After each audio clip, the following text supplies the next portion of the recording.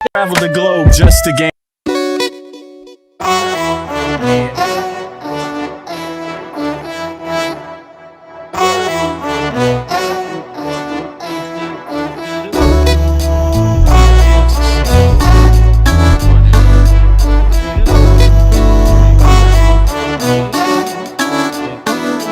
Can you feel it? Nothing can save ya, cause this is the season of funky behavior. I came to relax your mind, you can recline. On what? On this here rhyme. I like the style, I'm staying for a while. It helps me show cats that I'm versatile. I'll touch your dial, turn your frown to a smile. I'll make you feel like you're having a child. So relax and open up, child. I'm about to make you walk what? Pimp style. Or pimped out style, you don't understand the logic. See, if you don't have it all, I'll take a deposit. I got shit for you, it's alright indeed. It's like going to the garden and planting the seed. It might tickle for a second, but it won't bleed. So just relax, just hear the dope crack. I'm just real nice, everything is real fat. You don't have to do work, we do that. It's the type of place where you can wear your hat. Just relax, and just hear the dope crack. I'm just real nice, everything is real fat. You don't have to do work, we do that. It's the type of place where you can wear your hat. Just entertainment, at the same time edutainment. In other words, you could call it bent. What I'm saying is that I'm here at your service. It's hard work, but then again, I deserve this. I'm helping people enjoy their spare time. I'm like an instructor when I'm doing my rhyme. Relax and just hear the dope track. It's really not all that, it's not like a gag. We like that when everything is relaxed and chill. You don't have to get fucked up or take pills, cause I like being myself, it feels good. Yo, it makes my meals taste good.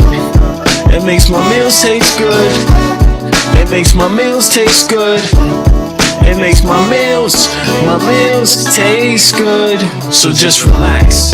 It's your dope track. I'm just real nice, everything is real bad. You don't have to do work, we do that. It's the type of place where you can wear your hat. Just relax and hear a dope track. I'm just real nice, everything is real bad. You don't have to do work, we do that. It's the type of place where you can wear your hat. Just relax. My mind state, now balloon, it won't inflate. Just take the buzz, this much wiser kid, fuck the shake. And take it to a lower level, and dig a ditch for a devil. Got some more kids and pass the shovel. Dig a hole, take them on a spiritual roll. Lyrics unfold, either that or unroll the scroll. Episodes keep reoccurring and stifling. People's vision get blurring, their hearts start murmuring. I'm about 5 times iller than a Sherman. Introspection is God's gift to the miracle. I freak material, lamb's milk without the cereal. When MCs say your booty, they mean venereal. Your fake material hip-hop killers, they more faking than fucking Michael Jackson and Thriller. The status of a hoe, Quanto Costa. They wanna know how much it costs, kid, I bet for keep tell so me just relax, and just hear a dope crack. The vibes is real nice, everything is real fat. You don't have to do work, we do that. It's the type of place where you can wear your hat. Just relax, and just hear a dope crack. The vibes is real nice, everything is real fat. You don't have to do work, we do that. It's the type of place where you can wear your hat. Just relax.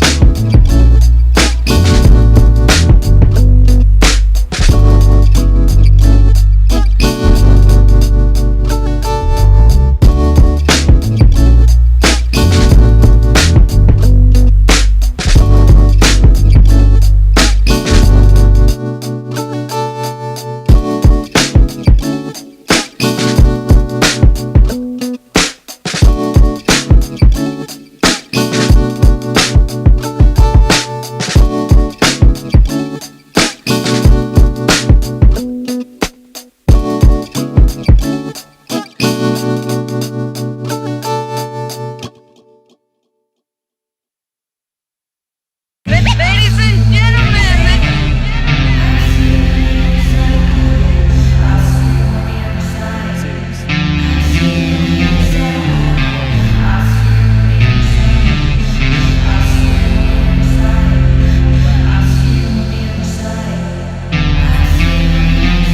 they want more. crying babies looking for food. Starvation, the recipe, people subdued. When the people you trust got it in for you. Deceit is the word of the day, and every clue, don't let it go. It's from the days of old. Time is up, but some still do not know.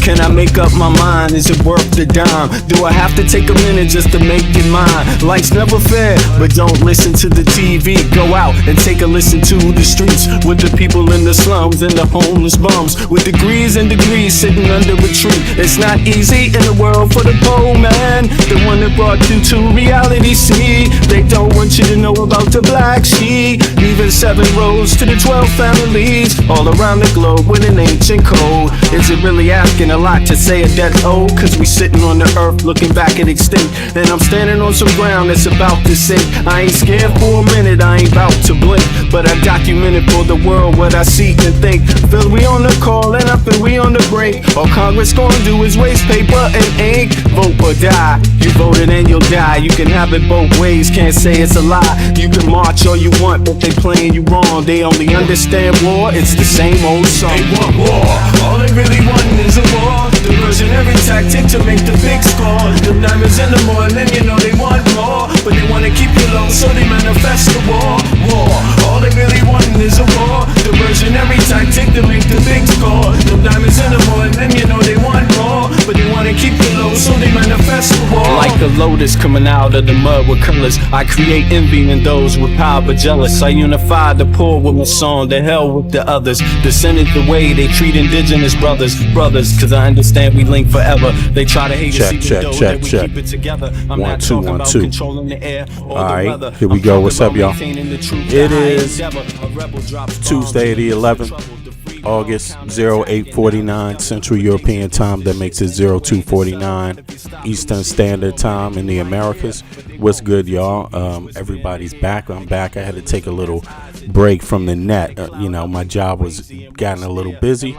And, of course, you got to get some rest and some other things in. But, I like what I'm seeing in the news. I actually like what I'm seeing in the news.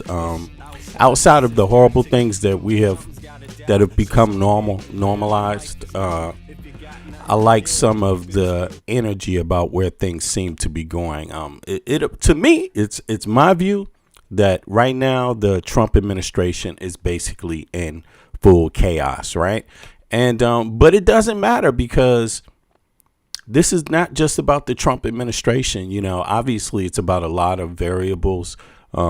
It's about the vision that American citizens have for the country, where they want to see the country go. But it's also about outside influences. I mean, look, our Pentagon, our security experts tried to warn us, tried to inform the American people that, yes, folks are assisting Donald Trump and his administration online, and maybe in other ways, right? And we always have to keep that in mind, that this thing is not going to be finished until it's finished, that someone in some other groups definitely do not want the U.S. to bounce back from this. And not to say that the American people want the U.S. to stay the same. No, we want it to be better than it was before. And that means some changes. That's why we have politics, right? That's why we have elections. But there's some others that just want our goddamn downfall. Like, you just have to understand that. To some, the United States being a strong democracy, free and fair and strong democracy, strong on human rights, strong on civil rights, is bothersome to others. You know what I mean? And so we just have to keep that in mind. And not that we've been the shepherds of human and civil rights. No, we haven't been alone. We stand with many nations in the world, that hold up civil rights and hold up human rights in a lot of different ways, in the best ways that they can, given what they have, But the United States is the wealthiest country on earth. We should have been able to be a lot better than we were, and we've been hypocritical in a lot of ways. But the place where we at right now is like it's very much void of a lot, However, things have to get worse before they get better. And even as fucked up as it is right now in the U.S., inside of the U.S., I mean, there are some places where it's been worse. Like, we have to acknowledge that too, but it doesn't mean that we need to be anything like it at all, And I'm just happy to see new political voices stand up, come out, be allowed, not just be allowed, but make way, push back, make space themselves. I mean, it's wonderful to see other parties, the Democratic Socialist Party. We could say it's another party. It's a left party. It's good to see that other voice because let's be honest, the other voices were not listening. The other voices were not listening at all. The other voices were part of the mediocrity. The other voices, they ran it and controlled everything. But then you get Donald Trump. That's how you got it. Donald Trump opened the, somehow got in there when our country should have gotten rid of any possibility for this level of corruption a long time ago. Our country should have never had such a biased Supreme Court that would ever allow a president to rule, that would ever allow a single individual to have this much power. That is our form of corruption, and it is deep. It is deep and it is vast and it is dangerous. It is dangerous when you consolidate that much power in a few people's hands. Look at what they have done. Look at what they have done. And no, I'm not grateful. I'm not fucking grateful at all. Being an American citizen. Yeah, I grew up in a time period. I was born in the 1970s. So I grew up in a time period where people had to fight for those rights that I had. So am I grateful for the government? No, I'm grateful for the people that fought to make a better United States of America than it was in the fucking 40s and 30s and 50s. I'm grateful to those people. To the people that stood in the way, fuck you. I'm not grateful to you at all, or your families or your ancestors. You are the problem. Like, you're the fucking problem. Like, straight up. I am not grateful for you. Those of you that stood in the way of justice at any point in time in history. I'm not grateful for you. I'm grateful for the good people that stand up, that make our country a good country. I'm grateful only to those people. I'm not grateful to the people that sit back and claim the country for themselves only. Don't take a DNA test. Use racism as a tool, as a main mechanism to maintain power, which is idiotic in itself, which is idiotic. That in itself is idiotic, but I'm not grateful to the people that don't cherish the country in real ways beyond a motherfucking flag and a gun. Like, goddamn, what's wrong with you people? You people need to show how proud you are of America by making sure every fucking American has access to higher learning. That's how you show patriotism. You show patriotism by voting yes for every fucking American to have access to universal health care. That is how you show America a pride in your country. You don't show it the way that it's been shown too often, flying in on a motherfucking parachute on the 250th Independence Day and crashing into a tent. Ah! No, that's not how you show it. That's not how you show it at all. You know what I'm saying?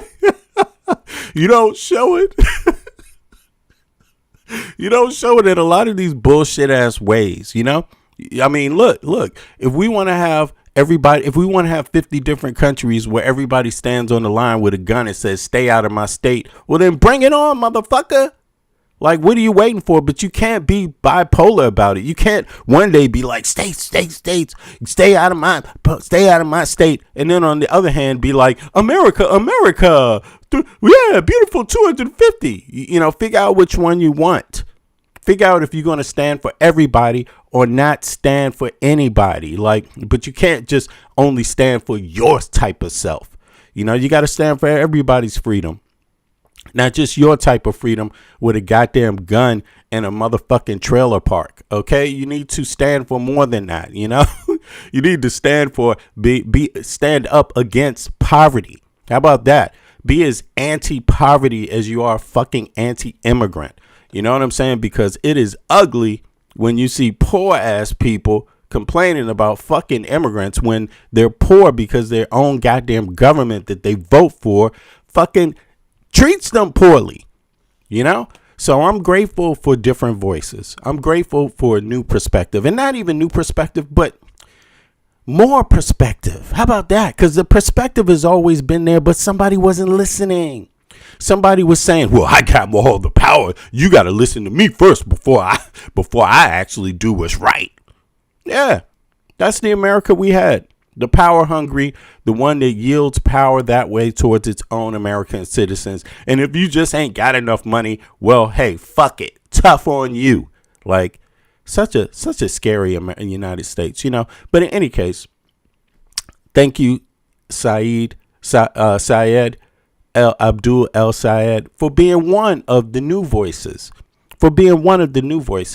On this matter. And yes, they're having a heart attack. These billionaires and these right wingers that led them spread all this hatred, all these people that spread all these lies to keep people divided. They are scared of just basic people saying good things. That's a really weird that's a really weird way to be, but we got a lot of that in the US, and it's about time people speak up against it. So let's hear and see what that sounds like. In Michigan and elsewhere, Democratic voters are frustrated, as I don't need to tell you. They don't think that your party's doing enough to fight Donald Trump on these issues, especially like affordability. If you're elected as a Democratic senator with a Republican president in November, what can you actually do about that? Well, look, let me just tell you the picture from my state. We've been up and down the state now. I've been at this for 15 months, been to 110 cities, over 500 public events. Everywhere I go, people say the same thing. It just shouldn't be this hard. It shouldn't be this hard to afford your groceries or fill up your tank or worry about getting sick without having to worry about losing everything too. And we ran this campaign to do three things: get money out of politics, put money in your pocket, pass Medicare for all.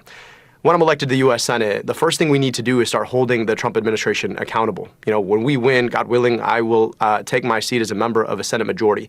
That gives us subpoena power to be able to investigate all of the ways that this administration has used their power for their gain and enrichment and against ours. And I think that means hauling them up to really understand all the conversations that were had about who got to get refunds after this terrible tariff policy, who got to get excluded from those refunds. It means hauling up people like RFK Jr. and holding them accountable for the doging of our public health apparatus, for which we now need to be dodging lettuce across the state of Michigan for fear of getting explosive diarrhea, which nobody ever thought would be a consequence of electing Donald Trump, but here we are. So it's those powers and then the ability to set up to build the runway for a president in 2028 who can come in and start doing the things to hold big corporations accountable, to start enforcing antitrust policy, to start rethinking our tax system so it's less burdensome on everyday people and we're taxing billionaires their wealth, and to stand up for unions who have been critical to winning fair wages. One of your main campaign issues, as you noted, is Medicare for all. Senator Bernie Sanders' proposal right now only has 17 co-sponsors in the Senate. Even if Democrats do take back the Senate in November, it doesn't look, as of now, like you and Senator Sanders would have the votes to pass it. Are there more immediate things that Democrats in the Senate can do to lower the cost of health care right now? Or do you view any of these more minor ideas as weak? We can walk and chew gum at the same time, and we need relief. There's a lot that's about to hit and hasn't even hit yet when it comes to cutting ACA subsidies, when it comes to cutting Medicaid for people who desperately need health care.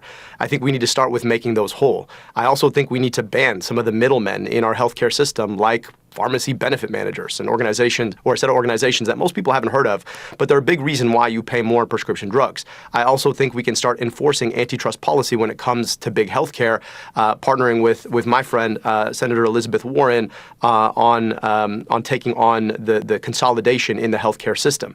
But Medicare for all is where we need to go, and my hope is, both coming out of the 2026 midterms and then out of 2028, that we're going to be on our way to a Senate majority to be able to get this done. done.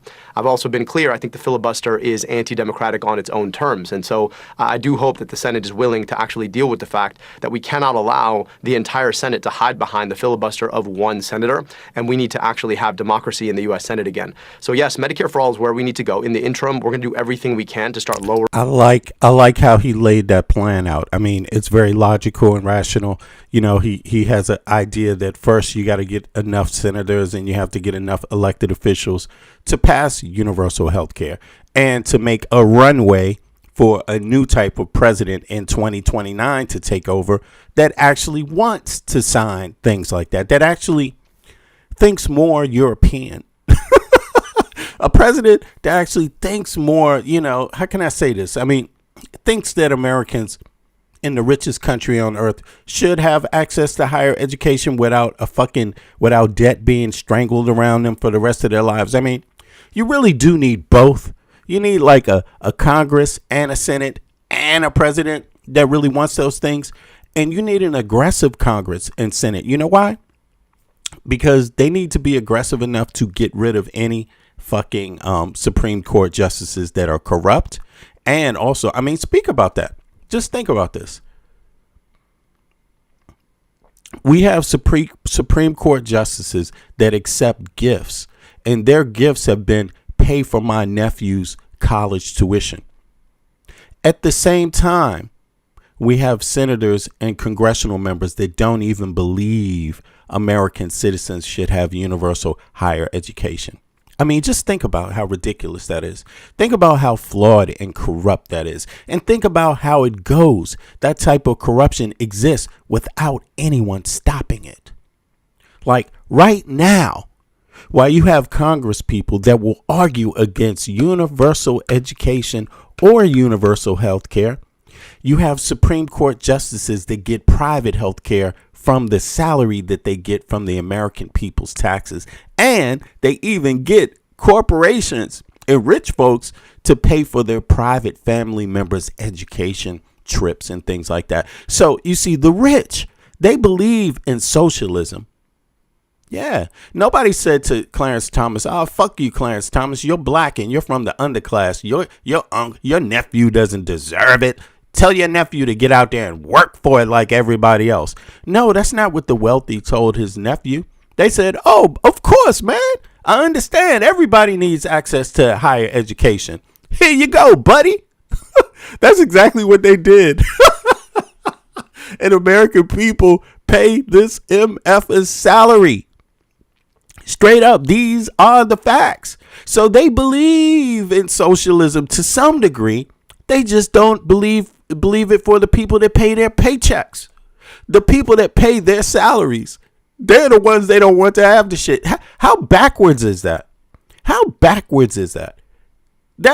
It doesn't matter what you call it. That shit is backwards, and you have to be a sucker to go along with a program like that. You may as well finance your own pimp.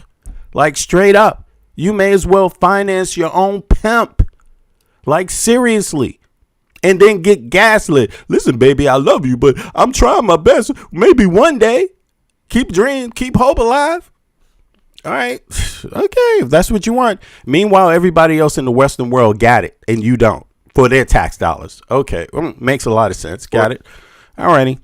Prescription drug prices and health insurance premiums and prices. But we need to get to Medicare for All to guarantee every single person the health care that they need and deserve. In your vision of Medicare for All, would that be the end of private health insurance? No, not necessarily. I travel the state and I talk to union members all the time who say, look, we gave up increases in wages to be able to win good health care, and we're worried about what that might mean. To me, Medicare for All is not about what it takes away. It's about what it offers. Guaranteed health insurance from cradle to grave that you don't lose by turning 26 or turning 65 or getting married, getting divorced, getting a job, losing a job. It's there for you as you need it, and it will be good wherever you need to get your health care. It's not about taking anything away. It's about adding the guarantee, the security of having health insurance in your life in the way that seniors across this country have been able to benefit from. And it would make this more sustainable for seniors as well. The best single thing you could do to make Medicare more sustainable for our seniors is to make sure young people who tend to pay more into the system than they take out are in that system instead of paying money into the pockets of health insurance CEOs. Your victory on Tuesday was big, and you beat the Democratic establishment, no question. I'm not trying to take away from it, but you want a plurality, not a majority. Do me a favor, everybody. Click the like button if you're watching right now. It's going to help the stream out a whole lot. That's how YouTube works. Click the like button so more people can see the stream. I appreciate everybody. More than 700,000 Democrats in Michigan voted for your opponent. And now Mike Rogers. Oh, by the way, if you want to comment or have a conversation with me, feel free to hop up on the panel. If you got any comments you want to make to the audience, feel free to hop up on the panel too. It's open. All you need is Discord on your phone, on your computer, wherever you're watching from, and boom, you can hop up. All right. So appreciate that. Let's go. Your Republican opponent is trying to talk to those voters. What kind of work do you have to do to unify Democrats behind you in Michigan? Yeah, it was a hotly contested primary, and we aired our differences. But in the end, the voters in the Democratic Party in the state of Michigan voted, and they picked a future where we get money out of politics, put money in your pocket, pass Medicare for all. But the differences that we hashed out are so much smaller than the similarities that we share. A responsibility to stand up to Donald Trump and the ways that he's used his power for his own gain, for his family's finances, rather than to improve your family's finances.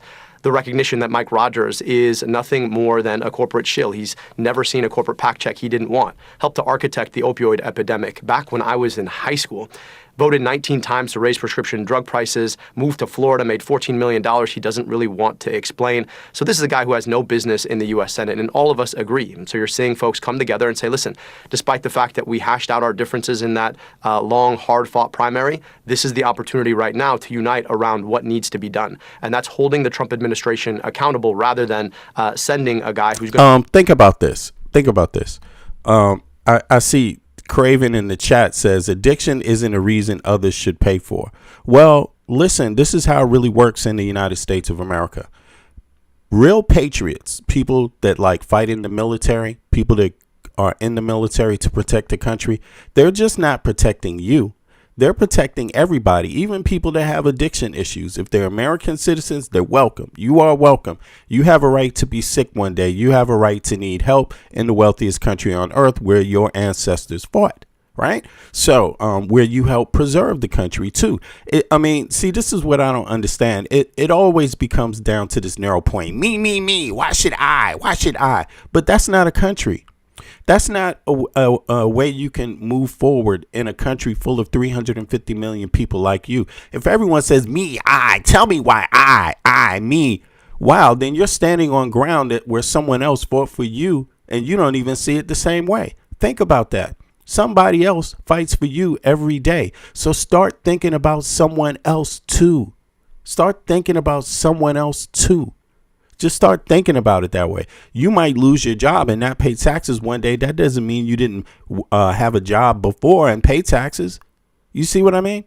And on top of that, there's always been people that have given a hand to others. That's what patriotism is. You see what I mean? But when you have a communal system where you collect taxes, that engages everybody. That means the commune is in effect, right? It's there to do jobs for everyone, even the person that doesn't have a job. Do you know how many kids don't have a job? Who should take care of those kids? Again, it's back to me. It's not a commune. Only me. But that's bullshit, because somebody had to build that road where you live before you were there. Somebody had to pay and to help that transport system where you live. Somebody had to had to build the infrastructure for the water you drink today. Somebody had to do something that has nothing to do with your own personal life before you even existed. You know, that's how it works. We work together in a union. You lift the ones up that are weak too.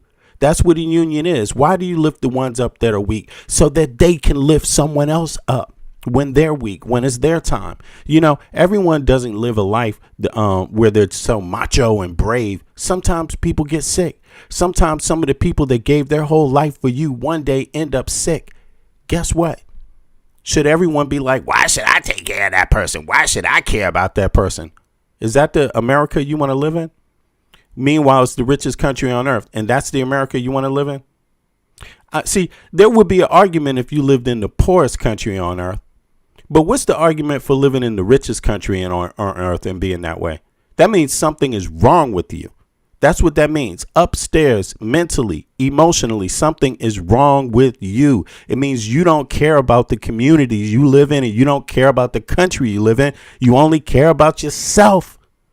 That means you're sick in the head. Okay? Nobody else thinks that way in the West. Only you. You're a bad apple. You're a rotten apple. Going to be a rubber stamp on everything that Trump wants to continue to do that's making life less affordable for Michiganders and life harder for the rest of us, for all of us. One of your former Democratic opponents, state legislator Mallory McMorrow, supports you, endorsed you right out of the gate, but she says she told you that in her view, you need to improve on, quote, being able to recognize that there are good people who just have a slightly different worldview. It's not turning everybody into an enemy, unquote. It was a similar criticism to what we heard from New York Times columnist Michelle Goldberg, who wrote that you have, quote, a blind spot, one endemic to his movement, an inability to grasp how and why people of good faith might see the world differently, unquote. How do you respond to those criticisms? It's ambiguous. It's too ambiguous. You know, like that criticism. You have to tell me, what are you talking about when they make that criticism? Just look at this. Let me pull this back. I'm not trying to be mean or trying to be spiteful or to say that the question doesn't have any validity. I'm just saying I don't even know what the hell that question was. Like, it didn't talk about what the problem was. It just said something. Look at this. Here it is. Being able to recognize that there are good people who just have a slightly different worldview is going to be really important. McMorrow said she told El Sayed, it's not turning everybody into an enemy. Okay, I'm still missing I'm missing the whole point. Did I miss something? Let me go back. I just, maybe I need to read the article that this was pulled from. Let me pull this back. I just think it's sometimes if you don't say what it is you're talking about or what it is you want exactly, you're leaving other people to go on a fishing expedition. Well, what did they mean? What do they mean exactly? You're making other people, you're making it their job to know what you mean. No, say what you mean clearly so people can know where you stand and whether they agree or don't agree. They don't need to meet you half ground. If they disagree on something that speaks to the core of who they are, So, like for me, although I'm not a woman, I don't have to worry about having a baby, right? I don't have to worry about being pregnant, right? I do understand that women might want to have an abortion. They might want to have that choice. They might have health issues. They might have economic issues. They might have a lot of things to think about when they get pregnant. I don't have to be a woman to understand that. So, of course, I'm not going to be a man and vote against that.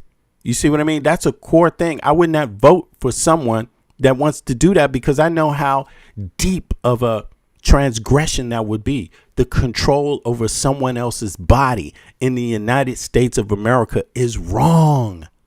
It is wrong. Controlling someone else's body in the United States of America is wrong. So things that kind of go against that, I'm always going to stay away from. I'm not going to believe in. And it doesn't matter if it's a Christian, if it's a Muslim, if it's a Jewish person or anyone else that thinks that they can control someone else's body. You see what I mean? But to me, it's like at least the people that are against abortion say it. You know what I mean? At least they say it. All right, let's hear this again. Administration accountable rather than sending a guy who's going to be a rubber stamp on everything that Trump wants to continue to do that's making life less affordable for Michiganders and life harder for the rest of us, for all of us. One of your former Democratic opponents, state legislator Mallory McMorrow, supports you, endorsed you right out of the gate, but she says she told you that in her view, you need to improve on, quote, being able to recognize that there are good people who just have a slightly different worldview. It's not turning everybody into an enemy, unquote. It was a similar criticism to what we heard from New York Times columnist Michelle Goldberg, who wrote that you have, quote, a blind spot, one endemic to his movement, an inability to grasp how and why people of good faith might see the world differently, unquote. Yeah, to me, that's too ambiguous. Like, it's not enough for the times. The times People need to speak up right now about the United States of America, what its problems are, and speak up very clearly, because times are really hard. And to me, this sounds like statements from people that have a lot of privilege and aren't really in a hurry for change. I'm not judging them. I don't know them, but it just seems like, damn, from the outside of the U.S., because that's where I'm sitting. I'm sitting from the outside as an American citizen looking in, right, into my own country, saying, damn, having conversations with Americans, my family members, friends every day, like, damn, you know what I mean? Like, is it really like this? They're qualifying things that I read, and when I see this, to me, it seems like, damn, what part of the United States do you live in? Like, are you not seeing democracy being overthrown? Are you not worried about something else? Like, to me, it's like, aren't you worried about something more serious? Like, what is this about? And it almost seems like they don't want to say what it's about. It's something that might only exist in their head. Like, only. It could be a phobia, because if you can't say exactly what it is, then what is it exactly? That's the issue. Especially right now in these days and times that people live in. These are desperate times. You should be on the side of someone that understands Trump is robbing your ass. Trump made it harder for the middle class and poor. Trump made it harder for people to get health care. Anybody who believes those things, you should be like, I like this person, and then the next question should be, well, what's your plan? What do you want to do about health care? How accessible should it be? Universal health care. Well, goddamn, now you're talking. But if you're against universal health care, say you're against it. Don't just hide behind the fact that he's different or that he's, a socialist. Boo, the term. Say what it is you don't want so the American people can know whether they need to vote for your ass. Right now. I mean, it seems like they're hiding what they want in these statements. That's all I'm saying. To me, it seems like that. Yo, Michael, Brooklyn, what's good, man? You here? I'm here. Yeah, what are your thoughts, man, when you hear these comments, bro? I mean, I don't know. Please tell me your perspective. I mean, these are the centrists. These are the establishment Dems. These are the establishment Dems that have been allowed to run, that have, been able to, I think what the audience needs to understand is the establishment Dems exist because there are people who live right down the middle who won't admit that they're against abortion, but they are pro LGBTQ, right? Yeah. Who are pro, who are anti LGBTQ but pro abortion, right? Those individuals who have those single voter issues of immigration or abortion or LGBTQ or any single voter issue, those are the people who will stand behind something but won't stand behind another, but will vote against something else, right? And when we talk about conservative values, like I've said plenty of times, conservative values are rooted in anti, not pro, right? And when you hear these talking points, when you hear these individuals, they are anti something versus pro something. And they just don't want to say what it is. Exactly. They don't because they don't want to be ostracized. I don't know what the hell is in the statement. I'm reading it. I'm like, okay, so what is this person for? Or what are they against? They like blind spots. They don't, good people. They don't want to take a stance, V. They just don't want to take a stance because they understand that when they take a stance, that they will be held to that standard, that they will be called out on that standard, and they don't want that, right? Unfortunately, then that's where, my personal take, which I don't normally give that, is the person who is down the middle is a coward. That is someone who doesn't want to stand. I know what you mean. You don't want to personalize it. I would respect someone, and just like you said, what you've been saying, right? Tell me what you stand for. Tell me what you don't stand for. I will respect it 1,000%. This sounds very Trumpian, bro. Because Trump said about those people, the Charlotte riot, where they ran these people over, or these tiki torch people. He said there's good people on both sides. Like, right? he appealed to both sides, but that's what Trump did, right? He used the populist talking points from the left and the right, right? He used both, right? Let's get rid of, drain the swamp. That is a leftist populist talking point, right? While cutting taxes for the rich, that is a leftist, that is a rightist talking point, right? Right. And so Right. he appealed to both sides. And so you have individuals. He's a double who, talker. there you go. He's He's two-faced. double. He's two-faced. Yes. Yeah. He always has been. Yeah, And he yeah. tries to appeal, but this second term has shown his true face. And I think that's where you're seeing the rise of the left, because they're like, the left and the independents who thought that the centrist left and the independents who thought that they could ride the Trump ticket based off his rhetoric. Now that his policies don't reflect that, now they're forced to review what they've done and go, hey, you know what? He's not for me, or he's not for the one issue that I did vote for. He's the opposite. Yeah, he's a phony. Right? And when you hear the Jake Tappers of the world, He's even when worse. you hear this, He's even worse. He's just Right? a phony. Not even the opposite. He He's just a is. fucking phony. He's for himself. Exactly. Right. He's a grifter But for actually, himself. you right? know something? That no matter if you're right or if you're left, that matters to be able to identify that trait in a politician. One who really is just in it for themselves, right? Regardless of what they say. Because you got to think about it this way. You literally hire them. The voter literally gives them the job. And the voter, the taxpayer, gives them a wealthy, a substantial salary. And that salary comes with perks, private health insurance, not even Medicaid or Medicare. It comes with donor money on the side that they get that can improve their life, that can help them get that second house, that can help them pay for their child's college tuition. All of these things that seem to be in question when it comes to the average citizen and what the average citizen can get out of their taxes. I mean, so it seems to be like the most important to not just blame it on Trump, not to just say Trump is a, egocentrist or individual centric, right? Worried about himself. But that's, in my mind, that should be what everybody should think about. We should ask that about every politician. Does this person really give a shit? Or does this person just want the job because it comes with perks? Perks that they won't stand up for everybody else having, this meaning the American taxpayer. They get perks, bro. But go ahead. Let's get back to this. But go ahead, bro. What do you think about that? I don't know if I took you off base on that one. I mean, but it's just what comes to my head, man. What I think, when we hear the Abdul Saids, when we hear the Mamdanis of the world, right? The more progressive Dems, look who's following behind them.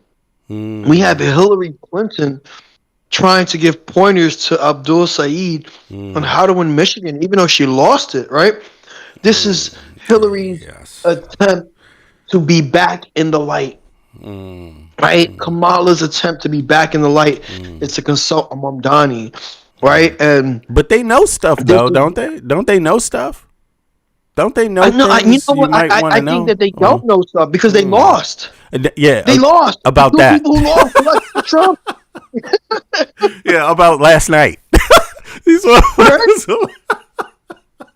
the two, unfortunately, right? But they know something because they've been inside the game, right? You know who they're backed? They're backed by establishment Dems, right? They may not know exactly how to win. They're just trying to ride the populist wave of the current progressive Dem. But that shows that there's eyes from the establishment Dems, right? Who don't want to flat out say that they are watching the wins of an Abdul Said. Oh, they're watching the wins of Mamdani, right? But we have the figures in Hillary and in Kamala who are asking and promoting these same progressive Dems, right? Who in the backside, we have the establishment Dems putting the most money against them. Yeah, right? So this yeah, shows that that these is. establishment Dems have no choice but to jump on the bandwagon, because if they don't, they're going to lose to the Republicans, and that's what we want. As Actually, that was a Michigan was an establishment. It was a Trump. It was people look at it like it was a Trump loss, right? Because Trump Yeah, was vocal. If he was clever, he wouldn't say yeah. anything. But he's so worried about going to jail, and he's so worried, that he actually spoke publicly. Like, forget, he's a bastard. He's a cop. He actually promoted him. Trump is such an ignoramus and narcissistic, so he couldn't help himself. But the truth is that was an establishment Dem loss in Michigan. Yeah. Yeah, No. that was right. Yeah. Stevens held the seat for 7 years straight, right? Mm-hmm. So of course it was an establishment Dem. And I gotta say, was, I don't know much about her, but what I did see of her, I didn't like, bro. Like, just the news clips and the moments that I found that she finally got the spotlight again in media. Like, I looked at it, she didn't come off like, bro, Stevens I'm lost. Is a Protestant, but also a self-proclaimed Zionist. Make it make sense. Make it make sense. Yeah, she just didn't seem too warm and welcoming, bro. Like, she damn. is I didn't feel a it. self-proclaimed Zionist when her active religion is a Protestant, right? If that doesn't scream establishment Dem, I don't know what else does. Yeah, it maybe seemed more like she's on the top of the hill talking down to people, and me, that energy doesn't ride with me, bro. Like, and I'm not saying that I'm not saying that she's not qualified to be in that seat. No, she's not, because she's not what the people want. Yeah, she's an establishment Dem. There it is. Whatever your qualifications are, if people don't elect you, you're not qualified. That's it. Right. Yes, exactly. Yeah. In a democracy, I don't care if you have a high school degree. Yeah. The game has changed. Right? If the people exactly. If the people do not elect you, if the people do not recognize you or no longer recognize you, because I think what people don't understand is the job as a politician is to always be progressive, even on the left or on the right. And if you're not going to be progressive, you will always get voted out. But go ahead, V. All right, let's play some more of this. I want to see what else they say about this interview here, and then get into some other news. All right, let's see what's happening. How do you respond to those criticisms? No, I understand that we might see the world differently, but we also recognize the responsibility to come together. I was grateful for the conversation I got to share with Senator McMorrow, and also grateful for the conversation I got to share with the New York Times columnist. We have an opportunity right now to recognize that whatever differences we might have less to do with a moral bankruptcy and a lot more to do with differences in perspective. But what I will tell you is this. When you look at what Donald Trump is doing, when you look at what Mike Rogers wants to do and has done when he was in Congress, there are big moral questions to be asked. Should you be enriching yourself and your family to the tune of $2.2 billion via the presidency? Should you be using corporations as pawns in this game to enrich yourself and giving them favors so that they can raise rates and prices on all of us? Should you be in a scenario where you're questioning the outcomes of democratic elections? And I question the moral bankruptcy at the heart of that. Now, look, I've had a lot of different disagreements with some of my Democratic colleagues, and those are disagreements built on good faith differences when it comes to policy. But this is the time for us to come together now to take on the moral rot at the core of the Trump administration and the moral rot at the core of the corporatism that drives a guy like Mike Rogers, and I'm looking forward to locking arms to do that. Speaking of President Trump, last night he posted on social media a photograph of him and First Lady Melania Trump in formal attire, next to a photograph of you and your wife. You appear to be in a restaurant booth or something. Your wife is a psychiatrist. She's wearing a hijab. The caption, I don't know why. Why does Trump constantly I guess we have the answer. He is delusional about himself. I mean, that is it, because apparently he doesn't realize that Americans read the blogs and shit, and they break things down. Like, look at this. The first thing somebody's going to say here is they're not going to say, well, some people will say Muslim. They will look to the right and say Muslim. Some people will do that. I'll give him credit. He does understand that base. But for the people that get past that one thing, they're going to think about everything else. His wife is a psychiatrist. He's a doctor. She's a doctor. He's a doctor. His wife was I'm not trying to diss models, but she came to the United States in some strange ways. She's a model. And Trump is the best friend of Jeffrey Epstein, and she was a friend of Jeffrey Epstein, and Jeffrey Epstein liked little girls. He liked them young. This man's a felon, a criminal, a stalker of the worst kind, espionage, blackmail, and said to be involved in worse things, torture. So no matter what, is this really the best of America? Look, it says two different Americas. Yeah, it's two different Americas, but why don't you pair it up with two doctors? A doctor, yeah, go ahead. You have to hear his response, though. Okay, let me hear it. His response. All right, let me hear it. Let me hear this shit, because I feel so sorry that anyone would have to accept that this is an even comparison. Like, just drop the religious thing, because you don't control people's faith and you don't know people's faith. You don't know. People can all play a game. Somebody can come out and say, hey, I'm gonna play the good anybody today, right? But in their costume, right? Who you will never know if someone is a person of faith or not. That's their own personal business. Their clothes won't make a difference to you. That's not how it works, right? It's only for a person to know themselves. But this thing, just comparing them, I feel sorry for people, because couldn't we just get a comparison about the individuals themselves, just the persons, not their color, not their religion, not anything like that, just the person, the character? Like, that would be good for America too, if we could say, wow, a doctor, it's good to go to school and get an education. Wow, you're a woman, it's good to go to school and get an education. It's great that you achieve that as a woman in the United States of America. Here, it's like, model. And she didn't even get her model degree in the United States. I mean, that's all I'm saying. Like, really. And what degree does Trump have? That was a long, long time ago. I'm just saying, But let's hear some more. Here. Oh, my God. It was two very different Americas. What was your response when you saw that? Yeah, he's right. One in which your overlords are two people who don't like each other but joint in the interest of making billions of dollars off of you, or two people who genuinely love each other, enjoyed some pancakes together, want to come together to build the kind of America where they can raise a family and know that that family is going to have the good things. So yes, you've got two different visions of America. Donald Trump's vision is the one you're living in right now. Can you afford your gas? Can you afford your groceries? Do you believe, when you look your kids in the eye, that they're going to have a better future than you did? And Sarah and I are running because when we look our daughters in the eye, Emily and Sirine, we want them to believe that they're every bit as able to have a better future than the one that they could have had under the Trump administration, that they can live together with their sisters and their brothers in America in a way where they lock arms to build the good things that they deserve together, where they know they'll have the health care that they need and good jobs, and that they don't have to go 15 minutes and know that there are kids who live 15 minutes away whose lives are very, very different than theirs because we've been for far too long okay with a level of inequality in this country. I want them to live in an America where they can breathe clean air and drink clean water.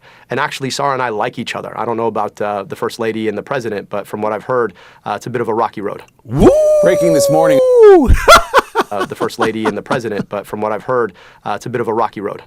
Breaking this morning is the news that you spoke with President Obama. Now, how many of you have heard that it's a rocky road with Trump's marriage? Melania, put a 1 in the chat if you've heard that it's a rocky road with Melania and Donald J. Trump in the bedroom, in the home, even in the same bed, just in the same house. His response only gets better.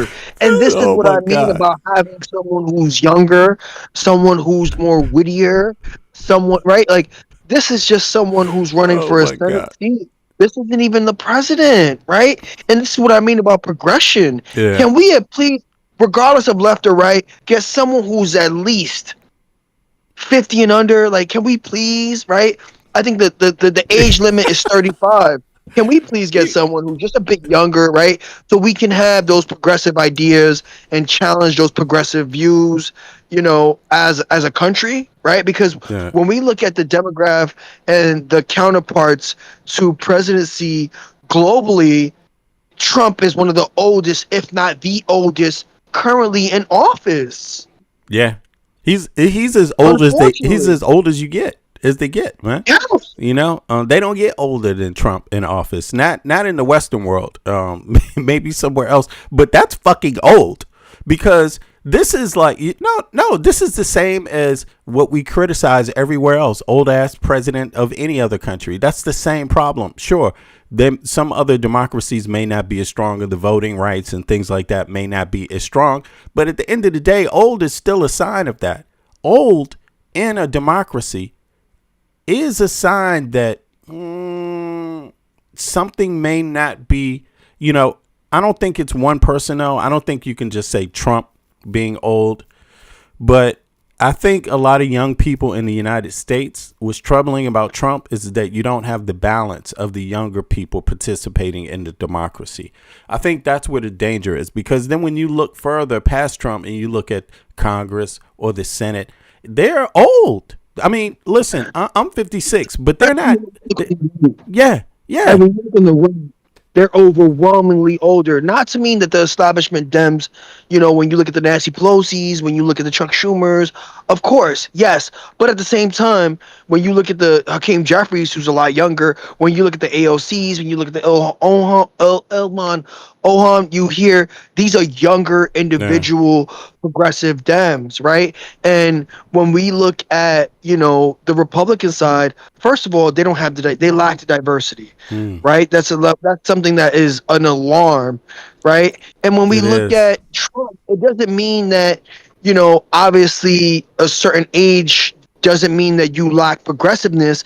But when we see someone like Trump who dog whistles to an older crowd, right, who tend to vote more in person. In that way, it's a danger, bro. In that way, it's a danger. It is. It is. Yeah, it becomes a danger. Yes, it becomes a danger. Right? It becomes a drown out to the younger voter who wants something different or just what they want in general, right? Yeah. And so when we look at that, we know obviously there is no form of ageism. That's one thing I don't want to project, that ageism is a thing. Yeah. But I think when we look at someone, especially on the American side, because I think, globally it looks different, right? I think there is more representation in parliament that forces, even if they were a older president or head of state, here's the thing. Some of these progressive countries, they have more representation that forces them to be progressive. But right? today, they have more representation in parliament. But go ahead, B. Right. But today, in terms of social standards, right? Social standards means that we understand today when a woman's job is to not bear children and be in the house. That's not her job. Right? That's not her role, her responsibility in society. She can have a career. She can have an education. She can have a pension based on her own work ethic. She can get out there and do these same things. And that's what I mean by old ideas. So we came out of ideas. Yeah, we came out of an America where that was the norm. The mother was at home and that was the best she could do. She shouldn't even expect to get a job. She shouldn't expect to have an education. That didn't even matter, man. It was like her job was cleaning up after her man, washing his laundry, cleaning up after the kids, washing their laundry, and making sure his food was cooked, right? Cleaning up after the throw up, right? Cleaning up after the throw up, all of this stuff, and then being happy when he came home. And so when you see a person like Trump, right, he literally comes from that generation where that's what they did, and so to see him be personified there, to see age be personified, that's what I mean by age. It's like these old ideas that, people don't live there anymore. That's not where the country is. The country has changed. The country has progressed. So I think it's scary because when you also see him feed in on the racial thing, the religious thing, that's old. That's something people did back when. That's civil. That's the 50s, man. That's the 30s, the 40s, the 50s. And to see that stuff be rehashed. Yeah, he's just one person, but he uses that podium to rehash it. And that image, that picture he threw up there is the same because he's basically saying, look at my wife, man. She's arm candy. That's all she had to be for me. I don't even give a shit about what her brains say, what her education is. I don't give a damn about anything. For me, she's my wife because she's arm candy. And then they put him up against someone else who is not even claiming to be arm candy, right? It's just saying, this is who I am as an individual. I'm a doctor. I'm a psychiatrist as an individual. And then we look down on that. And he puts it out there like you're supposed to look down on that. You know, it's pathetic. It shows us that it challenges, you know, it makes people say, do we even have values ourselves? Because even though the person is a Muslim, we still shouldn't be looking down on them for being who they are, because they're telling you who they are. They're not telling you to focus on them being Muslim. They're not telling you to become Muslim. They're not even preaching Islam. You know, they're just busy doing what they're supposed to be doing in their communities, you know. And I just think it's really asking American people to be trashy, to be real trashy right now. You know, something that should disgust people, you know. I'm talking about morally and ethically, you know. Yeah, but all right, let's play some more because I know folks don't want to just hear me ramble. All right, let's hear some more, man. Appreciate it, Mike. Let's see here. Obama, is he going to campaign with you? Tell us about the conversation. Oh, shit. What? Like, that's I'm sorry, Michael. Come back, bro. Come back. What is this interview? This seems like there's a lot they're putting out there. This is not even the end of 2026. The midterms are not even here. And he just asked the man, is Obama going to campaign with him? They're going that deep right now, that fast?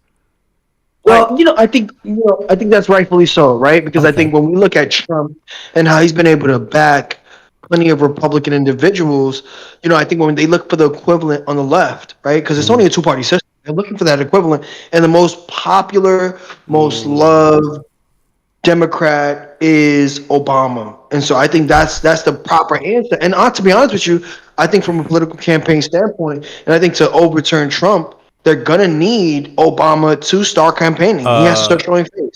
Oh, right. Yeah. In that kind of way. Yeah. But I understand, man. I understand. It's a machine. Politics is a machine. And he's got to go back to what the machine has at its disposal or what the machine recognizes is valid or necessary. They recognize Obama is a power, right? In the voices of Americans, and he does have a wide demographic. He's the most popular. He's polling as the most popular American figure, right? So I get it. I'm just shocked that they're just pushing this on Saeed so fast. Like that's what he needs to be thinking about right now, or I don't understand it, man. I don't understand it. Like, is Obama going to campaign with? He's asking it like that's a question for him to resolve. Not Obama. Yeah, I just wonder, man. And actually, Sarah and I like each other. I think it puts pressure on the demograph, right? It puts pressure on the establishment Dems, and now it's out in the open, right? Yeah, now it's out in the open. Yeah, so Obama knows about it, whether he wanted to know about it or not, right? Right. The question was already posed to Obama off the air. Right. So that's what they're asking. That's what they're talking about. If you're in the center Democrats realm, they're all wondering, is Obama going to do it? Is Hillary, which of the centrist Democrats are going to get behind this campaign now, basically? All right. So, all right, let's go. Fair enough. I don't know about the First Lady and the President, but from what I've heard, it's a bit of a rocky road. Breaking this morning is the news that you spoke with President Obama. Is he going to campaign with you? Tell us about the conversation. I like to keep private conversations private, but it was a really, really warm conversation. I was really grateful for his advice. And, we've got a long road to go here, but we're perfectly unified in the need to win Michigan, take back the Senate, and hold Donald Trump accountable. And I was just really, really appreciative of him, his advice. I mean, this is a guy who I watched come up. I never saw myself in politics until I saw him give that 2004 speech on the DNC floor. And it's the first time I ever saw myself reflected in politics at all. So it was just really an honor to get to share a conversation, to hear his advice on the campaign.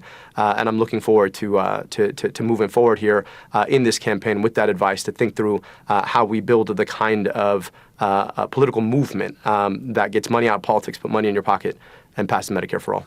He won Michigan. Please, we want to take a moment to ask everybody to click the like button. If you don't mind, please pick up your remote or click the like button if you have your mobile. It's how YouTube works. YouTube doesn't think any other people will like the video like you if you don't like it. Even though you're here watching it, that's how YouTube does it. So appreciate everybody for watching. We got like 240 something people, 50 people watching. But please, if some of you can click the like button also, that means more people like you might actually come to see the stream. So thanks a lot. Here we go. Let's hear some more. That was interesting. Again, twice, as I'm sure I don't need to tell you. Do you expect that? So Obama inspired him. That's a very interesting note to take. That Obama inspired me too. And I'm happy to hear that. Yeah, we're going to see how much of a figure Obama is in this next election cycle. So, but big up to Obama, man. He carried himself with dignity, with respect, and also respect for the platform, the presidency. He didn't make a buffoon out of himself. He didn't make an asshole out of the United States of America. He didn't diminish the United States. You know, he put the country first above himself.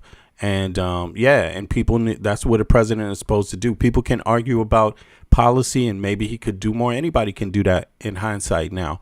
But you can't argue with the fact that Obama actually put the country first. And and himself, that was just secondary. You know, he's a smart enough dude that he could do a lot of things without being the president of the United States, you know. To benefit his family and things like that, but he didn't choose that route, so I'm glad he didn't abuse it. But let's hear some more. That he will come. Let's hear some more. Campaign for you? I hope so, but obviously we've got a lot more to do here. But it was a really, really warm conversation, and I was really, really grateful for his advice and his mentorship. Group chat is back. I want to show this headline from Vox. Don't call this man the next Obama, which I think is very tempting. I think if Democrats want something more than a Rogan of the left, they probably would just like an Obama of. Will2538 says, tell that to Libya. Yeah, but Obama's not the president of Libya. Well, I'm sorry to tell you that. And I hope you realize that. And I'm not saying Obama is perfect.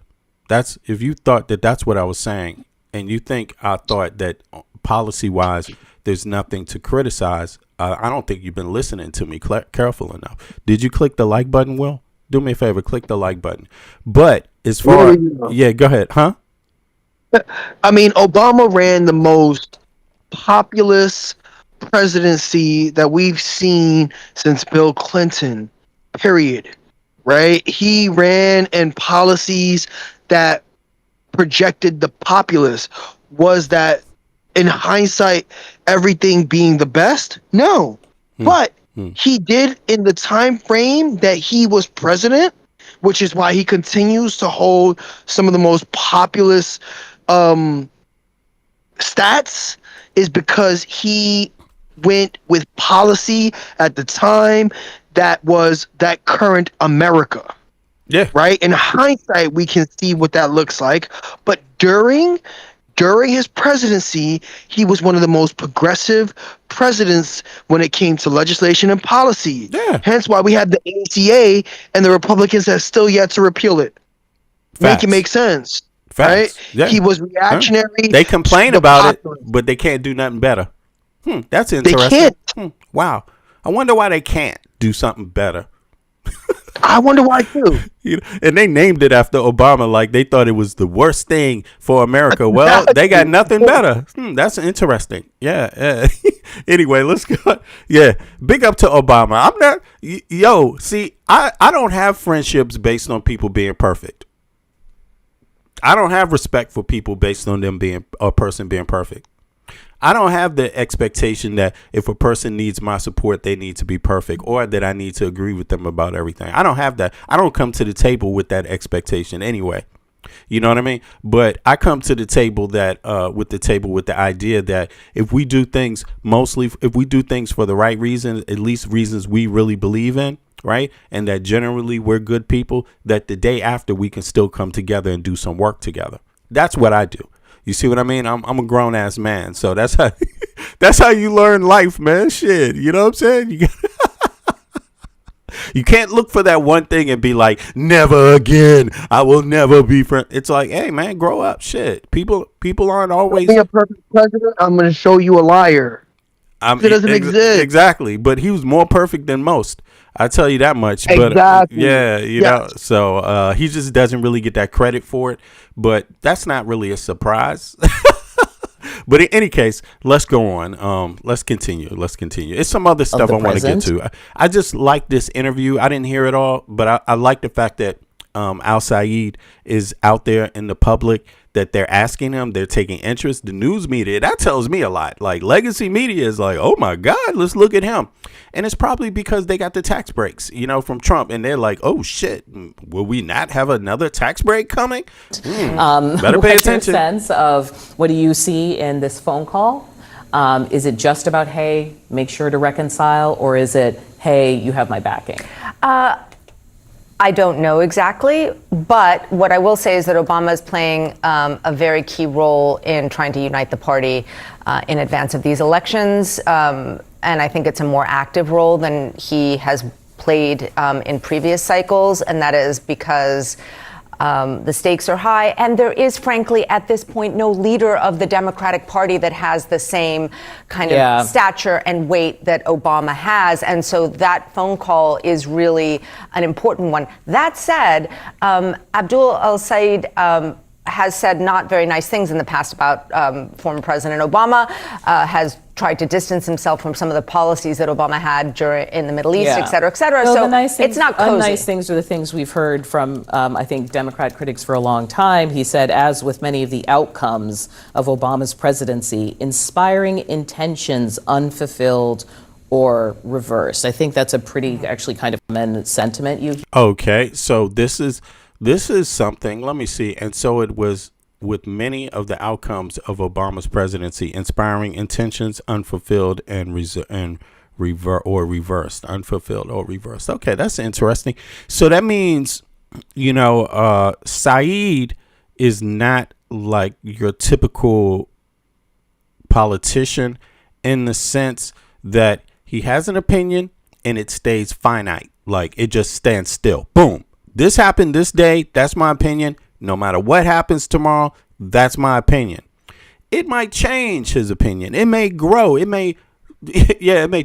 And I liken that to like having a light heart. Like, you know, that's very important, I think, as a healthy person to have a light heart, because it means you don't hold things in the past. You know, you don't see things like this happened. I didn't like it. That happened back then. And so therefore, the future is done. That's how the world is. Everybody's like that. These kind of stark kind of lines I don't think are healthy. So I like the fact that he doesn't like Obama, criticize Obama on some things. And I think that's healthy. You know, you shouldn't want to be surrounded by people that only pat you on the back and say, hey, you're great.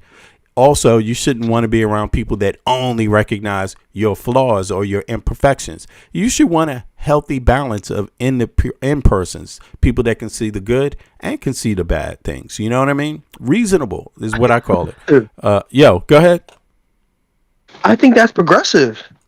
Yeah, because it ain't personal to me. You know, I'm not going to be like, I hate Obama and nothing you can say will change my mind.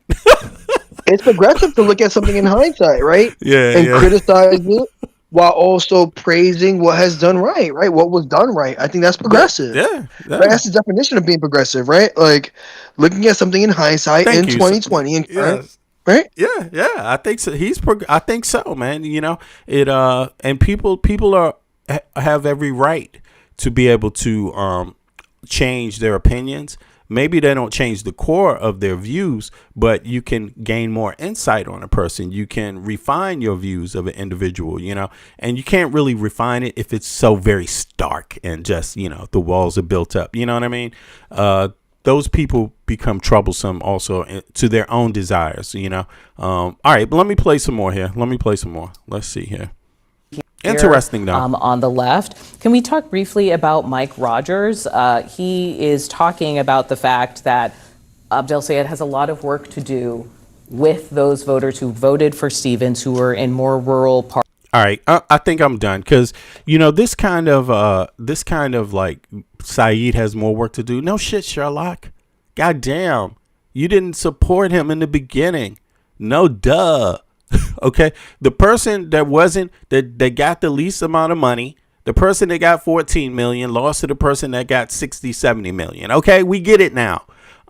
But it's like he's the one that he knows that he won with less money. He knows that he won the primary with less support. He knows that.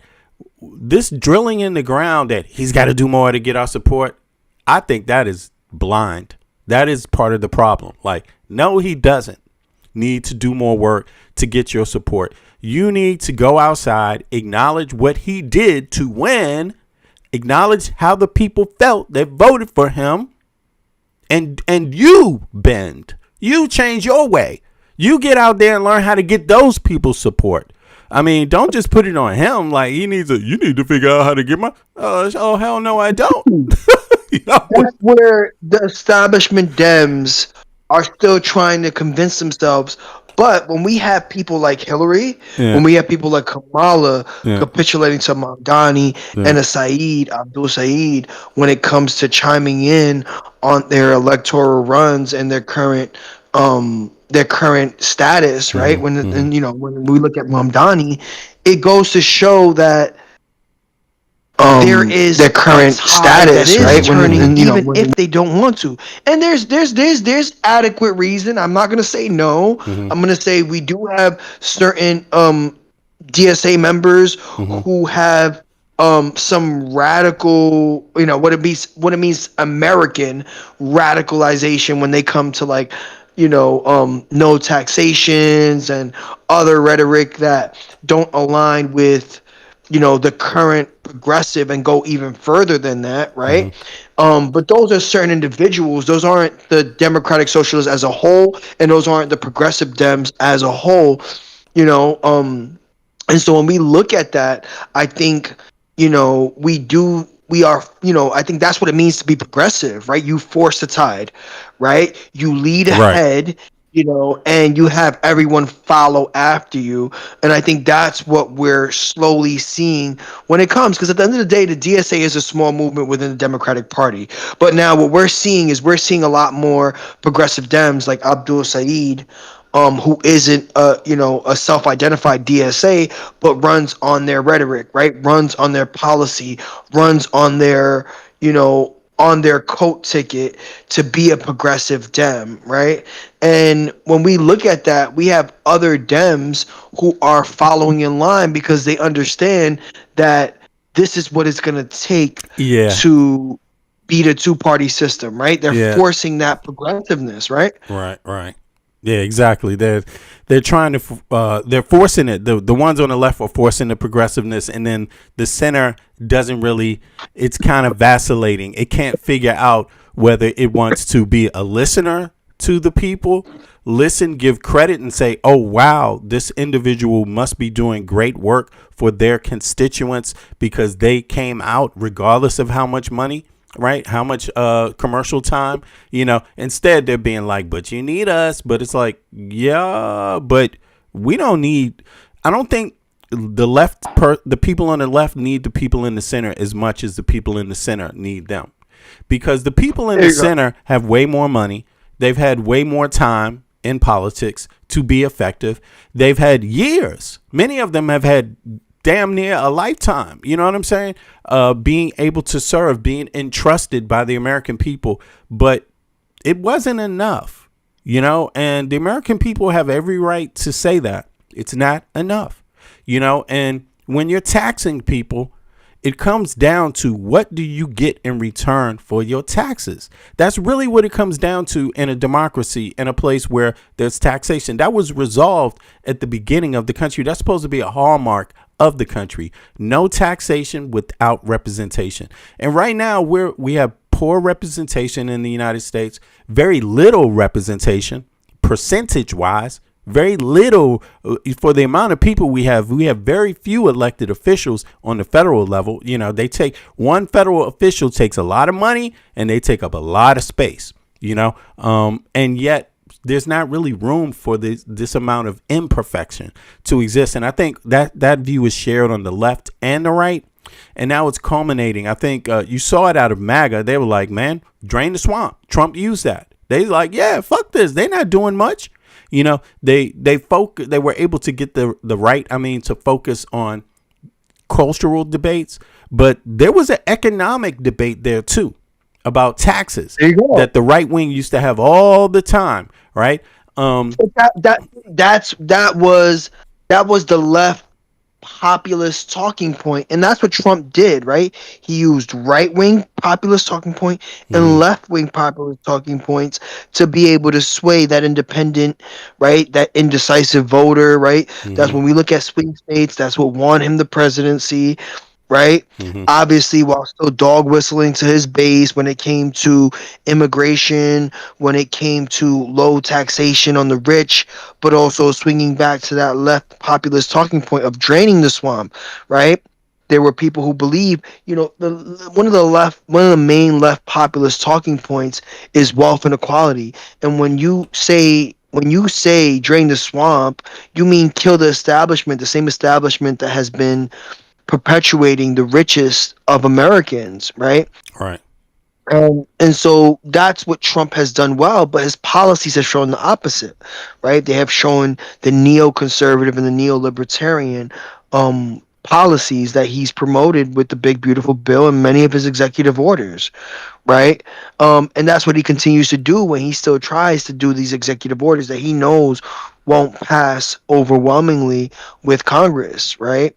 And so when we look at the DSA movement, they're actually proposing real life policies in terms of healthcare, in terms of affordability, in terms of housing, in terms of childcare, right? The same things. And I think when we see these Republicans who are privileged to be welfare states, because they are welfare states, right? They receive more in federal taxes than what they give because they have low minimum wages, low paying jobs, and low taxes in comparison to your donor states that are overwhelmingly blue.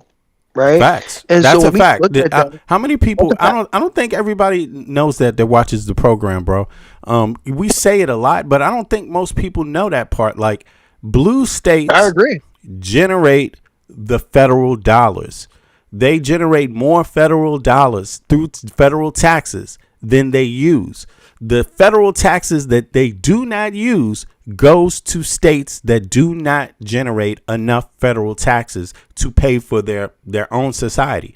That means red states on large are welfare states. They don't generate enough federal dollars to pay for themselves. They get the excess blue state money every single day of the week.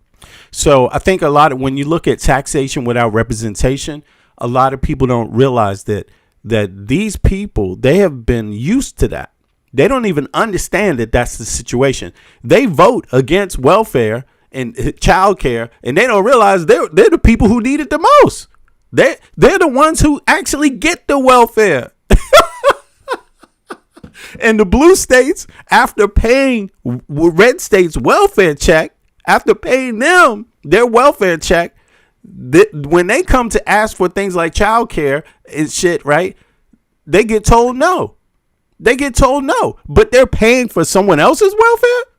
It's like it's almost like they've been told someone else. Yes, they have. Yeah, it's I don't know what you call that in psychology. You make yourself out to be the victim, and all the things you're saying, they might be the right things, but it's things somebody should be saying about you. Yes. That shit is crazy. It's inverse. It's inverse. Republican constituents have made their red state constituents believe that somehow the welfare queens and the Social Security queens exist in blue states. Exactly. Right? And that somehow their measly tax-paying dollars that we still subsidize because they don't pay enough goes to blue states. Somehow they believe that, right? And this is where we go back to civics and just basic education when it comes to how governments and states run and taxation, right? And they're the same people who who advocate against red states. Hold on. Listen, Smooth said red states would be speaking Spanish if it wasn't for the blue states welfare help. No, you know what? They do speak more Spanish than than in blue states. Period. Right? Because when we Oh look my, at they be part of when we look at Mexico the at this place. combined At this point, they would when be we look part at of the Mexico. combined illegal when we look at the combined illegal immigration, illegal, not legal, Yeah, illegal. right. Texas and Florida combined have more illegal immigrants than California and New Yeah, York combined. but they running around Florida Period. and Cali. This They isn't running around, something right? exactly. We can't It's the make this same. up. But Yeah, where is ICE yeah.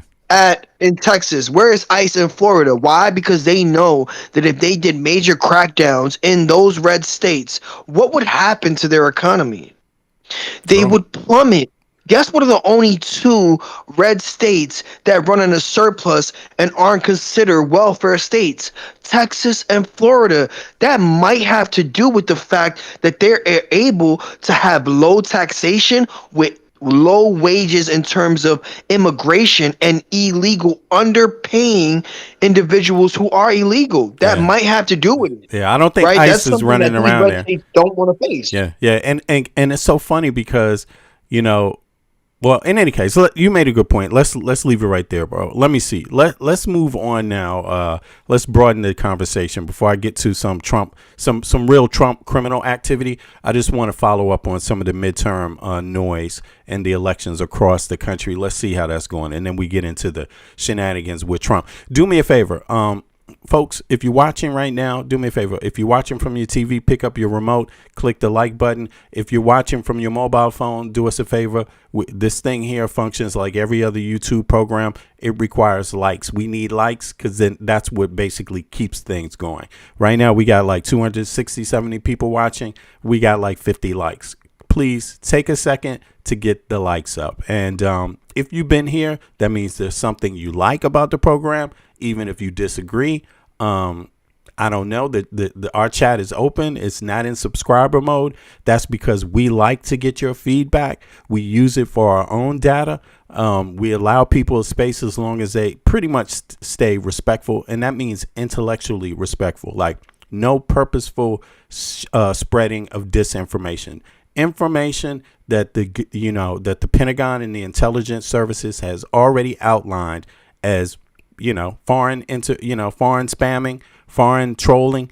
Do not share the same kind of information. Be original when you come in the chat. Like, speak your mind and be real about it. By the way, since you're here, do me a favor. Everybody, let us know what state you live in and who's your healthcare provider. I'm just trying to get a sense of who the people are to qualify your statements, right? Because that will give us a good idea once we know the rest of the things that you've been saying. We need some core things. So just let me know the state you live in and your healthcare provider, the one you have, the one you can afford.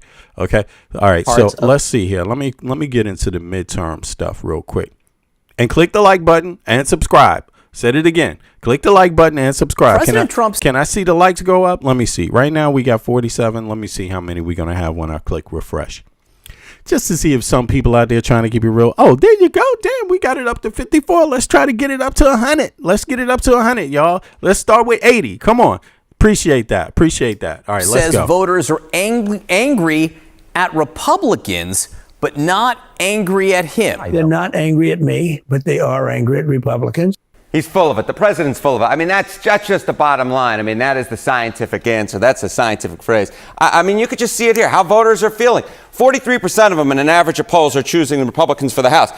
The Republicans for the House are outrunning President Trump. His approval rating is just 37% in an average of polls. They're outrunning him by 6 points. Among independents, the spread's even wider. I have it as a little nugget down there. The House Republicans are outrunning Donald Trump by 9 points, although they're both doing poorly. But the bottom line is this. When Donald Trump says that voters are angry at Republicans, not him, that, simply put, is not the case looking at the data. And in fact, when it comes to what voters want to see members doing vis-a-vis Donald Trump, what is it? What do they want him to do? I mean, it's just really clear here. Take a look here. Voters who want congressional Republicans to do more to stand up to Trump or work with Trump. 56% say more to stand up to Trump. That's what they want congressional Republicans to do, compared to just 35% who say they want congressional Republicans to work more with him. As I said at the top here, what we're dealing with is Republicans are getting dragged down by Donald Trump, not the other way around. And indeed, among independents, what we're seeing is 65% they want them to stay. They want congressional Republicans to stand up to Trump, more to stand up to Trump. So again, the president, simply put, is full of it. Yeah, he's saying it's not me, it's you, but it turns out it's him. It's him. It's him. It's a relationship, and in this case, it's him. And you got more numbers to show this. Yes. Yeah. Okay. What about Republicans? Right. This idea. Republicans. They're upset with the congressional Republicans not working with me enough necessarily. But again, how Republican voters are feeling. This is the Republican base. 94% of them say that they're going to vote for or choosing Republicans for the House. Look, President Trump isn't doing poorly with Republicans, but he's not doing as well as House Republicans are on the generic congressional ballot. He's just getting 80% right now approval among Republicans. So some quick math for you, 94 minus 18, the House Republicans are actually the ones that are outrunning Donald Trump by 14 points. All right, and you can see that's the Intens aggregate source report. That's a poll from Intens. So just so folks know. All right, this number is higher than this number. Yes, it is. Okay, so just talk to us about what the prediction markets are then saying about the Senate. Yeah, okay. Republicans actually have a chance to hold the Senate, chance to win the Senate in 2026, 53% chance compared to the Democrats' 47% chance. But that is simply put because voters who disapprove of Donald Trump may actually still vote Republican for the United States Senate. Dem House incumbents losing primaries in 2026. We're already up to 6. That marks the highest for a non-post census cycle in at least 50 years. Democrats are infuriated with their party, and as I said at the beginning, they're throwing them out. Wow. First of all, that was a very nice move. Second of all, is it just a matter of them losing in races for re-election, or are they being thwarted elsewhere as well? They are being thwarted elsewhere as well, as I almost take on an old-timey accent. Take a look here. Dem nominees for Senate and Gov per cycle, sitting U.S. House members. So far this year, 0, 0, 0. Haley Stevens, of course, wanted to go up and be the nominee for Senate. Didn't happen. The 2000s average is 4. If this 0 holds, that tells you a lot about the psychology. Yo, Michael, what do you think about this data right here? I mean, it seems to be total opposite from what they're reporting, the sources, right? They're saying Republicans, they're still going to vote Republican no matter what. That's what matters more, the red flag. They don't care. They're going to vote Republican no matter how bad they are not, doing or not doing, right? Versus Democrats aren't saying that. Democrats are like, yo. No, but this is what it means to be in a cult, right? Regardless if it's disenfranchising you, you are going to find a reason, even if you've been disproven on several reasons, right? We have this administration that has given us several lies and continues to lie. Look at these labor numbers. Look at these job numbers that they've been lying to us for months. And the labor now numbers we're are seeing just coming the out. real outcome. Yeah. And listen. Right? We're seeing the real outcome. We're like, oh, shit. Yeah. And this economy isn't as stable as we thought it was, right? Yeah. And then on top of that, you still you mean you're going to vote for someone that that doesn't care if the Epstein files are released? Like they could have forced it out of Trump, and they still haven't. They're only doing it so that way they can pretend to have some sort of moral superiority. But when that moral superiority doesn't exist, they pivot to the next talking point. That's what they're good at. Because they're not going to leave the support of their base. Right? And that's what Trump won off of the independent vote. He didn't win off Republican. He won off of independent. Yeah. The swing state. Bro, this is insane. You have a party to get the Epstein file law signed. Democrats pushed that through, right? They had the help of how many Republicans to get the discharge petition? They held it up for like 2 months, maybe 3 months, just because they needed 1 or 2 Republicans to sign the discharge petition to get the vote on the floor of the Congress. So it took them a long time to do that.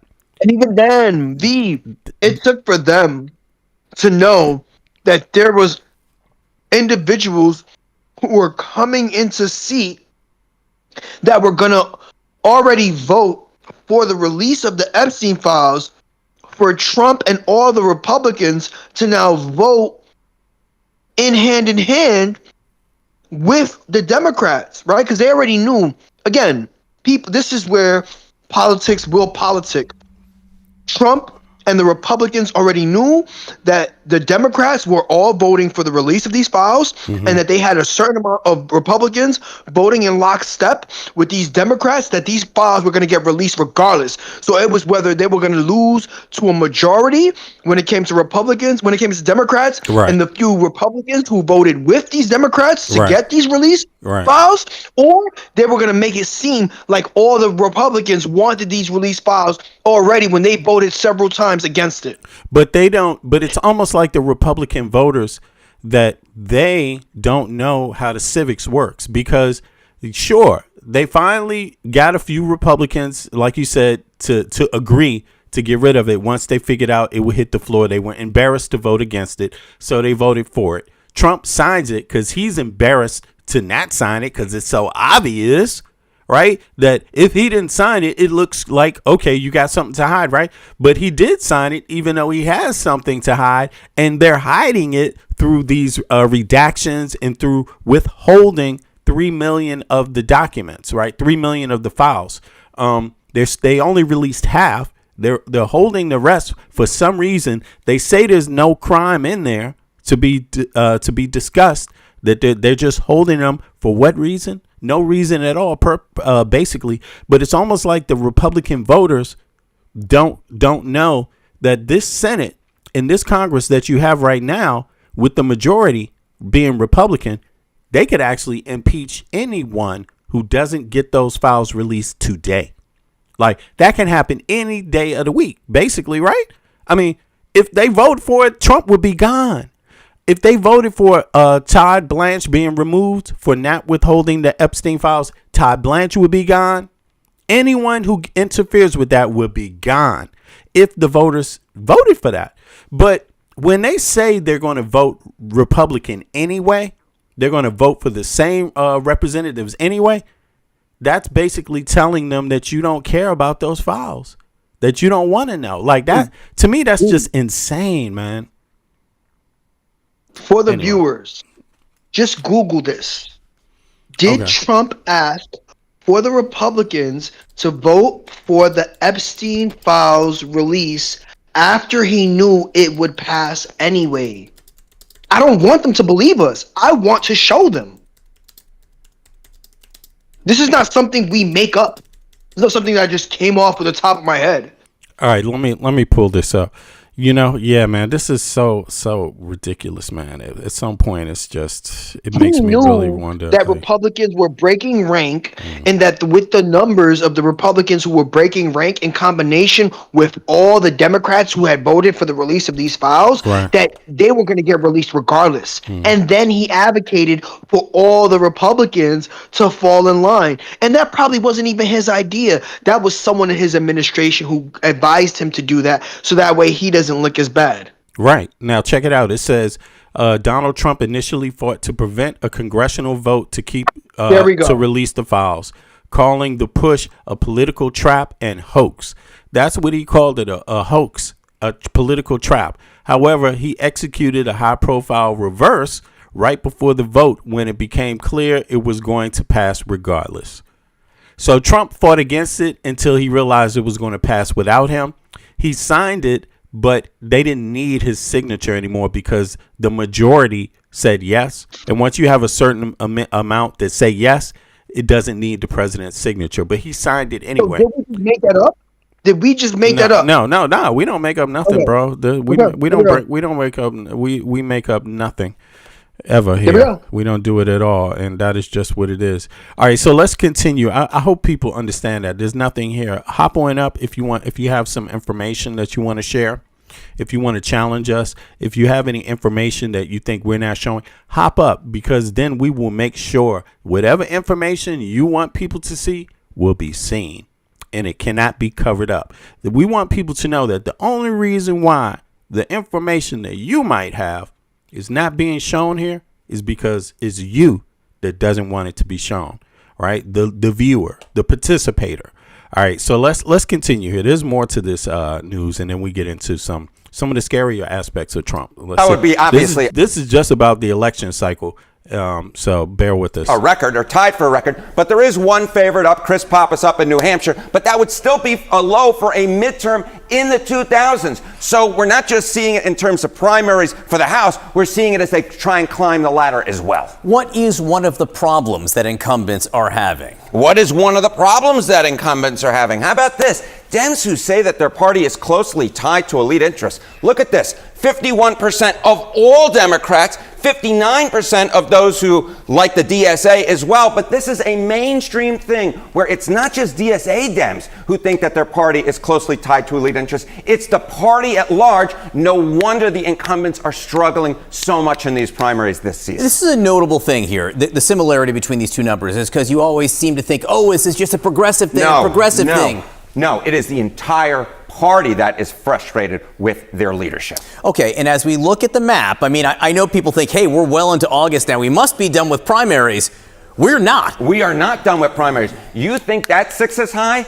I think it's going to climb even higher. Take a look at this. Okay, chance that 7 or more House incumbents lose their primary in 2026. We're up to a 93% chance per the Kalshi prediction market. So we're already at a record, but we're going to climb even higher if we think what's going to happen does happen in these House primaries, because we have Massachusetts, we have Connecticut, we have a whole slew left to be done.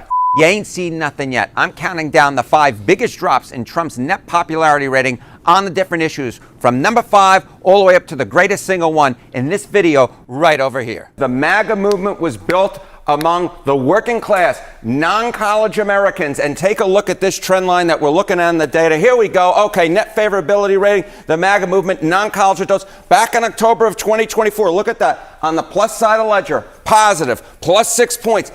Down we go into the Atlantic Ocean now. Look at this movement. Now minus 22 points. That is a shift, Johnny B, of 28 points. All right, so this is the marquee. Also, law school, right? This is their sourcing. This is their polling that they did. So let's see some more. I mean, I don't think this is going to be shocking.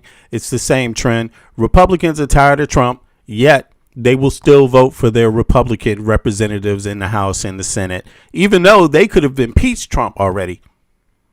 So this kind of shows you the red vote is the mediocre vote in the U.S. It's significant. They are many.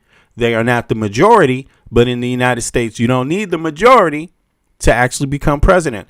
In fact, as long as you have 90 million Americans that are eligible to vote and don't vote at all, you need far less than the minority to become the president in the United States or have any other seat. I mean, as long as a third of the American citizenry do not vote, the ones that are eligible to vote, as long as a third, 1/3, 30 million, that's 30%. That's 90 million Americans. As long as they don't vote, then what you're going to get is mediocre anyway. Basically, that's what that tells me. I've never seen any Western country with universal health care have such as a low turnout as Americans turn out for their vote. I mean, I never seen it. Americans basically fucking don't vote. When you look at it, I mean, not in the numbers you need for something to work out well. I mean, you know, not for your voice to be heard, not for representation to actually exist. Like, nah, this is kind of low. It's kind of low, but these are what the numbers are. Out of the people that do vote, this is what you get. Away from the MAGA movement, away with non-college Americans. So the bottom line is the group at which the Trump movement was built upon. They are shifting away and saying, we don't like MAGA anymore. Same question, same poll here. This is really interesting to see these numbers move like that. Yes, exactly right. It's the same question, same poll. All right. So how about what the same group is saying about Donald Trump specifically? Yeah, okay. So you know what? The idea being, okay, maybe they've soured on MAGA, but they haven't soured on MAGA, but maybe they haven't soured on me, Donald Trump might be saying. Ain't the truth. Take a look here. Okay, non-college voters on Trump. Hello. Okay, in the 2024 election, he won them by 13 points, right? That was the reason he won. He won among non-college voters, a very strong performance amongst them. And that, of course, was the reason he was able to win, because college voters were against him. But look at this now. Minus 19 points. Minus 19 points. We're talking about an even bigger shift here. We're talking about what? So even the uneducated. Even the uneducated are like, fuck Trump at this point. But again, they will go right back and vote for the same choices in their state. They want the same type of, they want Trump politics, but they just don't want Trump anymore. That's pretty much what it seems like to me. Because when you say you're going to vote for the same people that supported Trump, that says you're just basically going to support the same shit anyway. You just don't like the fact that your godhead has been, diminished now in the public, but you're going to continue the same stupidity. They don't want Trump economics. Go ahead. They want Trump politics. They don't want Trump economics. That's what it is. You're right. So they like the bombing of Iran. They just don't like the cost. Exactly. They like threatening right? the rest of the world and talking shit to everybody else, but they don't like the price. Yeah, they don't like to touch the Medicaid and Medicare that overwhelmingly affect red states more than they do blue states, right? They like blaming the like. economic problems on immigrants, but they don't like the price of kicking them all out too fast. Yep. That's exactly it. They like to preach cultural values to Europeans and put up the tariffs as a threat and say, I'm going to invade Greenland, but they don't like the price. They don't like the cost of soup. Yeah, they don't like the soup can prices anymore. It's like, what the fuck? All right, man, enough of this. We see how they're going to go. We know this part. It's worth giving them a chance. Every day you wake up, you got to keep your heart light as a feather. That's why I had to take a break, bro, because I don't want to curse nobody out. I found myself cursing at maybe people that aren't even real. In the chat and shit, I was like, all right, let me chill out, man. What the hell? YouTube is going to kill me. But listen, wake up every day. It's okay. Give them a chance, until you can't do it anymore. And take a break. Then come back and just say, oh, well, fuck it. It's been a week now. Let me give one of these Republicans a chance. See if they woke up. But a lot of them ain't going to wake up. But and here's why, though. It gets even crazier. But this is the status quo. Look, you got a Christian, this guy right here, because they like to call Mamdani a Muslim, and they like to focus on Abdul being a Muslim, like, ooh, can't be a dirty Muslim. That's a dirty word. Ooh, can't do that. Which is a damn shame that anybody cares about that before they care about their taxes, before they care about their health care, before they care about their mama's elder care, before they think about their granddaddy's elder care, before they think about their kids' tuition in school, before they think about any of that other shit, being able to afford a house, staying in the house, mortgage rates, inflation, all that shit. First, the first thing you got to think about is, he's a Muslim. I didn't know that. Well, won't listen to him. Oh, well. But they'll listen to a Jew fast, huh?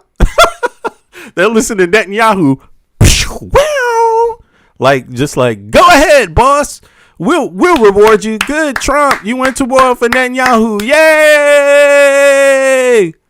Gonna have to pay for that, though. Somebody's gonna have to pay. And Lord knows, the only people that will pay is the American citizen at the pocketbook. Okay? That's what you will pay that way. You may not get your ass blown up, but you will pay out of the pocketbook. You get kicked out of your house on the other side, okay? Your mortgage goes up and you can't afford that, or you won't be able to do something else. So you will pay for it. You pay. You always pay.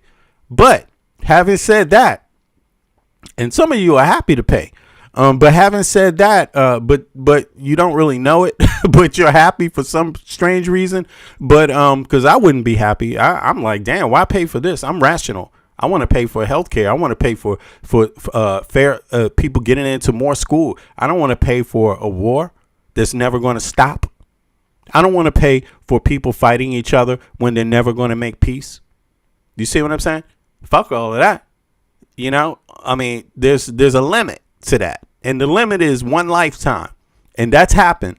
There's already people that have been born with us supporting this conflict in the Middle East and died. Already, they live long lives too. It's like 70. Americans Americans die faster than anybody else in the Western world anyway. But what's crazy is that some of them don't even make it to that point. Some of them die even earlier. So if you didn't make it 70 years, shit, you've been paying, your tax dollars been going to Israel and Palestine for 70 years or more.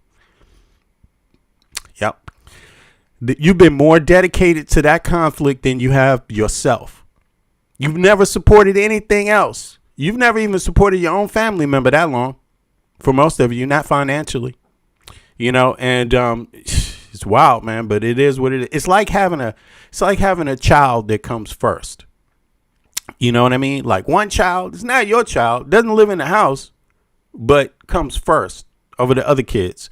Are the other kids going to have enough to eat at the dinner table? Are the other kids going to have enough clothes on their back when they go to school? Are the other kids going to be able to afford an education?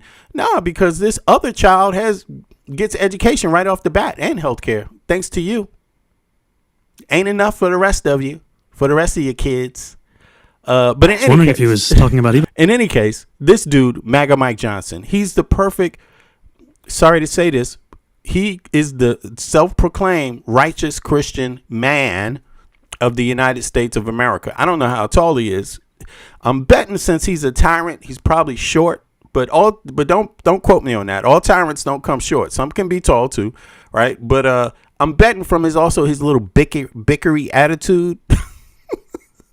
You know what I'm saying? This preaching down to people all the time, even though he's an utter goddamn hypocrite, because even though he claims to be a right-winged conservative Christian man, the rumors are that flat out he's under the he does it another way when the TV is off. That's how the rumor stated, right? Grindr shuts down when he comes into town. That's what they say. It's an open rumor, right? Whether it's true or not, we don't know, but we know Lindsey Graham. Yes, nobody's saying no. Nobody's saying, nah, stop lying about Lindsey. No, they don't do that anymore, huh?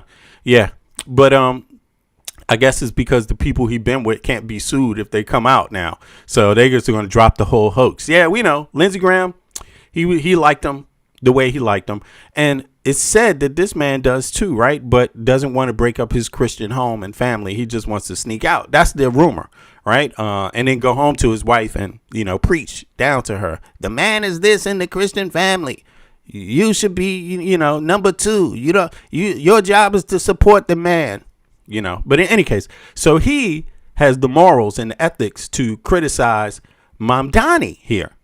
So, he lives in a po-ass red state, has been in power in Louisiana for how long? What has he done for Louisianans but tax them and say, gimme, gimme, gimme? Nothing. He lives high off the hog. This dude, MAGA Mike Johnson, lives a luxurious life that most Louisianans will never, ever live because of bad governance, because of bad people that they vote for, greedy ass people that don't care about the United States, that don't care about their own state, and just have a hustle, a fancy, elaborate hustle going on where, yeah, we're going to get this taxpayer money. They don't know. They're uneducated. We can just tell them anything and they'll go for it. And this is what you got here to the right, criticizing the one to the left. So let's see how it goes. Let's see here. This is TYT too. So let's see. He's very plugged into New York City these days. Yes. Sorry about that. So I no worries. Saw these ex-posts from House Speaker Mike Johnson coming off the win of progressive candidates yesterday, but did you see it? Because if not, I want to read it. I have not followed his ex. I want you to hear what he said. Please. He said, there is an urgent question facing America. Are we going to maintain our status as the world's greatest superpower and beacon of liberty, opportunity, and security, or allow radical Marxist Democrats to destroy the very foundations that make us the envy of the entire world? Then he has a new paragraph. Democrats now openly express disdain for America and embrace the failed, dangerous, deadly path of communism. We must take a stand and fight to protect the greatest nation in the history of the world from being overrun by mini Mamdanis. So it's a lot of characters. Yeah. He must have the pro account. Well, I'm assuming that's in response to Abdul El-Sayed's victory yesterday evening. And I think first I'd just like to congratulate Dr. Abdul El-Sayed on his victory. He ran a campaign where it was best described by his words of money out of politics, money in your pocket, Medicare for all. And if those simple commitments and beliefs are what drives Representative Johnson to these kinds of conclusions, I think it shows you how deeply out of touch the Republican Party is with the concerns of working class Americans. Because what we have seen is, despite him facing more than $60 million in outside spending, he was able to prevail with a focus on a cost of living crisis and the way in which healthcare is exceedingly out of reach for those who have helped to make this country what it is. Thank you. Catherine, go ahead. Hi, Mr. Mayor. Hey, how's it going? Following up on that, I just wanted to ask you the characterization that some are making as calling him Michigan's Mamdani. Have you had any conversations with him? And then also, what do you take away from that comparison in your similar things that you ran on? You know, I have had the privilege of speaking to Dr. El Sayed a few times. What I will say, and this was years ago, once when he came to New York City, he can lift a lot more than I can. And I think that is, we should give him his respect in that way. I don't think in any way this man is a mini Mamdani. I also think that what we're talking about is someone who has shone a light on the importance of public health and healthcare in our country for years.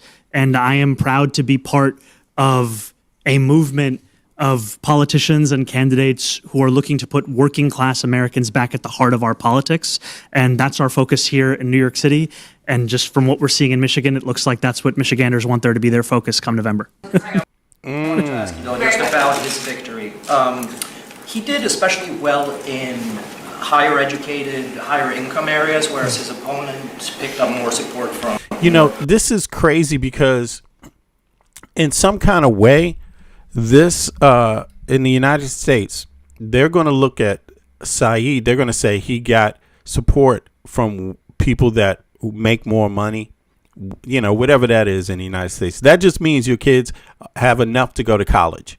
That's pretty much what that means, right? And these people voted for Saeed, but I think it's because the man is educated. The man speaks English on an educated level. But it shows you a lot about the United States, how people who don't really understand the language well enough, how they can't see Saeed through language. You see, they don't hear him. When they listen to him, and the key to Saeed and to anybody is listening. It doesn't matter. It shouldn't matter what they look like. Listen to their ideas. That should tell you who they are and where their values stand, how American they are or how un-American they are. And believe me, you know, my family goes back on both sides to the colonial period, but that shouldn't be a standard for who I am as an American in terms of my character. Am I an American? Do I love America? Do I love my culture? Do I love the people of the country? You know, how do I feel about my country? That's through language and being and understanding through language, understanding the history of the country, understanding what its value is, what are some of the good, what are some of the bad things. If you don't know this and you're not willing to hear people communicate about it, you can't even see when people are communicating in a positive way about the American experience and their love for the America. If you can't see them because of their religion or their accent, if you can't see them through how they speak, the words they're using, I mean, it says a lot about where the U.S. is right now. It's profoundly, we have a serious issue with education. Like, because these people, when they hear Saeed, they hear Muslim terrorist. When they should know the English language good enough to say, wait a second, that guy is just a progressive. He's happy for his life in the U.S. He has the ideals that I claim I want immigrants to have. Like, you can't have it two ways. You can't say immigrants need to work for themselves. They need to pull themselves up by their own bootstraps. Well, then when you have one, then you call him a Muslim terrorist. Like, what is this? You can't. And so they turn their backs on the very person that does the things that they say they would respect. They say, if you're like Abdul Saeed, we will respect you. But we're tired of people looking for welfare. So then he does it without them. He loves the country. He is a capitalist. And then they turn their back on him because he's a Muslim or because he's an Arab. You know, that's dangerous. That's terrible. And there's a lot of Americans that do it, whether they do it subconsciously or consciously. People can argue about it, but it's the same thing with Mom Donnie. They can't see this guy as a fucking New Yorker. You know, he's just a New Yorker. He's a progressive New Yorker. But he's a New Yorker, man. The guy is happy to be a New Yorker. He's very happy. That may not be the only thing that he is, but he is very happy to be a New Yorker. New York is a wonderful city to grow up in if your parents are okay, if your family if you have a secure lifestyle, if your home is secure. It's a wonderful place to grow up in. You know what I mean? It's New York has got a lot of culture. But this guy obviously grew up with all those great things. So, you know, why would he not like the U.S., right? He loves the U.S. and he speaks about it that way and he understands it beyond just himself. But people look at him and say, you're a Muslim? All I'm going to hear is Muslim terrorists coming out of your mouth. Like, that's it. When it comes time to vote, it is really sad because these people don't realize that they're voting against folks that understand them too, their pain also. And they're literally voting against it, you know? And yeah, it's too bad. Too bad you're doing that because but don't think that it will be any different for you. Like if you want to be stupid and you want to continue to vote for idiots, if you continue to want less from your politicians, you will get less. Yeah, go ahead. I don't think Americans, you shouldn't be special. If you have this many ignorant people and they don't understand when they're kicking themselves in the ass, I say kick ahead. Continue to kick their ass.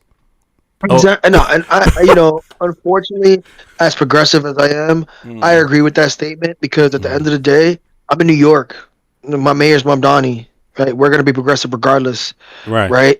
Even if we have minor setbacks. Yeah, I'm not worried about my city's lack of progressiveness. Why? Because we live in such a diverse, both economic and ethnic city that we will be the epidemic when it comes to progressiveness, right? And that's shown in Mom Donnie, right? That's why he circles all his rhetoric back to New York City because that is his current position. His current position is a governor. His current position is president. His current position isn't anyone in the Senate. His current position is that of the mayor of New York, and he will continue to find legislation and policy that benefits New York City residents. Yeah, I envy New Yorkers, man. I really like where New York has gone. I've been to New York so many different times in my life. Lived in New York at 2 different times in my life, right? And but I gotta say, New Yorkers are some good people, man. They some good people, y'all. I like New Yorkers, man. We're kind. We're not nice. Yeah. We're kind. There's a difference, right? Yeah. We'll hold the door for you, but we probably won't say good morning, right? Yeah, but I mean, when you guys know people are being real, you guys know how to be real too. New Yorkers know how to be real every day. Right? And that's what allows for us to be as progressive as possible because we're as real as they come, right? We understand that the person next to us, regardless of race, creed,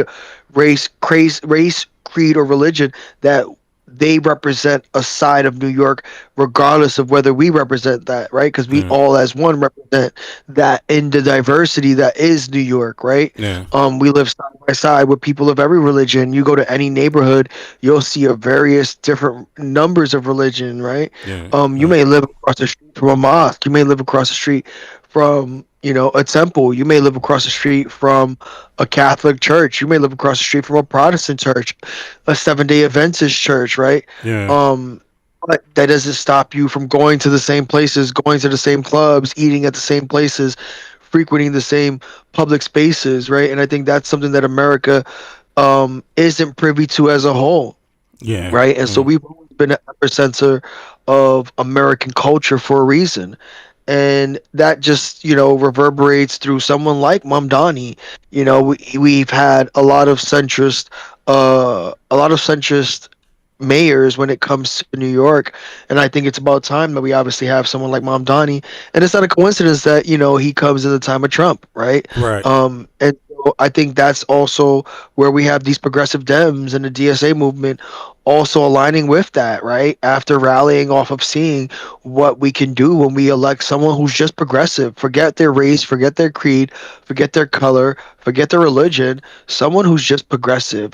And that progressiveness takes form in policy and legislation. I think we see that first and foremost in Mamdani, and we see that he's not afraid to take those leaps and bounds when it comes to being progressive, because he knows and understands that he's leading the way for progressive America, by being in the limelight when it comes to being in one of the most highest positions in the country as the mayor of New York City. Yeah, I'm happy for it. Even if there's a lot of pushback and resentment towards his religion or his ethnicity, even if there's a lot of pushback, just because he's a blue progressive, right?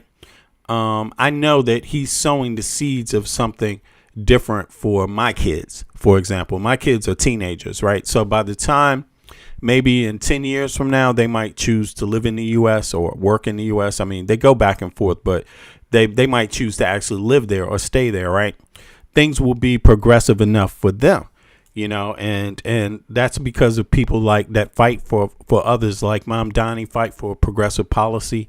I mean, let's see. It's a fight, but let's see here. All right, so look, let's switch over to the international shit, because Trump, obviously MAGA people love supporting this war, and they support this war more than they do anything else. You know what I'm saying? It's like, yay, you better beat Iran, you better stay there, sucker.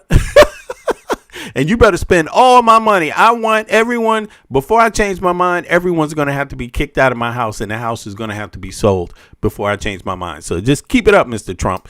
Keep it up. Let's see here. Apparently, they say there's generals turning against Trump now, too, more than ever over this war. But let's see what's going on. New language. He tells Axios, quote, "We are low-keying it with Tehran," adding, quote, "We are only semi-negotiating with them."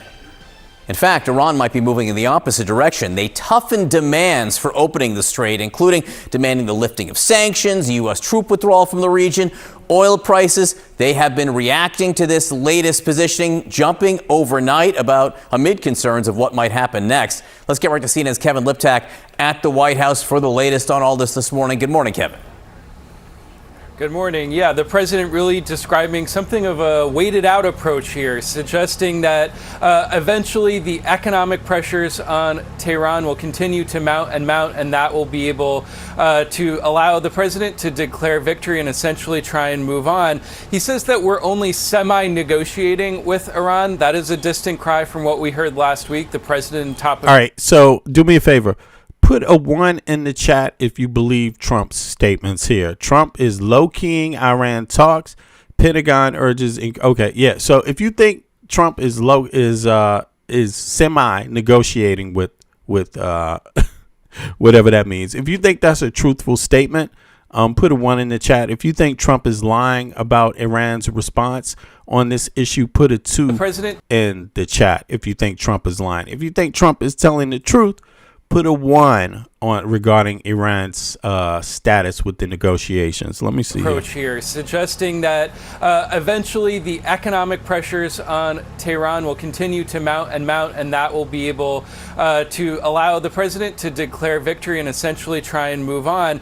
He says that we're only semi-negotiating with Iran. That is a distant cry from what we heard last week. The president. If that's a true statement, we're only semi-negotiating, put a 1 in the chat. If it's a lie, put a 2 in the chat. I'm just curious about that. Top officials all saying that a deal with... I mean, semi doesn't mean really much of anything. That might be... But I understand a lot of people are like, he's lying anyway. Fuck it. It doesn't have to make sense. He's still a liar. And I get it. I get that. Iran to reopen the Strait of Hormuz was a day or two... But see, I really only asked that question for Will in the chat, and Will didn't even answer it. So you see, this is what's interesting here. Will 2538, can you answer 1 or 2 on the question? Can you not just be here to spread your propaganda? Actually participate with people, communicate with us. It's a two-way street. It's backwards and forwards. Answer the questions. Do you think Trump is making a fair, honest statement here? To If you do, put a 1 in the chat, Will. If you don't, put a 2 in the chat. I will play it again. I didn't see any answer. Will. So answer again. Approach here, suggesting that eventually the economic pressures on Tehran will continue to mount, and that will be able to allow the president to declare victory and essentially try and move on. He says that we're only Will didn't answer the question. It's a 1 or a 2, Will. That's the answer. Only 1 or a 2, Will. Otherwise, it means you're not actually doing what everybody else is doing. So there's a reason why we ask those questions as 1 and 2. So I'll ask the question again. Do you believe it was and this shouldn't be that hard of a question. I don't even understand why it's so hard. It's not like you got to have that it's going to be you're right or wrong. Who got Will? No, it's everybody. Here is the question, Will. Do you think that Trump is only semi-negotiating with Iran? Do you think when he made that statement, it was a truthful statement from Trump? If you think it's truthful, put a 1. If you don't, put a 2. That's all it is. Out approach here, suggesting that the only reason why I'm saying 1 is because Netanyahu responded to that. Because Netanyahu responded to it. Yeah. Well, I'm just trying to. Okay, now finally Will understands. Okay, there you go. Now go ahead.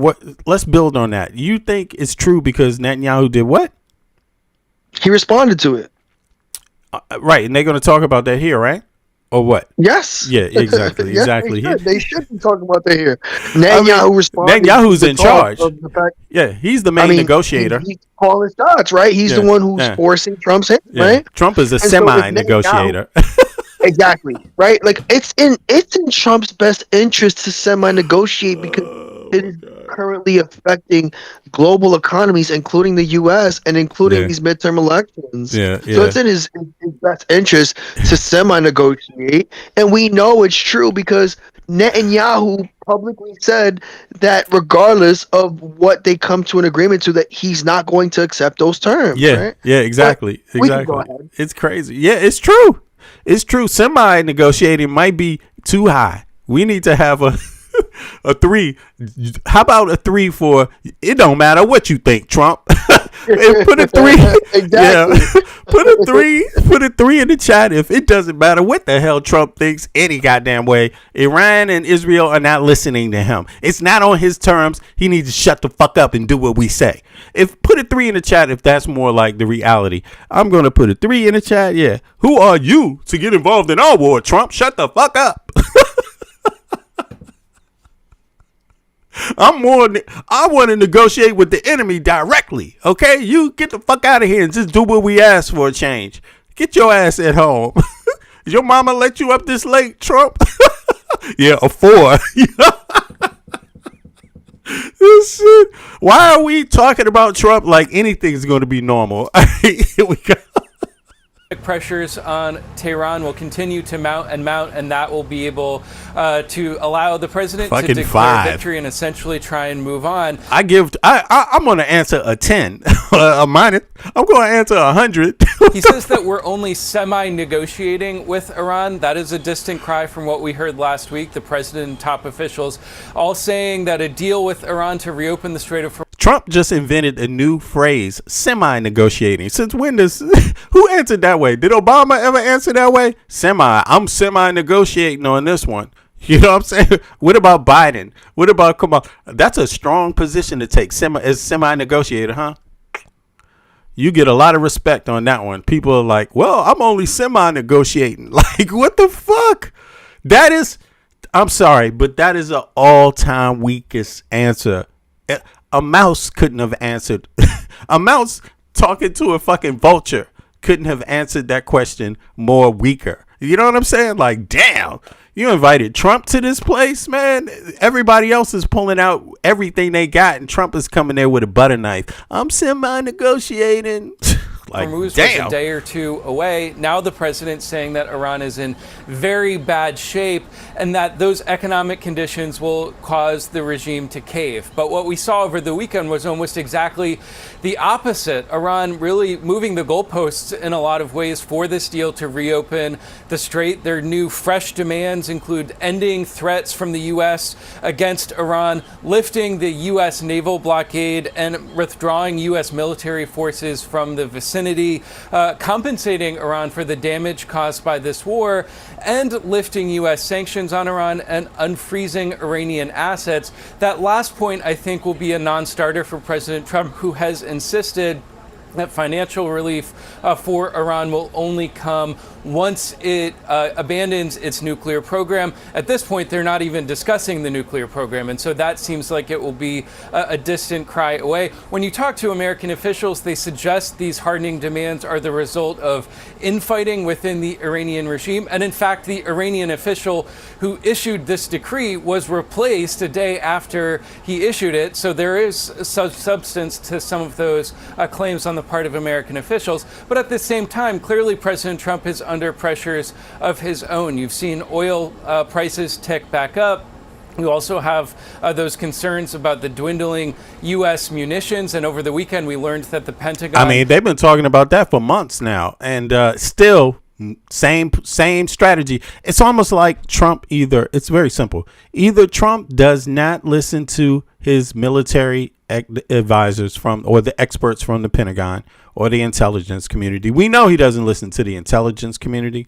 But the Pentagon, either he doesn't listen to them or he's purposely not doing what they tell him to do, what they suggest. He's purposely going the other direction because they've said this was an issue. Why even start when there will easily and quickly become a problem with supplies, right? And that's part of warfare, logistics, supplies, not just moving the supplies, but do you have enough supplies to move, right? And that's where on the logistics side, the U.S. didn't think about their strategy. They had a more measured strategy with Ukraine, and they criticized that, and they replaced a more measured approach to a vastly more aggressive approach, and that is use bombs, use missiles, war, direct war. We will not just give our old weapons to someone else. We will give our new weapons, and we will use our new weapons too, and just boom, boom, boom, and then hope that they will just cave in when they partnered up with China and Russia to make sure that they never really cave in. They have enough to keep it going so that we can just keep using all our military assets up so that we will be in a logistic problem when it comes time to a bigger war, like one with China or Russia directly. People warned him about that. Trump, the MAGA said, "Oh, you stupid liberals. A man wearing a dress must have come up with that idea. Can't listen to that." Or who came up with that idea? A Muslim American? Can't listen to Obama. Or who made that? Our own Pentagon experts made that up. Fuck them too. They're part of the swamp. They're part of the conspiracy. Even though I don't want the Epstein files released anymore. It's like, for some reason, MAGA people, this is your war. This is a MAGA war.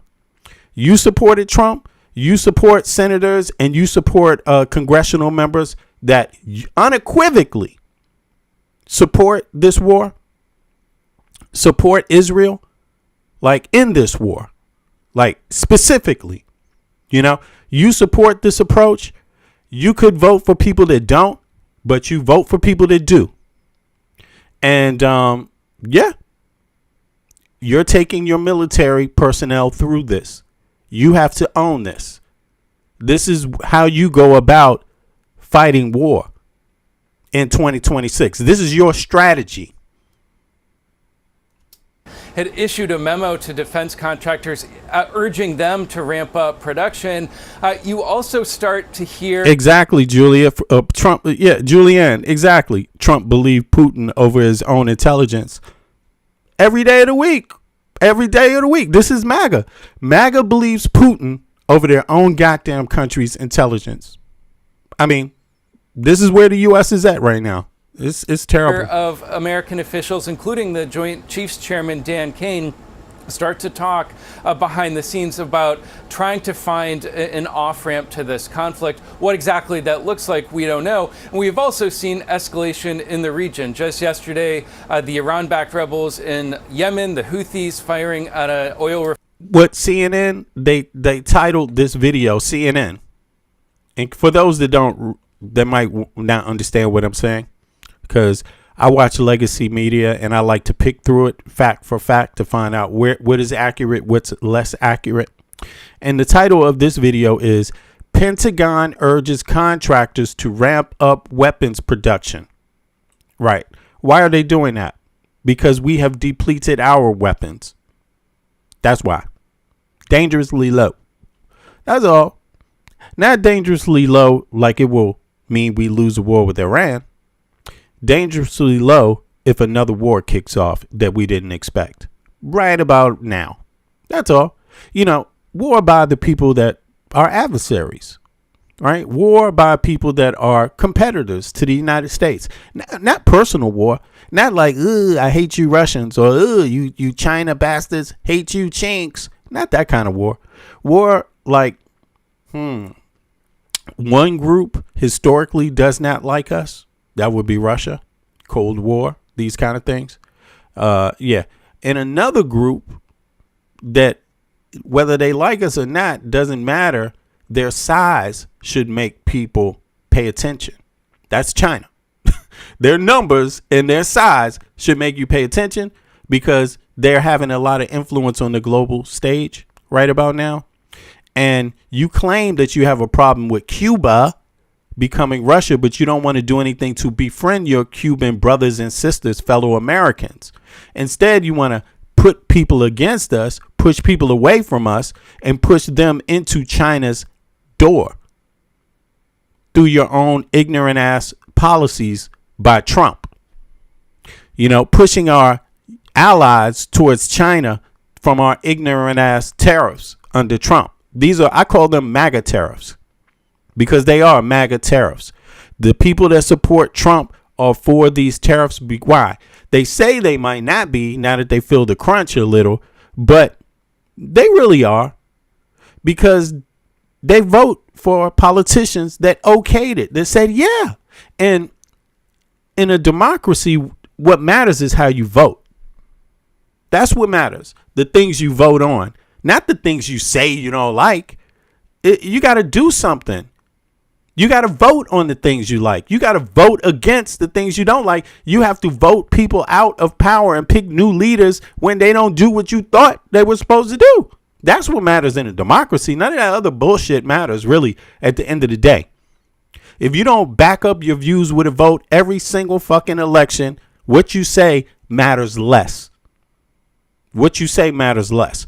And, so of course we know that they're going to be like, oh, we don't like Trump tariffs. But we're going to vote for the same people that support Trump to do the tariffs. That basically means you don't give a damn. You're not thinking about China. You're not thinking about China, not in a realistic way. You're only thinking about them through a culturally bigoted lens, not in a rational way. So the calling them chinks ain't going to win a war against them. Calling them chinks is not going to stop them from having more influence in your backyard because your own policy is anti-American. You can't have an anti-American policy towards South America and Central Americans constantly, and Northern Americans, Canada, and expect that Canada is not going to do more business with China. Yes, they do. They have now. We forced them to do that because of our tariffs that interrupted our own car industry. That was a decision. That was a vote. MAGAs made the vote. Trump did those tariffs. Those things have been harmed deeply. They will not change. Other countries got to survive. You see, and if we would do that towards our neighbor Canada, we would do that towards anybody. And we have, and we will. And that is a vote. That is a choice. Two different ways of viewing things. We're all Americans. Let's stick together. Let's hold each other up. Let's help each other. or you're my enemy. I have to do things against you. I have to preach against you. I have to dislike you. Refinery in Saudi Arabia, just going to show that even as the president is low-keying it, in his words, actors and events in the region will continue, I think, to unfold and to deteriorate, John. Yeah, low-keying it because there are reports, there are concerns that maybe the U.S. is running out of pressure points, running out of ways to push the initiative there successfully. Kevin Liptak at the White House this morning for us. Thank you so much. First of all, I want to talk a little bit about the language that we're hearing from the president, where he says that he's low-keying it and he's semi-negotiating. What does that tell you? I think at this point they've realized they have to change tactics because the strikes that have taken place to date by the U.S. military have been insufficient to get the Iranians to really move their position. What we've seen is a fragmentation between their civilian negotiators and the IRGC and the national security apparatus. And so it's been unable to break through. And so, due to the strikes not working, the president appears to now be pivoting towards economic pressure. Let me ask you about the situation with the stockpiles. They are, according to sources to CNN, dangerously low, especially things like Patriot missiles. Give us some sense of what this means for our national security and what the big issues is. And if you think that this stockpile issue is what really was the final straw and why the president is kind of slowing down his threats and the actual attacks militarily on Iran. I think it's absolutely a contributing factor to the decision not to pursue additional strikes at this time and to lean harder into economic pressure. And to the first part of your question, it does have broader geostrategic implications for the United States. So for you folks at home that aren't familiar with sort of how wars are fought or how the United States Department of War functions, you've got the world sort of broken up into what we call geographic combatant commands. There's a 4-star general or admiral that's responsible for different areas of the world. In this particular case, we're talking about the Middle East and also parts of Central Asia falls under U.S. Central Command. That's Admiral Brad Cooper. Each one of those commands has war plans on the shelf. So if the president calls and says, hey, we need to take action in one of these countries, they pull the plan off the shelf and it says, okay, U.S. Army, send me 500,000 troops. U.S. Navy, send me 20 warships. U.S. Air Force, send me a couple hundred planes. And it's all dependent upon inventory that's in the system. And so the Air Force, Navy, Army, and Marine Corps, you might think that they fight wars that the troops do, but the generals in charge, the commandant, chief of staff, their job is what we call man, train, and equip, is to buy that equipment, have those troops, have those weapons on standby. And so when you delete these stockpiles, it not only impacts this particular theater, but it affects the war plan sort of globally, and that's where it becomes a bigger concern. And that's why we saw some stories. So here it is.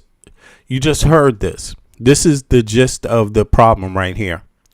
Generals that are in the United States of America that are, that they're the generals, they're the admirals, they're the ones that advise and take note of the situation, the position, the health of the U.S. military in all its ways. They're the ones that count how many men you have on standby. They're the ones who count, are your weapons, do you have enough weapons to be able to fight a war, any war? The wars that are possible today, right now, which are war against China, war against Russia.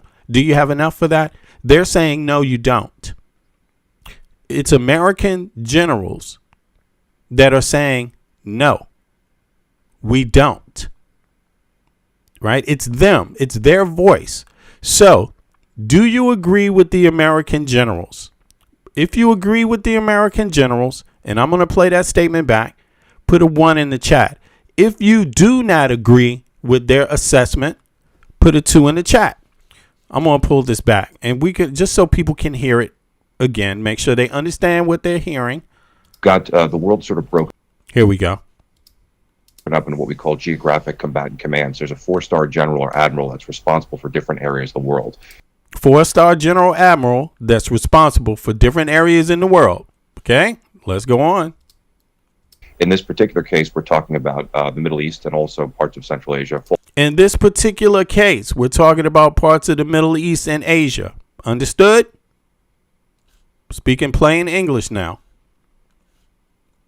Falls under U.S. Central Command. That falls under U.S. Central Command. This is who we're talking about making this statement specifically, and only them. Any attempt to take this statement anywhere else is improper, erroneous.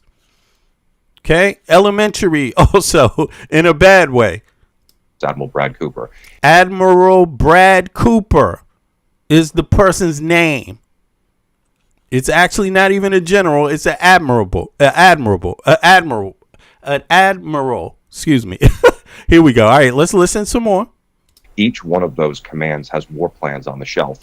Each one of those commands has war plans on the shelf right now for specific reasons that they want themselves. They have decided they need this. They have decided this is their job. This is their area of expertise.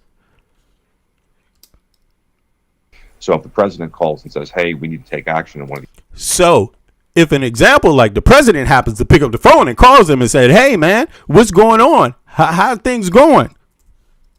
East and also parts of Central Asia. How are things going in the Middle East, and how are things going in parts of Central America? Admiral. Damn, why do I keep mixing it up? Admiral. How things going in the South, and how things going in the Middle East? Falls under U.S. Central Command. That's Admiral Brad Cooper. Each one of those commands has war plans on the shelf.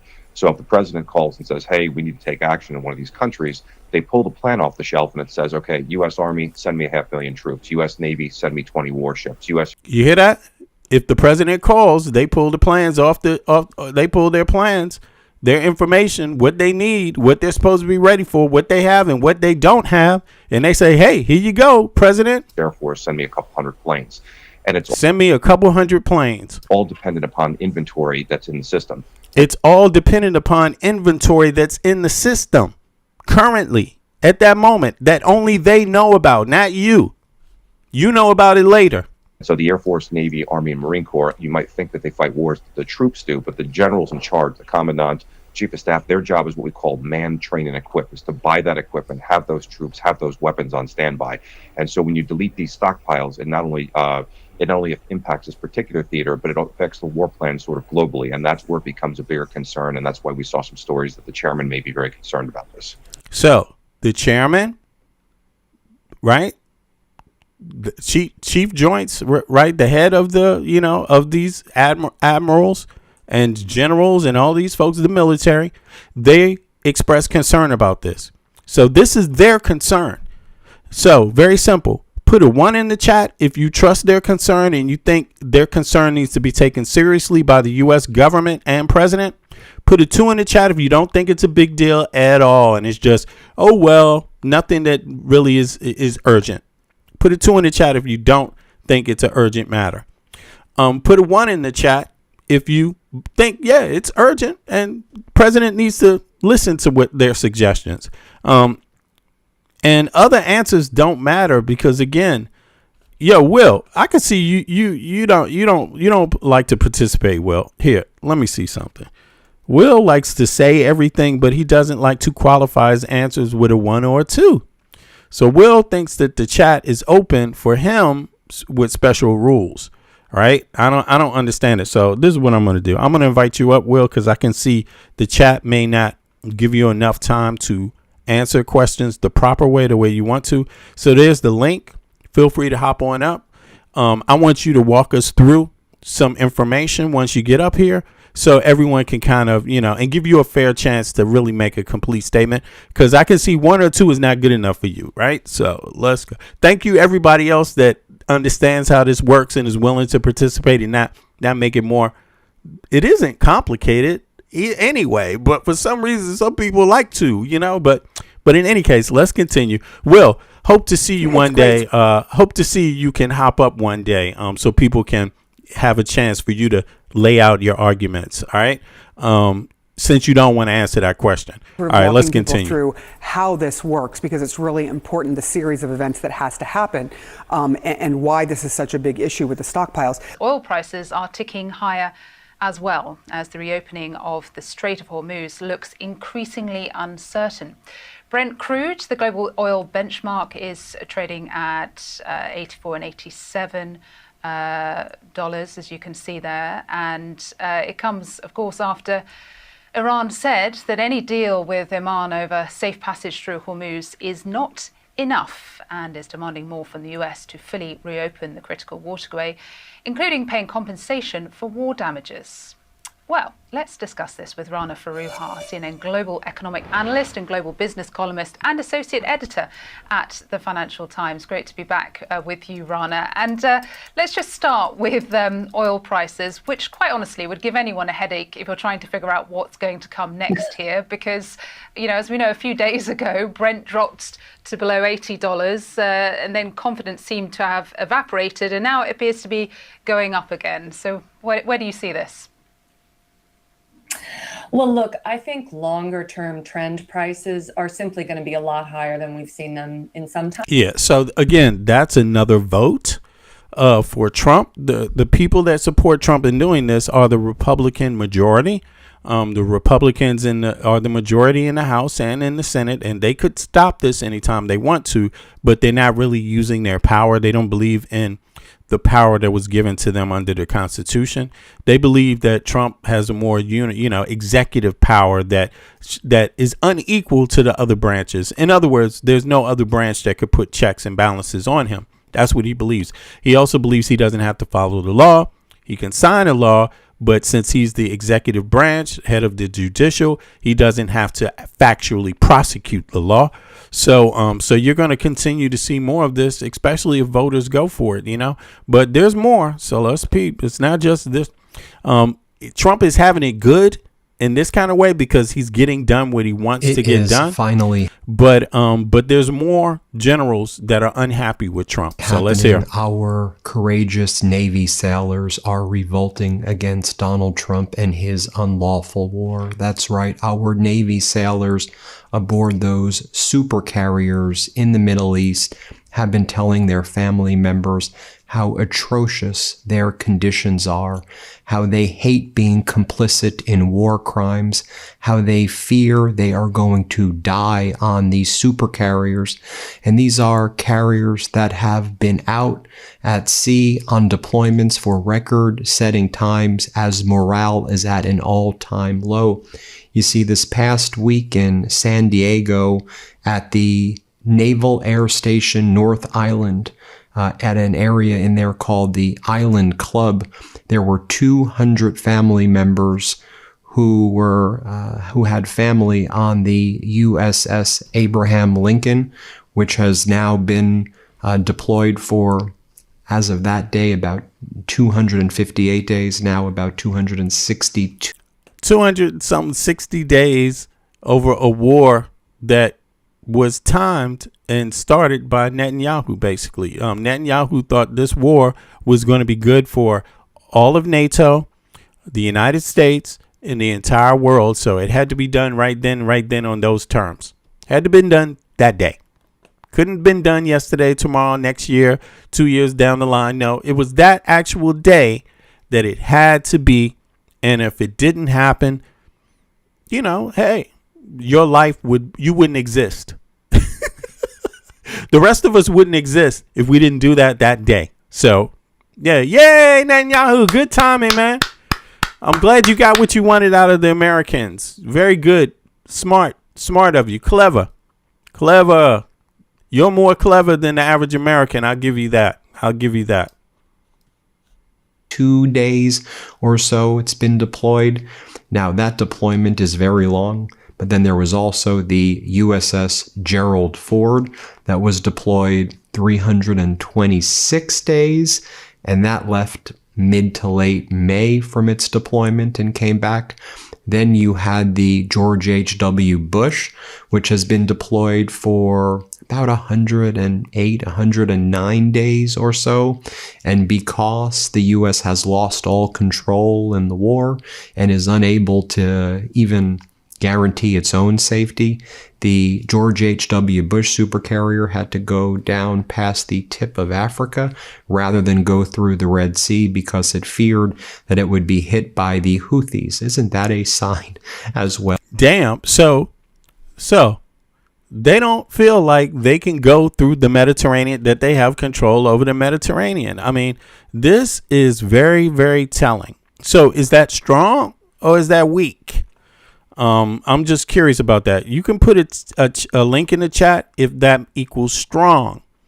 Not being able to pass through the Mediterranean, through Spain, right? Through Spain and Morocco, up the Mediterranean Sea, down through, over to Israel, down into Egypt, through the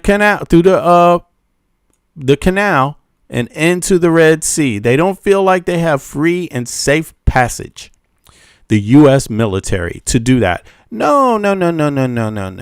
Put a 1 in the chat if that is strength. Put a 2 in the chat if that is weakness. Instead, they had to do this. See this? Wow. All the way down here, down under South Africa, come up around Madagascar, the Straits of Madagascar, the Straits of Mozambique, get up in here just to get all the way over here because they were afraid Yemen would stop them from going through Egypt, through the Mediterranean. Wow. Put a 1 in the chat if that's what did I say? Yeah, put a 1 in the chat if that's strength. Put a 2 in the chat if that is weakness. Like, that is weak. That is embarrassing. And it wasn't like this. It wasn't like this under Biden. Oh, well. It wasn't like this under Sleepy Joe. In the war, and is unable to even guarantee its own safety. That is incredible. 26 days. It took 6. Now about 200. It took them 6 days to do that instead of 2 days. 62 days or so it's been deployed. Now that deployment is very long, but then there was also the USS Gerald Ford that was deployed 326 days. So they've been out almost a whole year. And that left mid to late May from its deployment and came back. Then you had the George H.W. Bush. Which has been deployed for about 108, 109 half a year days or so. And because the U.S. has lost all control in the war and is unable to even guarantee its own safety, the George H.W. Bush supercarrier had to go down past the tip of Africa rather than go through the Red Sea because it feared that it would be hit by the Houthis. Isn't that a sign as well that the U.S. has completely lost the war? I mean, look at that. To the left, it couldn't go through where Egypt is, through Egypt and Israel right there, which is Egypt. Couldn't do that because they're afraid of Yemen might stop them. Yemen might bomb them. They wouldn't be able to defend themselves from that position. No, they had to go down here. They had to go like down here, down to Johannesburg, Cape Town, up through Durban, up through the Straits of Madagascar, over to Somalia, the coast of Somalia, the Arabian Sea, just to get up here to their final destination. I mean, wow. That's almost giving weak signs. Like, that's almost saying, we so weak, attack us now because we can't defend ourselves. That's screaming, we can't defend ourselves, but we out here anyway. Oh, well, thanks, Mr. Trump. Then go through the Red Sea because it feared that it would be hit by the Houthis. Isn't that a sign as well that the U.S. has completely lost the war? So you had these family members show up at the Island Club in San Diego on Thursday for an in-person meeting. You had the acting Secretary of the Navy, Hung Cao, was there. Yo, this is so sad to watch. I hear you, Jazzy. This is crazy. This is sad, man. I'm embarrassed as an American, like, right now, really. He was there along with other top Navy people. We'll talk about what went down. And these family members confronted the head of our Navy and saying, you know, we know that our family members are suffering from serious mental health issues. They're unable to really even... Yo, can you guys help Will? He doesn't see, for some reason, Will doesn't see the link that everybody else sees. Yo, Will, Do you have glasses on, man? Like, apparently you could see the words, but you claiming you can't see the link in the chat? Like, what's up, man? Come on, man. Hold on. Let me show everybody what I'm looking at right here. Here we go. It says, let's see here.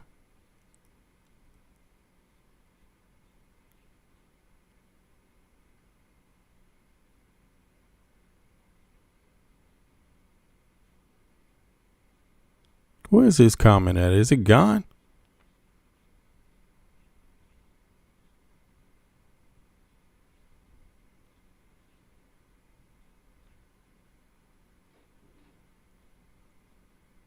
Where did that comment go? I just saw it in the chat somewhere, right? Okay. Yeah. Will, I don't know what to tell you. It works like this for everybody else. For some reason, you don't seem to be able to find it. I don't know why that is. It's been here plenty of times. Put in the chat, Discord link. There it is right there. Can you see it? It's on the screen now. Now I'm showing the chat on the screen so everybody can see. There it is. It says, Will, you're tagged. Will2538. Here is the link. Then we go down some more. And there it is again. Right there. You said no link. There's the link. Post it again. Everybody else can see it but you. Not sure why you're doing this. You just trolling? Do you really believe the things you say, or are you just up here faking? I mean, is that, you can fake, but I'm just curious about it. Good thing. Okay, then you move on to another topic. Okay. I'm not getting it. Listen, here's the link again. Everybody help Will out with the link. There it is. It's Discord. You don't even have to press it. Here, you can even type this, Will. Let's see if you can see this. Will said he want to come up and share some information, so I'm inviting Will to do that. TE. All you got to do is have Discord. Can you see that? Everybody else type the password there. This is the link code, so he can come directly to the panel, right? So you have Discord, and the last thing you type is this one, right? Here it is. Here's the full version. Discord.gg. And then you put in / and you put in capital T, small W, X, Y, capital F, small U, capital T, small E. There you have it. I hope everybody can help Will out. Now let's see here. Let's continue. Let's see. Eat appropriate food to get basic nutrition. The showers are all moldy. The living conditions are rancid. The plumbing doesn't work. The toilets don't work. The basic day-to-day living has been awful. By the way, do you remember back several months ago on the Midas Touch Network, we were showing you the food that they were being served on the Abraham Lincoln and the Gerald Ford? Remember we were covering that, and it was like these pieces of meat, like just little tiny nuggets of meat that were hard to even decipher what it was. And then you had Hegseth and everybody in the Trump regime saying, no, that's not true. That's a lie. As though our sailors were lying to their family members. I mean, you had the Trump regime defaming our sailors who have been deployed for these massive periods of time. Remember early on, too, in the Gerald Ford, they had all that issue with the plumbing backed up, and the sewage spilled. You had feces everywhere.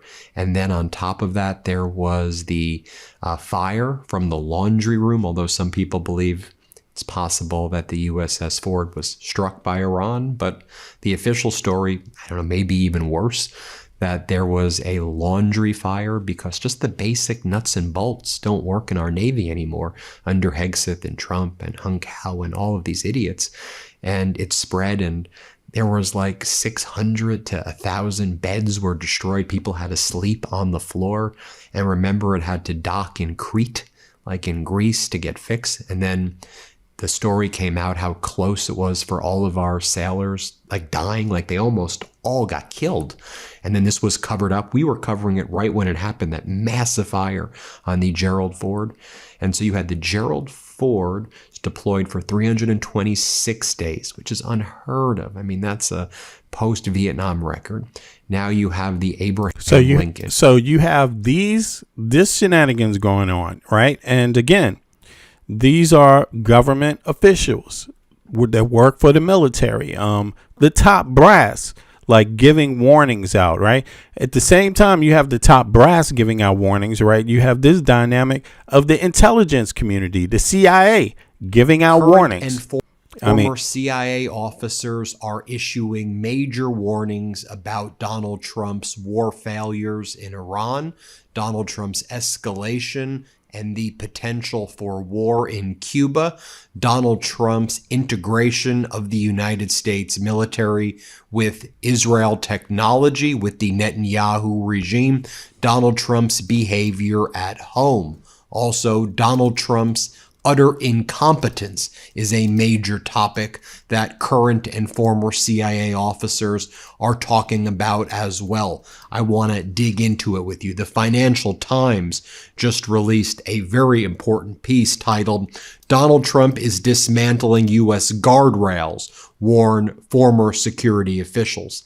And it cites an organization comprised of former top CIA officers, some who are willing to put their names out there, others who wish to remain anonymous. And the organization is called The Steady State. And this organization is warning about Donald Trump's behavior, his authoritarian behavior, and how ultimately it is imbued with this characteristic of authoritarian regimes: incompetence, stupidity. And they say it is that behavior that often results in the toppling of authoritarian regimes. And that is what we're seeing with Donald Trump. I'll get to that in a moment. But I want to talk about what the current CIA officers are warning about. Let's start with Cuba. One of the things that we've seen reported over this weekend, of course, we know the escalation by Donald Trump, Marco Rubio, who's been tasked with it, the escalation of the threats against Cuba beyond simply the embargo that the United States has against Cuba. One of the things that we're learning as well through various leaks is that China is supplying Cuba with a lot of alternative energy supplies, in addition to the crude, in addition to the oil, but providing alternative energy supplies in order to keep Cuba powered throughout the blockade. So we're learning about that. But we also learned about the CIA top secret Cuba task force as Donald Trump tries to pressure Havana. Now, these leaks coming from the top level of the CIA, talking about the CIA's secret Cuba task force, gives away some of the red flags that the CIA agents feel about Donald Trump's plan regarding Cuba. But one of the things that the CIA leakers are saying, and you know Donald Trump hates those leakers, is that what you have in Cuba is a similar assessment that the CIA made that was in Iran, that this ain't going to be Venezuela, Donald. If you think you're just going to waltz into Cuba and do a partnership there with the authoritarian leader, whether it's Delcy Rodriguez like you did in Venezuela, that ain't what's going to happen in Cuba. You need to realize and learn the history of Cuba, its history of resistance, its history of international involvement. And the CIA warning is, you're going to get yourself into another Iran, except this time, Donald, 90 miles from the... Yeah, you know, Trump seems to be inviting wars that he can't win to the table. You know, and of course, don't get me wrong, for a lot of Americans, just seeing the destruction of another country is okay for them. I don't know if they really think about it, if they understand that it's really just impacting the local life, that the local people are not necessarily the government, but most people won't want folks from the outside marching in on the government they have, because, hey, they got to live with them every day too. They, you know, these are people they live with, cooperate with on the daily to have the life that they have today. And you can't just interrupt that from the outside, right? And think that that's okay. How would Americans feel if someone just came into their country? Say that again. Master V, Slowpoke's in the chat. Slowpoke. Okay. What's up? You here? What's up, Slowpoke? How you doing, man? Well, I'm trying to figure out the fuck is all this shit. Hold on. You trying to figure out what? You trying to figure out what? What the hell's all this shit?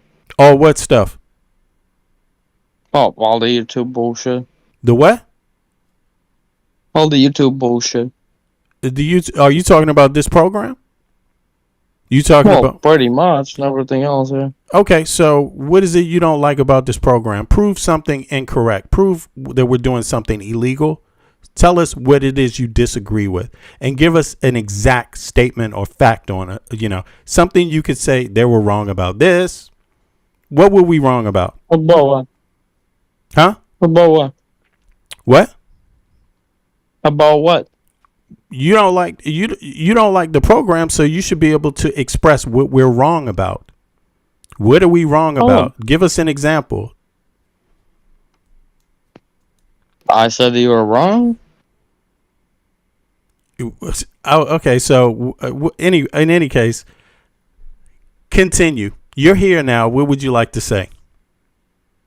Yeah, let's keep on going. Huh?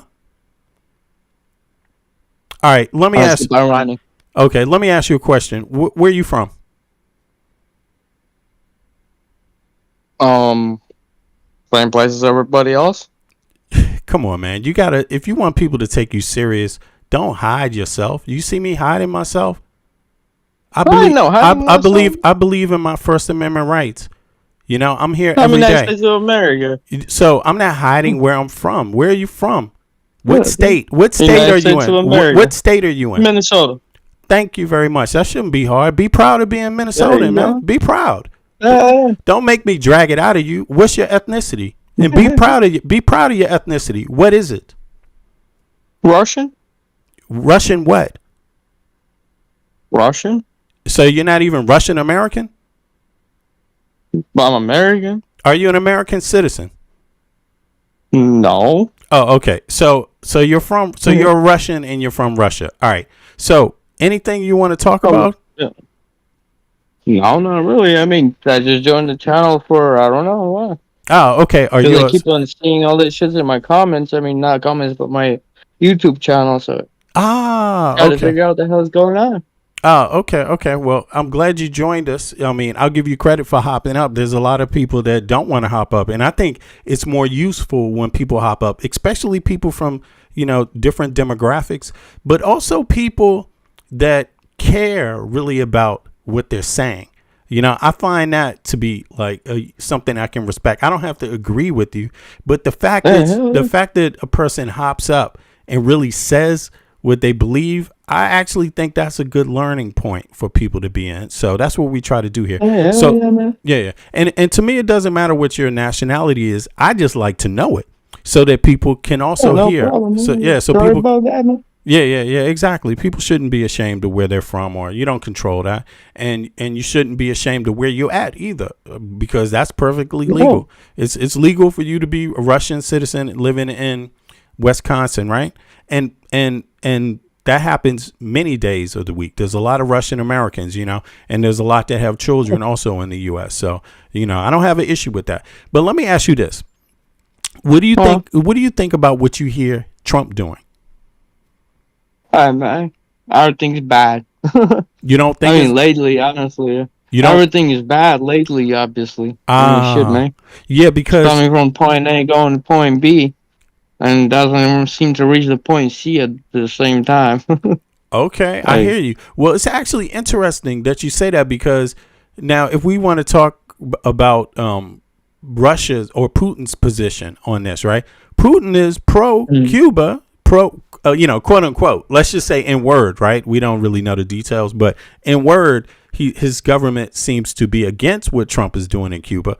They seem to be against what Trump did in Venezuela. Do you disagree? Well, I mean, disagree with what though? With their perspective on Cuba, for example, on what Trump is doing. Like, I mean, don't get me wrong. There may not be any lines there, because there's plenty of Americans that don't agree with what Trump is doing. What the question is. Okay, I got you. Let me rephrase it then. Could you rephrase it? Bring the perspectives, what you're trying to Yeah. Let me rephrase it, because you're Russian, so it may not actually matter that way. Because it doesn't matter if somebody's Russian or American. Plenty of Americans don't agree with Trump, and they might, sometimes they may agree with others on different topics also. Well, let me ask you this way: Do you agree that that Trump has good intentions for the United States or the Cuban people and how he's approaching their government? That Trump. Can you repeat that again? Do you think that he has the best interests of the American people or even the Cuban people in how he's approaching the Cuban government? Not really. Okay. I wouldn't think so. I mean, especially with cutting out the energy grid down to the Cubans.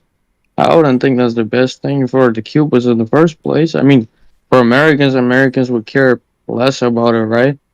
Well, But we should care Cuban about people them. are the ones. Yeah, we should care Yeah, about them there you because they're go, just man. people. Yeah, If you they're ask brothers, me, yeah. if you ask me, we should Yeah, care they're about brothers, them. man. Yeah, I think so. Yeah, okay, that's interesting. And now let me ask you, what do you think about this situation with Iran? What do you think about that? Like, what brought us into this situation? The U.S. What do you think? No idea. I mean, what brought us in there, but I mean, just me being over on this side of the continent and being on that side of the continent makes me kind of feel like we gave a little bit too much crap over what Israel is thinking, if you get me, or if you don't. I guess you don't, but yeah, we just I think I get you. got too much saying into that. I get you. I think I hear what you're saying. Like you don't understand why, but a lot of Americans feel that way too. A lot of Americans don't understand why we're so involved in what's happening in the Middle East. And then some Americans think, like I believe, just by the fact that we're a superpower and we've been involved in that region, that we will be involved, but it doesn't necessarily mean how we're involved should look like this, right? And you're right about that. Yeah, because we're a big country and it's we got a big military and it's been out there, but so leaving is in the region is likely not something that's going to happen realistically without a serious problem. Sense. Yeah, but it doesn't mean we need to be there in this way. Doesn't means Right. It's ways we can be there that are not so hostile and more sustainable. That's my view of it. And I think we personalize it. Myself, I think we personalize things in the wrong way. Like as Americans, our involvement, like instead of just understanding that all these people are just people, we're getting too involved in the cultural part of it. Like who, which group is, has a certain kind of Islam versus if they fit our cultural beliefs. I think we get ourselves involved a lot. Well, I mean, first of all, we as the people, we should take care of our own country and our own selves, our own people, instead of just going down to a different country and just go balls deep into it, right? Damn. Yeah, I agree 100%. I agree with There that. you go. Yeah. Okay, well, this is getting interesting here. All right, well, I appreciate that. Listen, you want to say anything else real quick before we continue to hear? I want to hear some more news. No, man. No, yeah, let's go ahead. Let's listen. I'll lock myself or you can lock me if you need down to the voice. Oh, that's great, man. No worries. Now, look, Will, you could learn something from this cat that hopped up here, okay? You could learn something. He figured it out. It wasn't that complicated. All right, Will? So you're welcome also to come up, Will. Don't let the difficulty figuring out the internet stop you. In any case, let's hear some more. I appreciate you, man. Appreciate you. All right, here we go. Border of the United States. If you escalate there, though, this is part of the warning. What you are seeing in the Middle East as Iran is able to strike Bahrain and Kuwait and Jordan and Al Udeid and Qatar and Saudi Arabia and UAE. Well, Cuba's pretty close to the United States, and the assessment is, look, Cuba is not going to, on its own, invade the United States or use any of its weapons against the United States. It's not going to pick a fight with the United States. It's not stupid. But in the event that recognizes the United States is even under Donald Trump, that the United States still has a large military, despite the fact that the United States is now out of interceptors, out of ATACMS, out of critical weapons. But Cuba would respond if the United States invades it. And if you invade Cuba, you should be prepared for resistance and that the regime's just not going to roll over. They don't want to work with you. And so the same warning that the CIA tried to give you before. I think Trump doesn't understand this, and Americans don't understand this. They never liked your policy towards Cuba any goddamn way. These people, if there's one thing they don't like, is they don't like the fact that the United States has been a major influence on the trajectory and the success or failure of the country.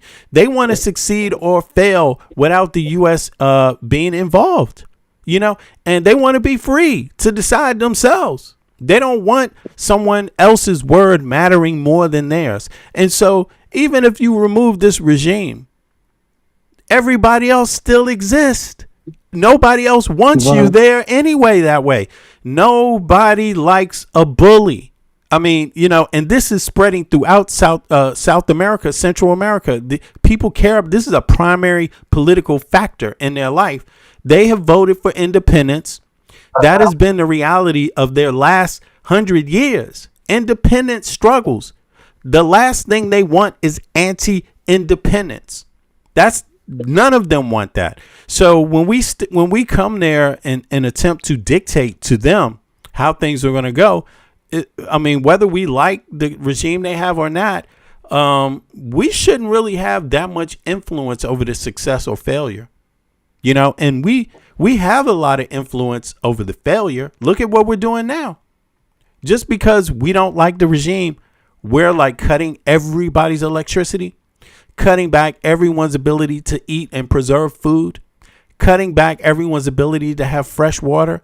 We're like doing things that aren't going to change the scenario there. They know that the United States has an election coming up. These people have been through hard times before. They had an independence war essentially against slavery and oligarchs already. So they're not going to just give in like that. They understand their role on the global stage. Cubans do. Free education, free healthcare. There's Americans going there for fucking healthcare. Cuba has sent out doctors to other places in the world. They sent doctors to Haiti when Haiti had its what was it, the tsunami or what? Not tsunami, the hurricanes, earthquakes. They're sending out doctors right now to Venezuela, places like this. And we're sticking our nose in that stuff without giving a helping hand. Like, it's just terrible. Nobody decides what someone else becomes. And Cubans aren't stupid people. They have the right to disagree with politics, but that disagreeing with politics doesn't make them anti-American.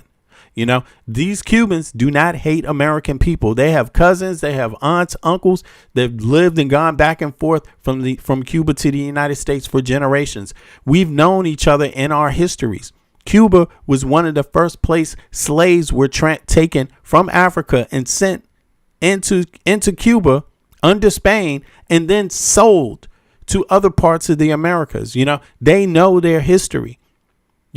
So as Americans, we're not really different, and we claim to be fighting a war against Islam.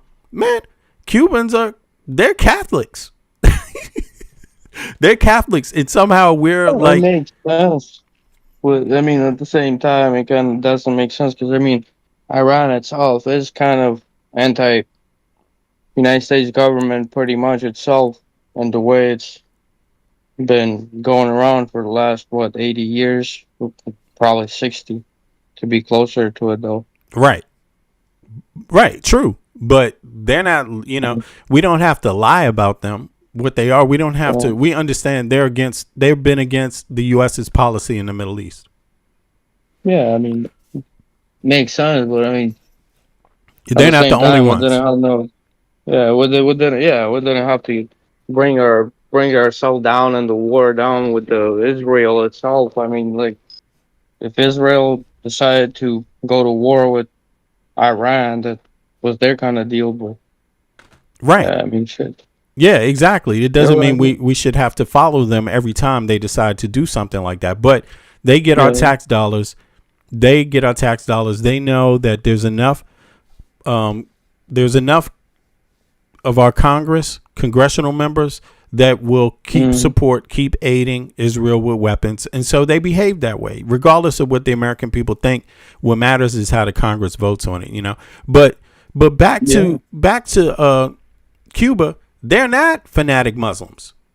And yet, you know what I mean? They're not even hateful. They don't even have death to America as a slogan. You see what I mean? Their slogan is anti-imperialism. That actually happened because of the war with Ukraine. I mean, pretty much the Cuba just straight up went back into that war with Ukraine kind of situation, not more with the Iran. If you look at the mapping of the situation and everything, it's like pretty much bringing it down to the situation with Iran. I mean, with the Ukraine and Russia versus the Iran instead. You know what I mean? Like, you said Cuba has something to do with that? Well, I mean, pretty much. I mean, Cuba and Russia and United States, that would have been a different story from the Iran, though. Like, Iran is a whole separate subject. Oh, you saying the Cold War ties is what kind of yeah. I mean, and I just see it as like it is also. It's because it's been gone far away. Well, yeah, and it's also exactly, and since Russia basically ran out of resources during the Cold War, you know, they couldn't continue the thing. They haven't had any real influence. It's our influence over Cuba. You know, like we could have buried the hatches a long time ago and said forget the past with Cubans a long time ago. After the Cold War, you know, the Cubans. They're an island off of the United States. They're a great nation. They used to be United States people in the first place. I mean, shit, man. Exactly. How many families are stuck in there right now because they cannot go anywhere and stuff like that? I mean, families like really fucking brothers and sisters, like everybody, you know. Exactly. It's the same situation with Haiti. They're an island off of their history is intertwined with our history. You know, Haitians also fought for our liberation. They fought in the War of Independence for the United States. They helped the Union, you know, and it's ridiculous. Now they're one paying the price. Yeah, now they're the ones paying the price, or the ones that we have forgotten, left behind. You know, and we blame their policy if they dare ask for help from anyone else. Then we look at them as they're being hostile when it's actually us that's not willing to work with them fairly. You know, it's the same thing with Cuba. You know, how can we be the world's the most powerful superpower on earth, but yet we don't have our relationships with our own neighbors? You know, in under, you know, in some kind of reasonable relationship. Europe it kind of makes sense. It kind of makes sense that the presidential powers just not trying to make no effort onto that. Is that what you are basically bringing it up to? So it would make sense if that's what you're trying to say. Yeah, and look, Europe has reformed itself since World War II. It's reformed itself. It's not the Europe that it was, you know, before World War II. It's not the same Europe, and they have ties. They have working relationships. They've grown out of that situation. America, how have we grown? It's almost like we have the same exact politics. You know, we're still like we have this split up politic where somehow we're still adversaries with South America. Like, how's that possible? How's it possible? Everyone else in the world changed. Our politic stayed the same.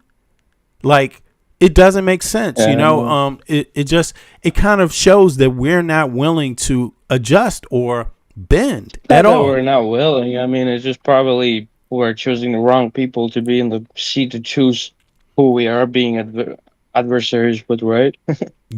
And that exactly, we're voting for the wrong people that don't want positive Yeah, change, man. don't want progression. You I know, mean, yeah. lately, just looking down at the economy and everything, obviously, it just kind of looks like we are not we, but I mean, Mm-hmm.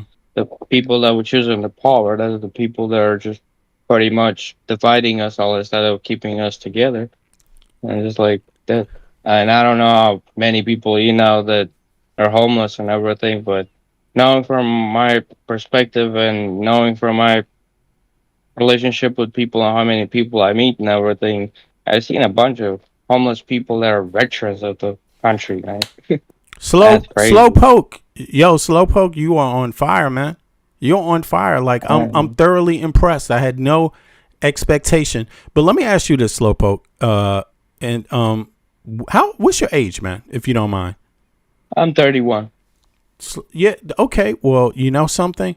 I really like your progressive, man. As a person, I'm glad you shared the small details. I'm not into asking details for any stupid reason, but I want people to understand who they're talking to, what type of person they're talking to, because like you said, politics often tries to divide people. And what we're doing is we're showing that divide, it's not real. It doesn't need to be manifested politically because everyday people think alike, right? Yeah, right about that one, man. Yeah, we see a right lot of about these that things. Yeah, there you go. All right, slow Yeah, poke. no, There. man. Yeah, all right, I Dude, appreciate that. mean, share with you a bunch of stories about meeting homeless people fucking living underneath the bridges over here, Shakopee to be exact. Most of them just literally serving the country and everything. And the latest one that I can actually bring an example of is the guy that served as what was it, national uh National Guard, I think it was, but he never served anywhere. I mean, like he was just staying in the country, like he deployed or anything. Like that motherfucker right now is 70 years old, man. Almost 70. And he's Close to 70s homeless. and homeless, man. Not getting no help. He was not getting no help. I mean, he was literally serving in a national for like what 20 some more than 20 years, about 40 years, I think, close to that. In the National He's like Guard. literally just National Guard. You're right, man. Well, almost 40 years, close to that. And you know what? He's never got. And you know what? Not getting no help, man. Right now, since he's reached his pension age, he's not even getting anything because he's got a felony. Because he had to defend himself at some point. That's crazy, man. Yeah, man. I think it's horrible because I think people should be able to get help on that level, and you hear there's often people in my chat that I don't know, they don't ever hop up, so they don't qualify who they are. They don't want, they want people to believe there's something they're not. That's why I like the fact that you hop up, because people don't have to believe anymore. They can get a sense of you, right? But here's the thing. There's a lot of people that go for this me by myself. My taxes shouldn't help anybody else. It should only help me, and it shouldn't go towards people like that. But actually, these people, we don't know. That 70-year-old person may have spent a life of helping other people and now found himself in a bad situation and yet can get no help. That's always a tragedy, and I know. Well, I mean, it's not only one person. I mean, I know a bunch of examples, to be honest. I mean, gee, man. That's all I've been pretty much hanging around and like trying to explore and trying to like figure out people where they're coming from and everything, and just like literally that's what all you see, man. I mean, just people that were serving at some point and they done something stupid, and then at the end they're not getting anything up with. Like, I mean, for example, this lady, I mean, she's older. She's 66, I think, years old right now. I still go and help her out almost every single day whenever she needs some help. But this lady has literally served the country, not in the military or anything, but just been a citizen. She's helped the country for so long. Like, I don't remember what she was. I think she was a teacher or something. But she's literally just got nobody right now to even take care of her. Can I believe that? That's crazy, man. I can believe it, man, because unfortunately I'm American myself, born and raised in Washington, D.C. My family goes back to both sides to the colonial period. But I live outside of the U.S. I moved outside of the U.S. when I was 30. And so when I go back to visit my own country, I see the stark difference. You know, I couldn't see it before, but now that I've been living outside for some time, I can definitely see it, you know, because I've gotten used. It opens up your eyes. Yeah, it opened up my eyes. In Denmark, we do have homelessness, and people take it serious. People talk about homelessness, and there's some funding and care and focus that goes into making sure people that are homeless have some kind of place to stay and live.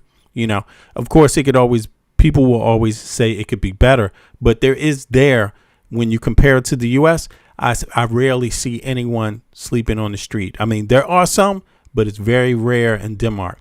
U.S., you go to the capital. I'm in Copenhagen, in Denmark. You go to the capital of the United States of America, and there's homelessness everywhere.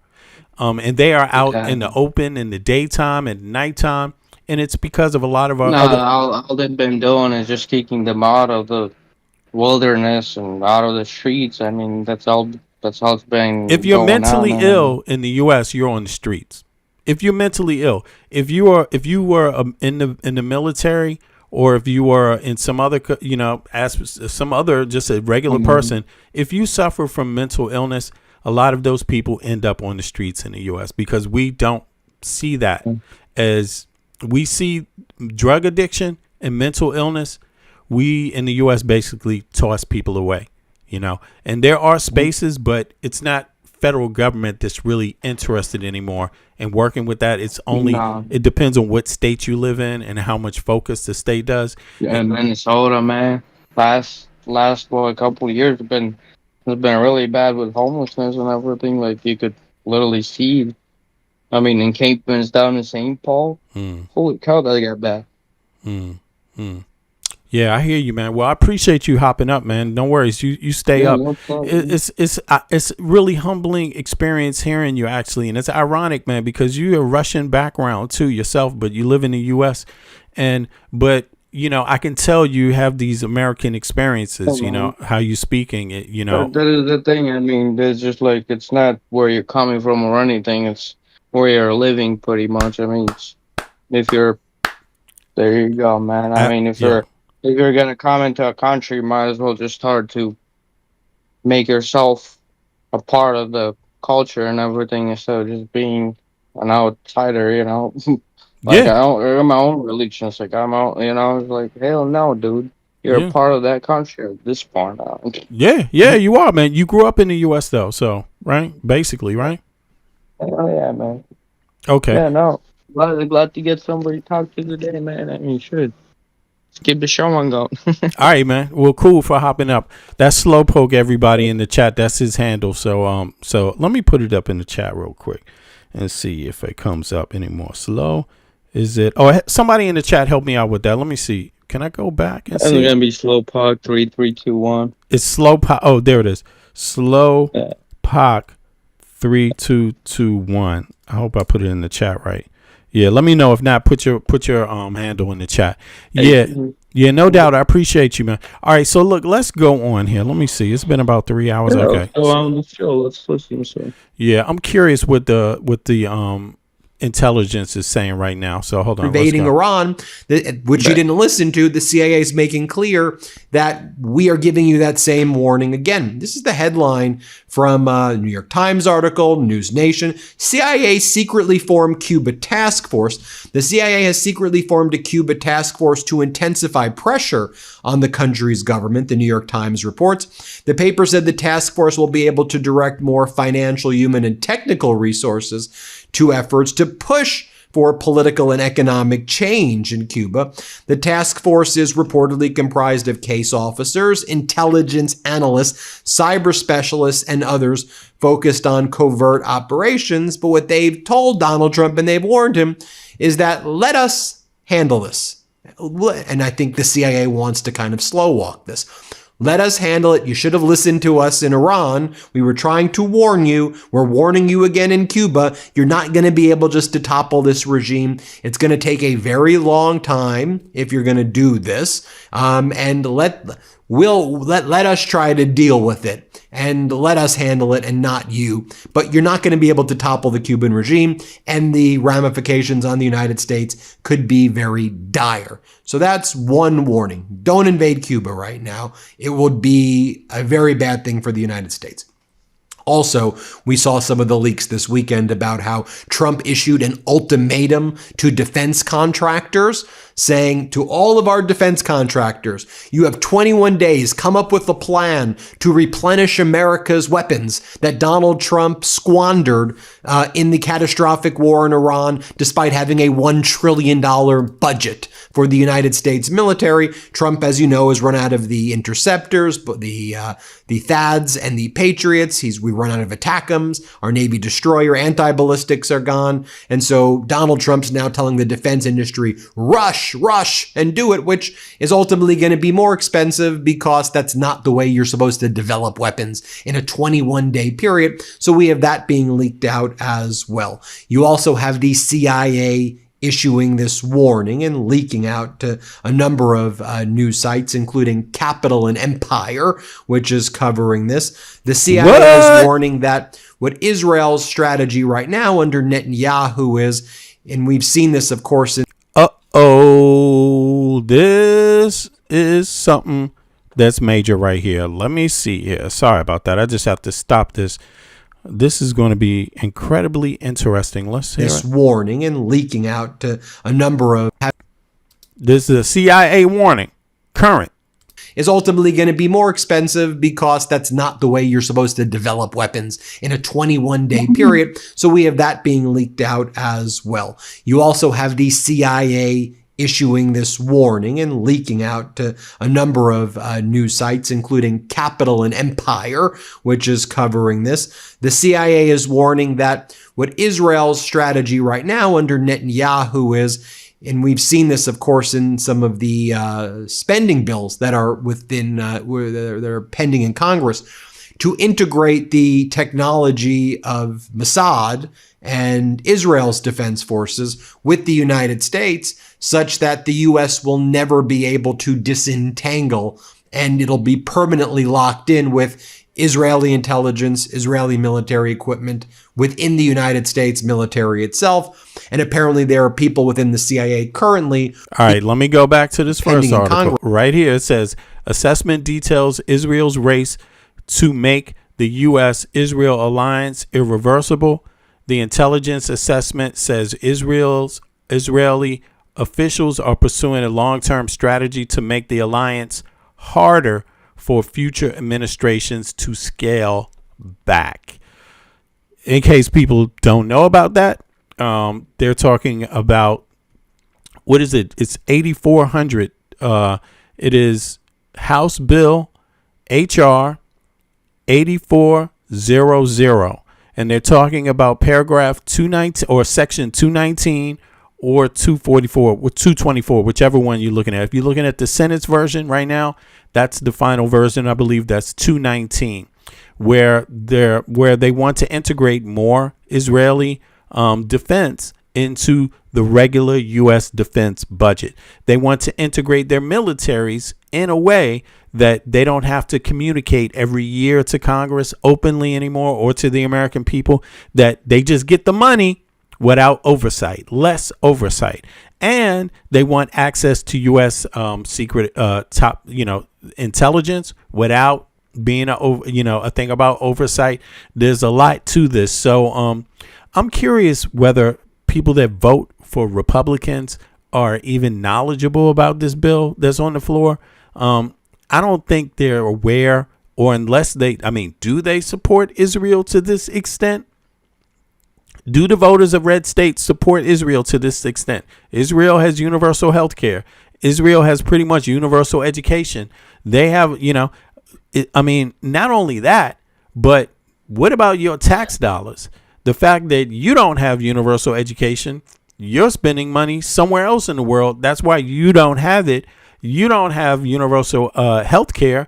You're spending money in wars somewhere else, and I'm just curious, like, hey, Michael, you still here?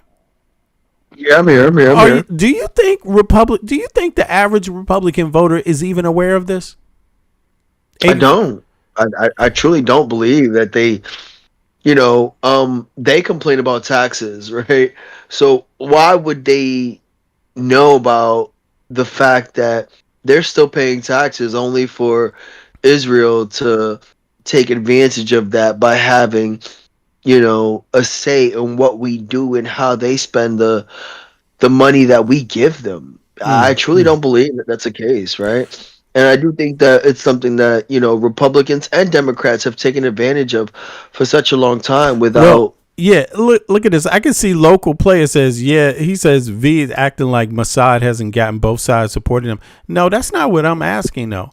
Of course, Democrats support this less because the votes are there. We've seen the votes. We've talked about the votes every day. Think about the votes. If we tell you what the votes are on these kind of bills, you should remember them too. Assimilate them into your current political stance.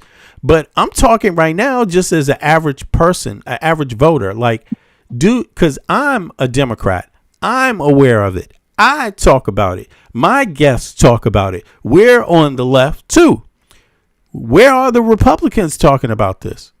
There you go. What candidates have ran their campaigns saying that they're not taking AIPAC money? Because it seems to me like it's progressive Dems and DSA who have been using that a part of their campaign to win a lot of these, midterm primaries. Exactly. And I don't see the podcasters on the right talking about this. Like, I don't see them educating. Yeah, that's just it, Michael. I don't think it's showed up for the Republicans yet, that animosity towards the situation, and I don't really think it's affected them as much as it's going to in the general coming up in 2028. Tell me which Republican, right, that supports Trump right now has a podcast. I'm talking about podcasters. What podcaster that supports Trump is talking about HR 8400? Name one in the chat. Tell me the podcaster that supports Trump that is discussing Bill HR 8400. I want to go find them, talk about it. Let's see if they talk about it. Name one. I'm just curious because we talk about centrist Democrats that we talked about this bill specifically. As a matter of fact, I'm curious where on the right, the people that support Trump, where have they ever talked about this bill? I'm curious about that. I don't see many that are talking about it. In fact, you don't even see any Republican hop up here. Any person that claims to support Trump, they don't hop up here and talk about these bills. It's almost like they don't feel like they can do it. I'm curious about that. There's always an excuse why they either can't talk about this bill or don't want to hop up and discuss, what they support about the bill. So let me ask you right now in the chat, if you support HR 8400 and Section 219 of the Senate bill, if you support that remaining the same, put a 1 in the chat. If you do not support that and want that cut out, put a 2 in the chat and put who you support. Republican or Democrat or other. I'm just curious. I'm a Democrat, so I'm going to put I do not support this shit and I want it removed. So I'm going to put Dem, right? And if you support it, put a 1 in the chat. And if you don't, then put other, put a 1 or a 2 in the chat. Either one. If you support it, put a 1 in the chat. If you don't support it, put a 2 in the chat. But either way, put who you support. Yeah, I'm like this. And I'm curious. Will, do you support HR 8400, Section 219 remaining as it is now? Don't disappear, Will, when we ask a question. You notice, I bet he ain't going to answer, or she, or whoever it is. But yeah, most of the people. See, I'm curious here. Like, right. Yeah. Well, that's half the thing with conservatives, Master V, is that it's not only a propaganda push to talk about issues that oftentimes don't matter, but they oftentimes also combine that with not talking about the real issues, and that's the cover up part. That it's more than just lying. It's really is misinformation and really directed to go on a different path that just doesn't make any sense. Right. And Will says, and if you are ambivalent, okay, to it, see, so that basically means he's trolling. So, there it is. No worries. He's not even trying to be real. Listen, it's okay to support things. It's okay to not support things. You should have a position on this. This is your tax dollars. Are you ambivalent about your taxes? That tells me you're either not a taxpayer or you're not American. I mean, come on. This is about your tax dollars. So, again, you do have to pick a side. You can't just be cowardly and like, oh, I don't have an opinion about this. How can you be ambivalent about this? That means you support it. They act like there aren't any problems. Yeah, you know what I'm saying? That means you support it. If you're ambivalent about this and you can't say you support it or you don't, it really means you support it and you just don't want to. So that I wouldn't advise people to listen to Will. I think he's just trolling. So he or she may not even be American. It may not be a male. It has a male's name. You can't trust it. This is the internet. This is what the Pentagon has told people to look out for. Don't believe everything you hear on the net. So you can't even count his voice. You know what I mean? Matter of fact, you should be actually very skeptical about people joining the chats and everything, because you're right about the point of people just being down there trolling and shit. Obviously, my account is pretty much labeled as fucking troll, but here I am trying to fucking defend myself at some fucking point. But and you hopped up, and so you get it. You get exactly. You get it. You get the whole point there. You don't have to hop up. Whole accounts are, but just all my accounts were gone. Everything is gone, and I just got into my head lately. Yesterday, I guess somebody's finally got into somebody's got it to me that somebody is running into my accounts and running my accounts.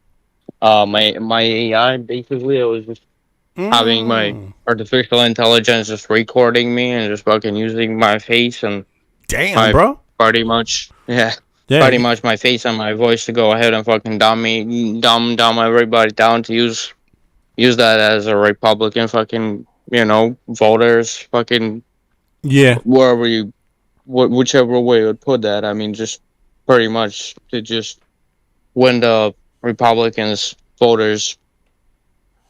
Man, I don't even know how to explain that. Well, what I would say is this: there's a lot of people that have different opinions about different stuff, but when you're on the internet, there is something called trolls. People that are uninterested in the topic, period.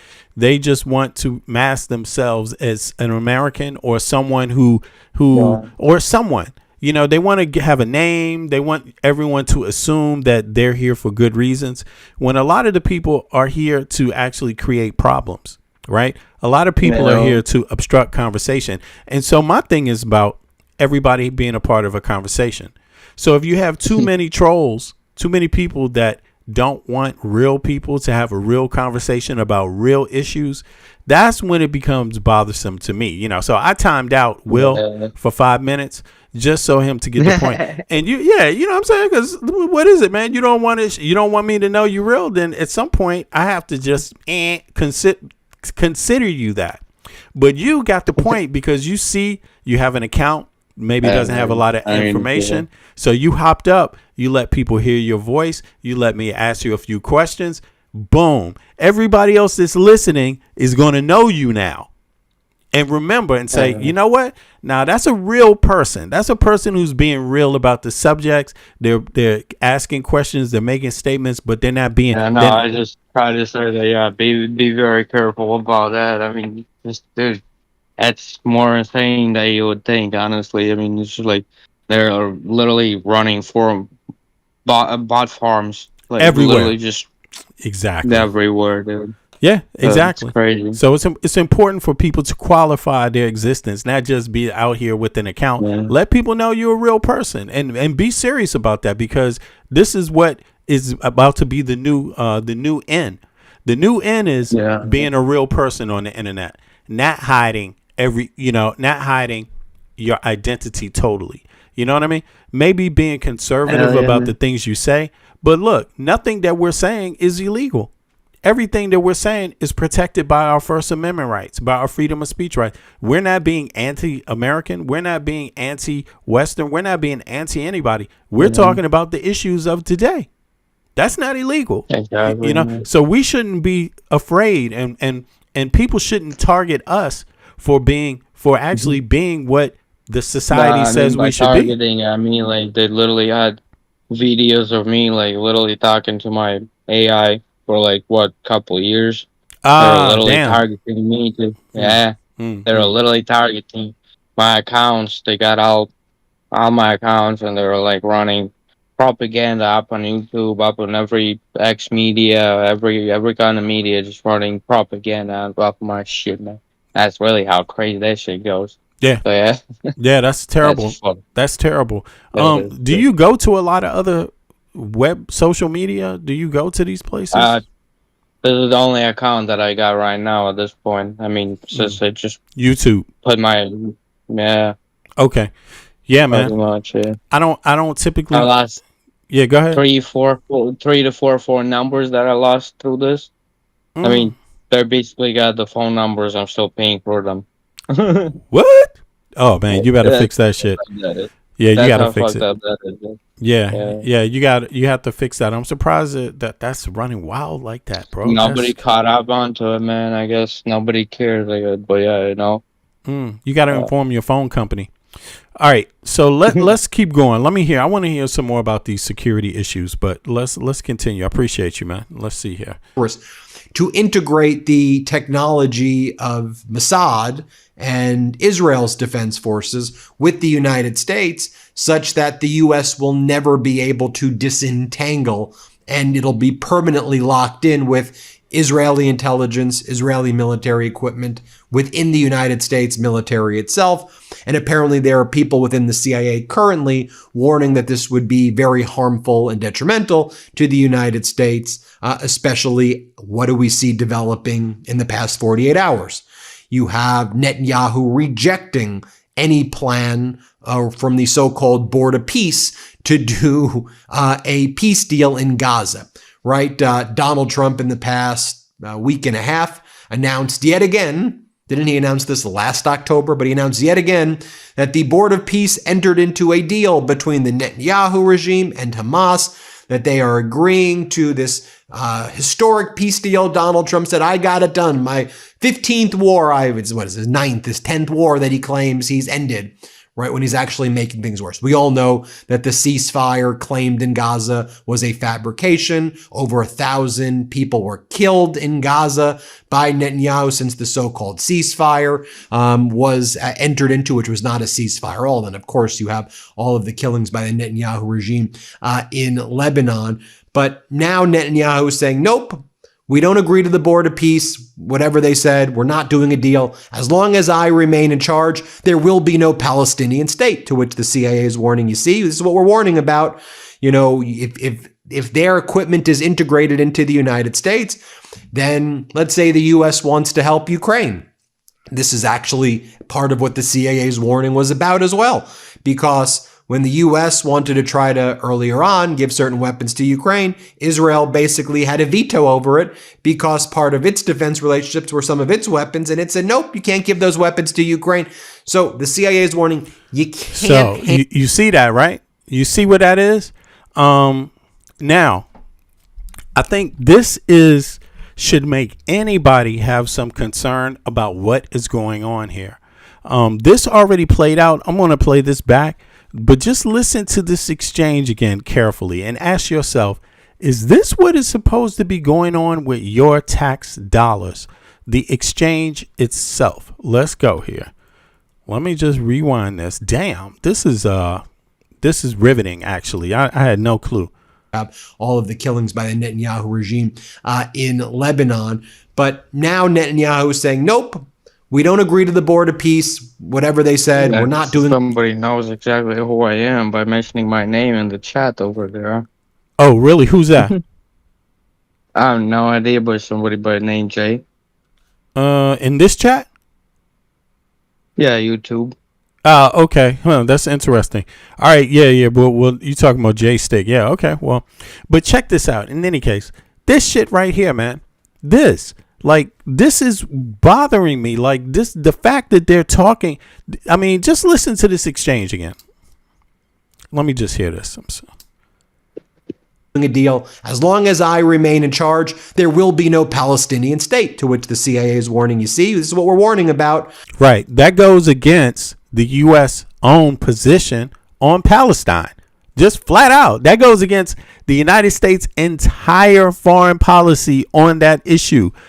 This is crazy. Let me hear this again. In Lebanon. Yeah, this has been from Midas Touch. Yeah. Jay Stick, you caught on to that. Yeah. And then how do I mute down the YouTube for either one of those so I can actually just like either listen or? Oh, go ahead. I'm gonna mute it now. No worries. You on mute now. So let's go. Here we go. But now Netanyahu is saying, nope, we don't agree to the board of peace. Whatever they said, we're not doing a deal. As long as I remain in charge, there will be no Palestinian turn down state. your To which media the CIA volume. is warning. You see, this is what we're warning about. You know, if their equipment is integrated into the United States, then let's say the U.S. wants to help Ukraine. This is actually part of what the CIA's warning was about as well, because when the U.S. wanted to try to, earlier on, give certain weapons to Ukraine, Israel basically had a veto over it because part of its defense relationships were some of its weapons, and it said, nope, you can't give those weapons to Ukraine. So the CIA is warning, you can't handicap our military by having Netanyahu do the plan that he wants, where Netanyahu says, we don't want any more aid from the United States. But what Netanyahu wants is something more than aid. He wants full integration to basically make it one and the same military, essentially, so that there's never a way to or to pull out of supporting the genocide, or to pull out of, the heinous conduct there. So you've got that warning. Okay, then you have this article from the Financial Times. Donald Trump is dismantling the U.S. guardrails, warns former security officials. So it says, Donald Trump, this is what top former CIA officials are saying. Donald Trump has followed the autocrats' playbook.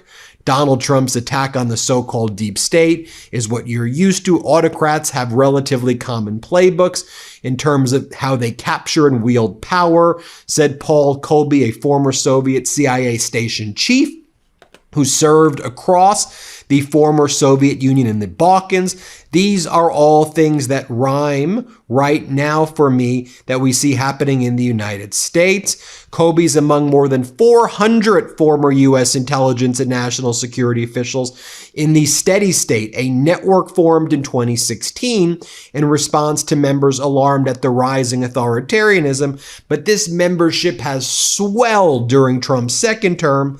Many remain anonymous who are part of this organization, led by a guy named Stephen Cash. But this organization right now is filled with many CIA and anonymous CIA giving information as part of the so-called steady state. So I have to tell you about this game-changing product I use before a night out with drinks. It's called pre-alcohol. You have to have pre-alcohol before you go out. I look down. And Midas Institute for the Study of States of Exception right there. When you look at Stalin, Slobodan Milosevic, you look at Saddam Hussein, you look at the CIA station chief who founded this institute, another institute called the Institute for the Study of States of Exception right there. When you look at Stalin, Slobodan Milosevic, you look at Saddam Hussein, you look at these authoritarians, and there's a profile, and these former top CIA analysts who obviously have the contacts inside the CIA as well, they're out there speaking out. So I want to share with you what Stephen Cash, former spy, CIA operations, worked in the main CIA facility in Langley. And he's out there right now talking, and he's leading this organization. And he had some profound observations as well that I want to share with you. First, he gives a little bit of his background. Let me share this with you over here. Don't get me wrong. We are all very much aware of the imperfections in the history of the organizations we come from. And I'll bet some people in this room have some strong feelings about, for instance, my home agency, the CIA, or the Department of Homeland Security.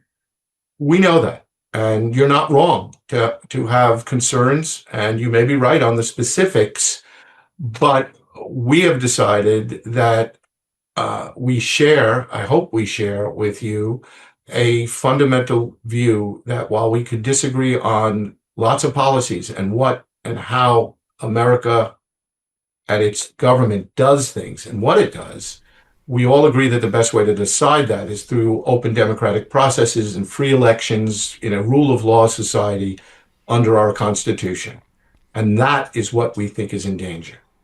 So let me tell you why you should listen to us. Well, we've spent our professional careers in one way or another looking at, analyzing, spying on, sometimes working alongside dictators and autocrats overseas. That's what we've done most of our lives. We're very familiar with how they work, what they do, how they get to be autocrats, how they stay autocrats, and when they fall, how they fall. And that's a perspective we can bring back here and talk about it with Americans. And one of the great things about being an American, with all the problems we've had, is we haven't lived through all of that. We don't have that kind of experience. Most of us don't. Many of our immigrants do, and that's why they came here. This right here is a very profound statement that this man is making. And I'm wondering, it's really sad, but I wonder how many Americans really understand what this man is saying and can use it to make choices that are going to benefit them. I mean, from what I hear this man saying, and I agree 100%, the United States won the Cold War. So it won World War. Well, it was a winner. Let's say that. Let's say it was a winner in World War II. It was a winner. I say it this way so that you don't have to make it the U.S. only who benefited, right? It was a winner in the Cold War, right? It gained a lot from its achieving its goals after, during the Cold War, right? And what happened after, right? Because it had its resources intact and it could take advantage of the new dynamic at play. It didn't have enough to just win. It had enough to win and take advantage of the situation. That's different. And so Americans, we've had that since World War II. We've had a military that was very embedded out in the world, intelligence community that was out in the world. More importantly, intelligence community that remained outside and monitoring the progression of these countries, working with these countries, also many of these countries, right? And observing the changes on the ground in many of these countries. And so our CIA was doing that work. So when they're commenting on Netanyahu, people should fucking listen. Like, he's talking about Netanyahu and he's telling you why he knows why Netanyahu is a threat. Okay. And so I'm just going to rewind this part because I don't think this part is going to get played enough. This is some profound shit that he's saying. And it's rare that you will hear members come out of the intelligence community come out and speak that way. I think I heard somebody in the back. Did I hear somebody? Oh, okay. Okay. Well, I'll keep going. Let's go here. I want to hear this one more time. A little bit of his background. Let me share this with you over here. Don't get me wrong. We are all very much aware of the imperfections in the history of the organizations we come from. And I'll bet some people in this room have some strong feelings about, for instance, my home agency, the CIA, or the Department of Homeland Security. We know that. And you're not wrong to have concerns, and you may be right on the specifics, but we have decided that we share, I hope we share with you, a fundamental view that while we could disagree on lots of policies and what and how America and its government does things and what it does, we all agree that the best way to decide that is through open democratic processes and free elections in a rule of law society under our Constitution. And that is what we think is in danger. So let me tell you why you should listen to us. Well, we've spent our professional careers in one way or another looking at, analyzing, spying on, sometimes working alongside dictators and autocrats overseas. That's what we've done most of our lives. We're very familiar with how they work, what they do, how they get to be autocrats, how they stay autocrats, and when they fall, how they fall. And that's a perspective we can bring back here and talk about it with Americans. And one of the great things about being an American. Put a 1 in the chat if you just heard what this man just said, this ex-CIA member. That was he just got finished saying we spent a lot of time out there in the field studying these types of regimes in different governments. And you know, you should understand that as an American citizen, yes, we have a big intelligence community that is across the globe.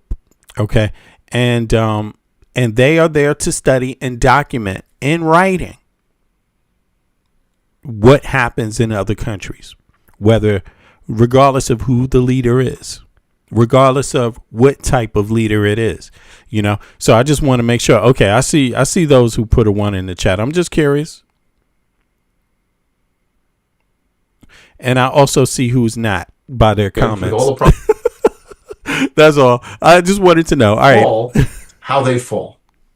And I appreciate everybody that answered. Looking at, analyzing, spying on, sometimes working alongside dictators and autocrats overseas. That's what we've done most of our lives. We're very familiar with how they work, what they do, how they get to be autocrats, how they stay autocrats, and when they fall, how they fall. And that's a perspective we can bring back here and talk about it with Americans. And one of the great things about being an American, with all the problems we've had, is we haven't lived through all of that. We don't have that kind of experience. Or most of us don't. Many of our immigrants do, and that's why they came here. But you hear that? You hear that? You hear that? But I don't think MAGA understands that. I don't think they understand that. But they're about to find out, because this is what they're fucking with. This is exactly what they are fucking with. This is exactly what they are shredding up and throwing in the trash. The experience of at least being protected from this kind of stuff. Those days may be over, you know. Yeah. Segments of our society have that experience. If you were a African American in the civil rights movement, you did understand about autocratic, violent governments. But I certainly didn't. Yep. I hope people are paying attention to this. I hope. And I'm talking about MAGA. I don't think you really realize it. And that's why they came here. And certain segments of our society have that experience. If you were a African American in the civil rights movement, you did understand about autocratic, violent governments. But I certainly didn't, growing up in a suburb of New York City, upper middle class and a nice high school. This man, even though he didn't experience that, he is highly intelligent, since he's smart enough to understand that African Americans did. They experienced that inside of the United States. And he is warning American citizens. He is warning the others that did not experience that you fucking with the U.S. security apparatus, the way Donald Trump has been doing it, it may just come to be your turn to experience it. You may not understand what he's saying. I get it. I get it 100%. And I thank this man for his service, but also what he's willing to say right here, right now. To be autocrats, how they stay autocrats, and when they fall, how they fall. And that's a perspective we can bring back here and talk about it with Americans. And one of the great things about being an American, with all the problems we've had, is we haven't lived through all of that. We don't have that kind of experience. Or most of us don't. Many of our immigrants do, and that's why they came here. And certain segments of our society have that experience. If you were a African American in the civil rights movement, you did understand about autocratic, violent governments. But but I certainly didn't growing up in a suburb of New York City, upper middle class and a nice high school. So we have that perspective. And here's the bad news. What we are seeing here in the United States, and this is for us, at first, we are taking the skills we have, not the spying, we're not doing any spooky stuff, but the analytic skills we have, the understanding of how government systems interact with populations, particularly under stress. We're turning that attention here. And then notably, what he talks about with Donald Trump. Yo, big up to Ben Mysalas and the Midas Touch. Like, that is profound. What this man is saying is profound. Is that if you study these authoritarians, ultimately their undoing is that they're malignant narcissists. And because they don't follow experts, because they don't study, because they think that they know everything, ultimately what you see is Trump doing exactly that. And that's why we have all of these massive failures. And so the CIA has, and these former CIA officers, they've created the same way actually Iran did, and actually all intelligence agencies. Yo, Flaming Chipmunk, what's up? Agencies across the world are doing a psychological profile of Donald Trump, his downfall, how he's a loser.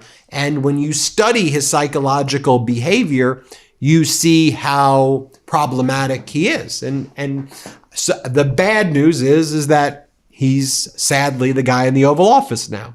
Perhaps the good news, I guess, is that the CIA analysis is that we're seeing the downfall. We're seeing the authoritarian downfall that we're used to because he's supplanted expert stuff for his own machinations. Here, play this clip of what he has to say over here. Dictators are really bad at running governments. They're bad at fighting wars. They're bad at running economies. They're just generally bad at it. It's not just that we think democracies are somehow morally better because they respect the individual person and their autonomy. They are demonstrably more effective at actually running a country, which is not surprising, which is larger groups of smart people with various interconnecting skills and talents with systems of both guardrails to keep them within what they're doing, a way to vet them, like voting for them or not, and a way to punish them when they go outside the rules, are actually really good at doing all the things, whether it's running healthcare, building highways, winning wars. We won the wars we have won in large part because we're a democracy, not in spite of being a democracy. So what I'm saying is, and now it's sort of demonstrated, the ability of Donald Trump without the participation of the entities and the institutions that normally would be part of decisions like, should I have tariffs or should we raise interest rates? It's just him.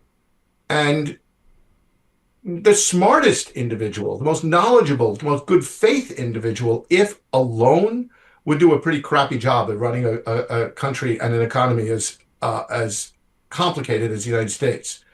And he's not the smartest guy. He doesn't have good faith and he doesn't know what he's talking about. So it's equally damaging.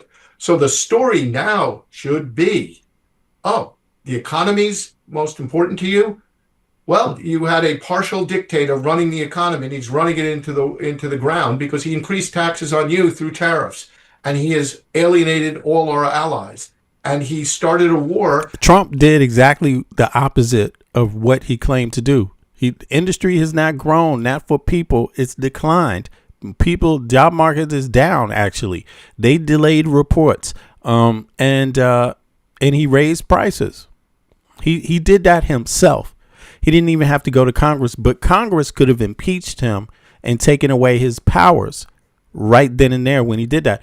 But the Congress supports Trump, so they didn't impeach him. That was a violation flat out of Congress anyway. But they allowed it. And yeah, it's sad. And apparently didn't know there was a narrow waterway that oil had to go through before he bombed the hell out of him. That's the kind of thing a dictator does. That, by the way, is why Stalin wouldn't believe, because he was sure that the Germans would never, ever break the pact and invade him. Well, they did, and they lost a couple of million Russians in the ensuing devastating war. The answer is, if you care about the economy, you don't want an autocrat deciding what your bank account looks like. Mm-hmm. So I think we're in a better place than we were in 2020 for this. And I think we should reorient ourselves away from thinking that it is you could either have dictators or a good economy. Facts. Yeah, I don't think you can't have, that's interesting. Wow. I'm actually happy to hear that. That person, I don't know what his name was, but apparently he's an ex-CIA member, right? And there's been the CIA has their own community of ex-officials, and they have, I believe it's a union actually, and they produce reports from time to time, and they're not the only you could say government official unions that exist that release reports that give synopsis of how they view the government. That they did the same. They do it with every administration, but with this administration, it's been kind of more stark. The warning signs, not kind of, they have been. But let's continue here. I appreciate everybody for coming out. This is some news about the courts. We have some. Just watching catching up on the news since I was absent the last day or two, but it was good to be offline and just doing some other stuff, music and shit like that, and relaxing. But in any case, this is a new breaking news. There's going to be somebody from the courts stepping down, the Supreme Court. So here we go. Unexpected news here in the form of an announcement from the U.S. Supreme Court on the issue of retirements. Mark, can you explain what that news is? Oh, you mean nobody's stepping down? They just making an announcement? Oh, damn. Yeah, so Sam Alito, who had been rumored to perhaps retire. In fact, NPR ran an incorrect story saying he had announced his retirement. Well, he has come out and now said he is not retiring. He will continue to serve on the U.S. Supreme Court. This is one of the most conservative justices on the Supreme Court. But that's good to know. That's good to know. But in any case, if not the most conservative justice, he is certainly the. But can you really know? Can you really know? Because the Supreme Court right now is getting more criticism from the U.S. public than ever in its history. And so they're very responsive to the American people. I mean, they feel the heat. They feel the heat. And they're at an all-time popularity low. So I'm more inclined to believe the person was going to step down until the leak happened. And now they're just publicly saying, well, I'm not stepping down.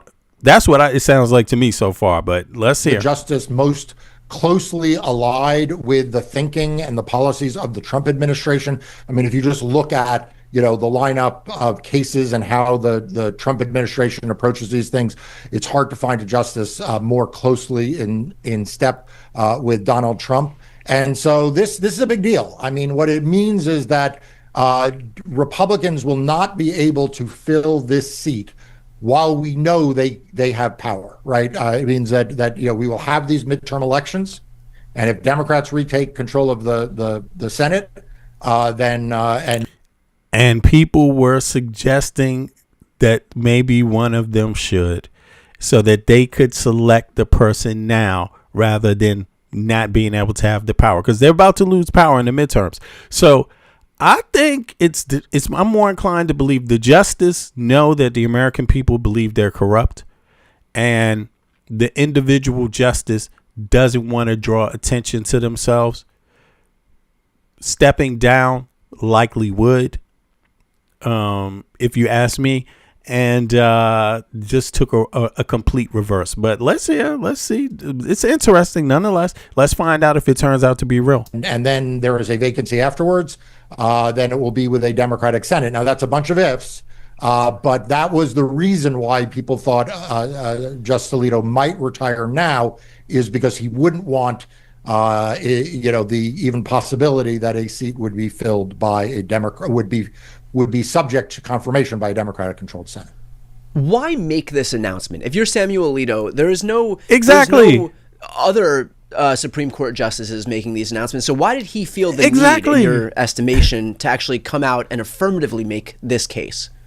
Yeah, I think two reasons. I think number one, I think there has been a bit of a shadow whisper campaign, mostly from the right, I'd add, like really entirely from the right, Yeah. that he should retire, you know, that he should step down, because they do want to make sure that the seat would be filled by a Republican president and get through a Republican Senate. And I think there are a lot of Republicans right So he was hearing the noise. Like, this guy has to be shaking in his boots. If he was worried that much that he's even listening to the public, which they say they don't do, it just tells me corruption.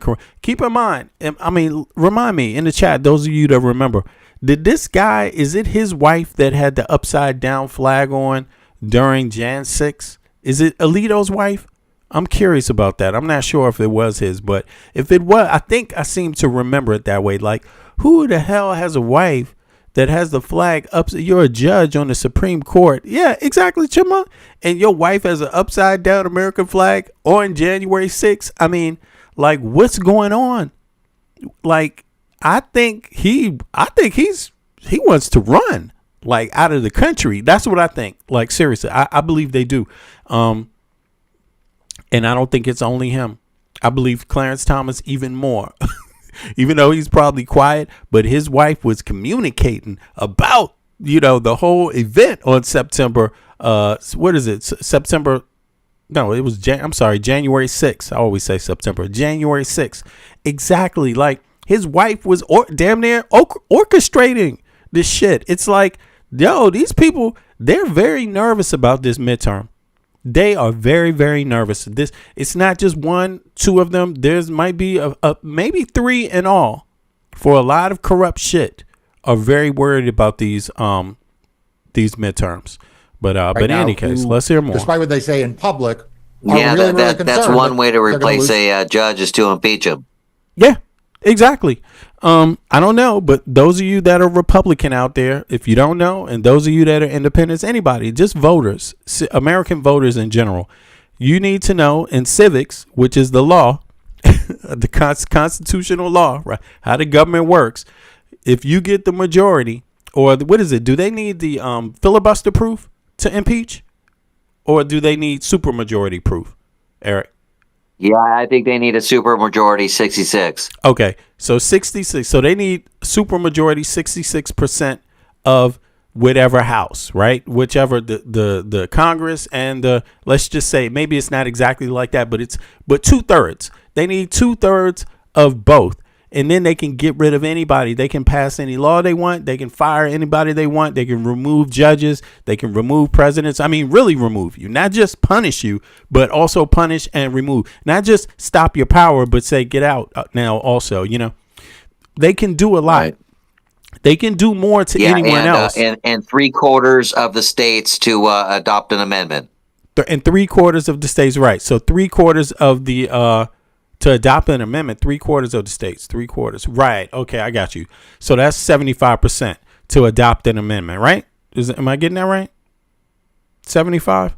That's 3/4. Yeah, I'll try to verify that. Yeah. Okay. Yeah, try to do that. I think it's less.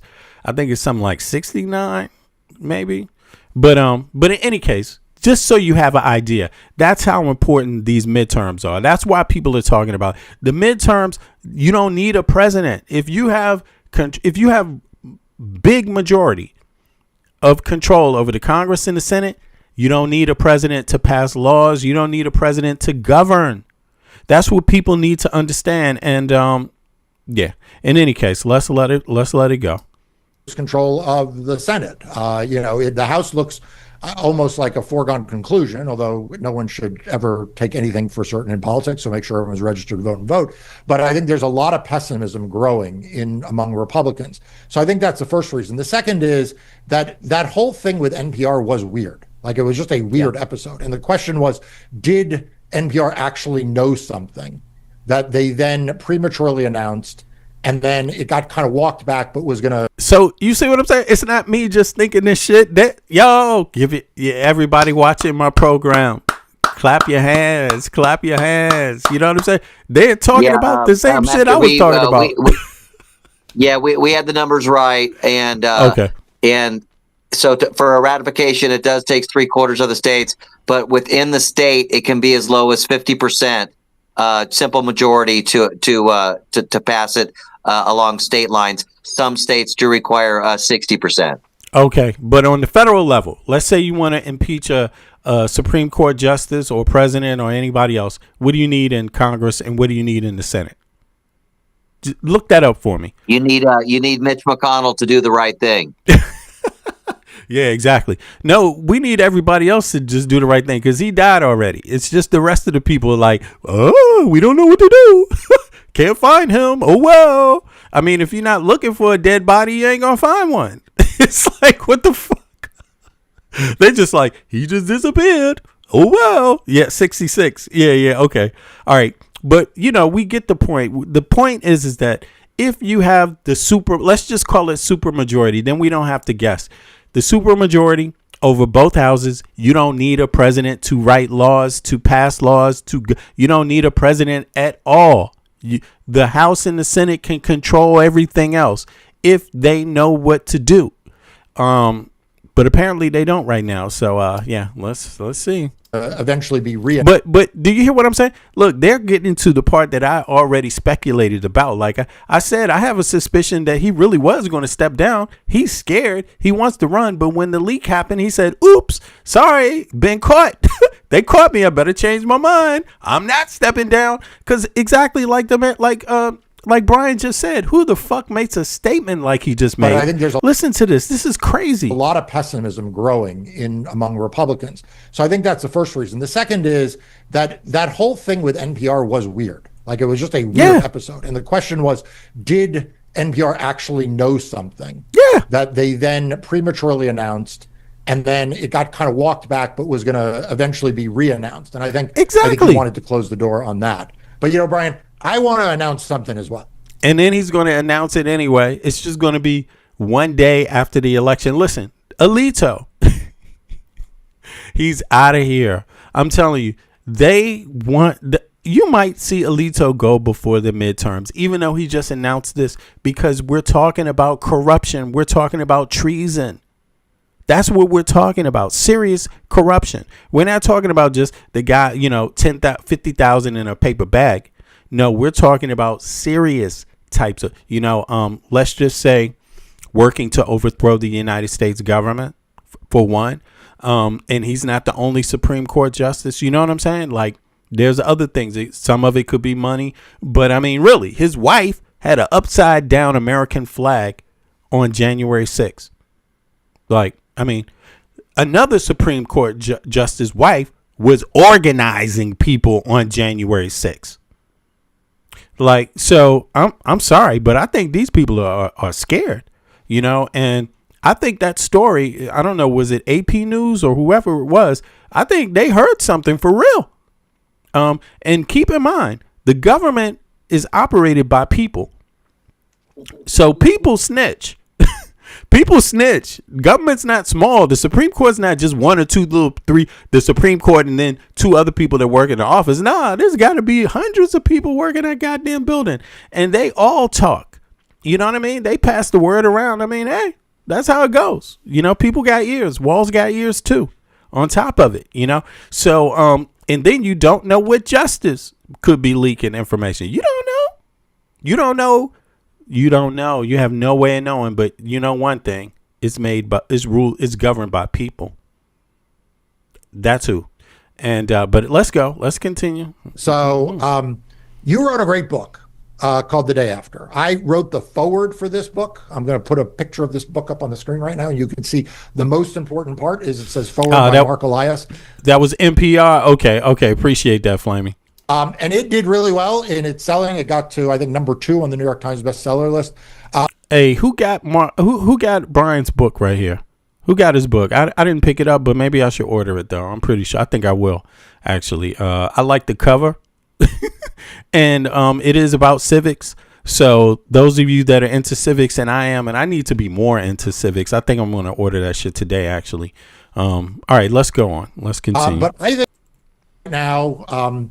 Sam Alito's staying in the Supreme Court. That's one announcement. Mark Elias running a campaign for Brian Tyler Cohen's book to make it to the #1 slot on the New York Times bestseller list. That's the other breaking news of this video. Maybe you can weave that into the title or something.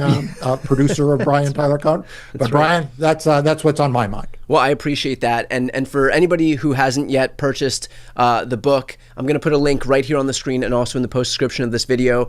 I would really appreciate it if you could grab a copy. And I think that, aside from just support, I think that's definitely, if it's not a bestseller already, it's going to be top, 1 or 2 in the country, I think, regarding politics. Yeah, definitely. Supporting my work. But let's continue. Independent media. It's worth asking here, as we head toward midterms, okay, we have confirmation that somebody like Samuel Alito is not going to retire, but there are other people on the court who are old and probably looking at retirement. Clarence Thomas is one of them. At what point do you think it's too late for them to engage in this process? And I ask that with full knowledge of the fact that the rules don't apply to Republicans as far as they're concerned. And so, we can certainly see a situation where votes are already being cast, or we're in the midst of an election and they decide to ram it through in 5 minutes. But in your estimation, when do you think it's too late if Clarence Thomas decides to announce that while Alito is staying, he's leaving? Yeah, look, I mean, we've seen before, it's never too late till the gavel changes hands, right? Yeah. The Senate does not officially change hands until early January 3rd. Yep. So, that's when the new senators are sworn in. So there will be this lame duck period between the election results and the swearing in of the new Senate, where you could imagine, anything. A conservative justice saying, you know what, I'm going to retire now, and sort of front run. I'm telling you, that's an important, until January. What is it? What date is it in January? They basically know that's the amount of time they got to pack their bags and leave the country. I'm telling you, look at this. It's never too late till the gavel changes hands, right? Yeah. The Senate does not officially change hands until early January 3rd. January 3rd. So they have all this time until then is what you call pack your bags, get the fuck out of the country time. And I'm pretty sure at least two of them are thinking that, straight up. And when you have Supreme Court justices that know they got plans to live abroad, once they step down, that they know they have done some things that are jail worthy, straight up. They don't want to spend, first of all, their retirement on trial in the Congress or in the Senate. And having all their assets looked through and combed through. This is what it's going to actually mean. They will be sitting in front of several judicial meetings, whatever, congressional meetings, Senate meetings about crime, about their time. They know that. So I think they're going to be gone by January 3rd. I think they will be gone as soon as they see who loses this midterm. What date is that? That's November 7th. Is that the day? I think November 8th, you're going to hear stories about Clarence Thomas. He packed his bags and shit and is headed to some other country. Maybe Russia. You never know. Don't ever forget, Sasha Riley names Clarence Thomas as a man who visited events where little kids were being trafficked. Don't ever forget that. So, that's when the new senators are sworn in. So there will be this lame duck period between the election results and the swearing in of the new Senate, where you could imagine, a conservative justice saying, you know what, I'm going to retire now, and sort of front run that date and hope that Donald Trump appoints my successor in the lame duck. I kind of don't think that's going to happen because they will be in the middle of their term. And, again, never say never for anything. But I think that the conservative justices would feel like, at that point, it's only 2 years. They're in good health. They'll wait for, to see J.D. Vance or Marco Rubio or whoever. Maybe the Senate flips back. But to answer your question directly, until you get to the swearing in of a new Senate, the old Senate's in place. Right. You know, something that I think folks overlook is I get from the outside how you can see somebody like Clarence Thomas, for example, and he sees the writing on the wall that this is a great opportunity with full Republican control of government to name a replacement that is of his same political ideology. But at the same time, you know, these people have kind of the same idea as the other politicians do when it comes to enjoying the power that they have. Like, there is a reason that so many politicians on both sides of the aisle, in fairness, stay way past their expiration date. It's because this is the lifestyle that they've grown accustomed to. They enjoy the power that they're imbued with.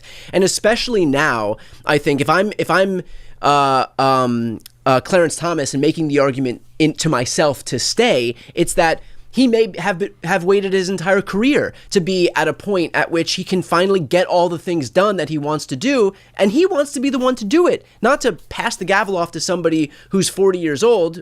Granted, that would be much more attractive to Republicans more broadly and the base, certainly, but for him, like, this is his moment to finally be able to do the stuff that he wants to do. We view it as vile, but this is his life's work, and he gets to be on the front lines of it. Yeah, I think that's really important. For the psychology of justices.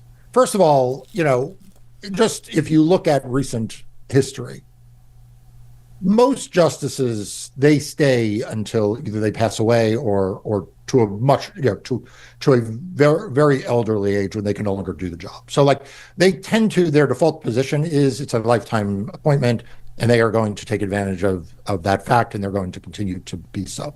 I think that is even more true with someone like a Justice Thomas or Justice Alito, who feel like every term they are making a big difference in the direction the law is going. As you say, setting aside whether you agree with it or not, like they are effective in the sense that they are choosing cases. They are able to then control, in most instances, the outcomes of those cases. In other words, they're in the majority more often than not. And so I think that, like, from their standpoint, what's the rush, right? Like, I think it would be another thing if you were, a justice in the minority where you didn't feel like you were doing anything other than writing dissents. You were not able to really affect the direction of the law. And you wanted to make sure that, someone of your party, appointed a replacement or that someone who you agreed with was likely to get the seat. I just think like that's more likely. Also, the other thing is, remember, Brian, it's a 6-3 court. So I think for a lot of these justices, like, even if they do view it as like existential that the court would flip, like, it would, even if Democrats appointed a replacement to one of the conservative justices, it would still be a 5-4 court, right? And it's a pretty sharply divided 5-4. You know what I mean? It's not like a 3-3-3 court. It's not even a 4-1-4 court. Which when Justice Kennedy was the swing vote, there was a lot of sense. Well, okay, he really is a very important justice if he leaves, because like that could swing the court one way or the other. Here, a lot of these decisions are not 5-4; they are 6-3. Yeah. Well, obviously, something to stay on top of. I know that you are covering this relentlessly. All things Supreme all right, let me Court, see all here. things. Let me bring something else up here real quick. 2 seconds. Let me see here. I just had this thought. Like, I'm not too sure I agree 100% with Mark Elias on this one, but of course, big up to him, by the way, because he's doing the work in the courts. I mean, his law firm is basically protecting the country, just protecting democracy, the actual Constitution. And, so nobody can thank him enough, or the people he works with, right? But let me see here. I just was curious what Gemini pulled back on this information, on this question I asked. I asked, what would likely happen to the Supreme Court and specific justices once Democrats get control over the Congress and Senate? And let me see. It brought back this. The Supreme Court would depend entirely on 2 factors, right? What would happen would depend on 2 factors. The size of their Senate majority and whether they decide to eliminate or modify the Senate filibuster, right? So this is a close point people are watching regarding the midterms. Now, if they hold a slim 50 to 51 seat majority with the filibuster intact, drastic structural overhauls remain unlikely. You see that? That's why we were talking about the 60%, 66 seats or 61. That has something to do with the filibuster proof or the supermajority that allows you to write any laws and govern without the U.S., without the president. I mean, to be able to govern without the president, you need more than 50%, right? But you can get it, right, Michael? Like, you can get it if you vote to have it, right? So Americans that don't know this, you can run the government without a president. The people will have more say than if they even have a president. I mean, if you think about it, because the Congress and the Senate, they're depending on you to elect them also. And there's more ways, there's more people you can vote for. It's just more of a chance that change can actually happen there. Now, a president, he's going to, maybe look for votes on both sides of the aisle, but the president probably wouldn't be like Donald Trump. Most people don't want a president to be like Donald Trump, to have this unitary executive thing. They want a president that's going to back up the people. And how you do that in the United States is by backing up what the majority of Congress or the Senate say. So that's always going to be viewed as more democratic, what the Congress and the Senate is thinking. How many people vote for them? Right now it's 50-50, damn near 51-49. That means the country is split technically, right? But in any case, here it says, if they hold a slim 51-50 seat majority with the filibuster intact, drastic structural overhauls remain unlikely, right? That's not enough. However, if they have the votes to bypass the 60 vote threshold, that's filibuster proof, several major legislative pushes targeting the conservative 6-3 majority would take center stage, right? That means people can have a conversation on the floor of the House. Statutory ethics transparency mandates. It may be a vote.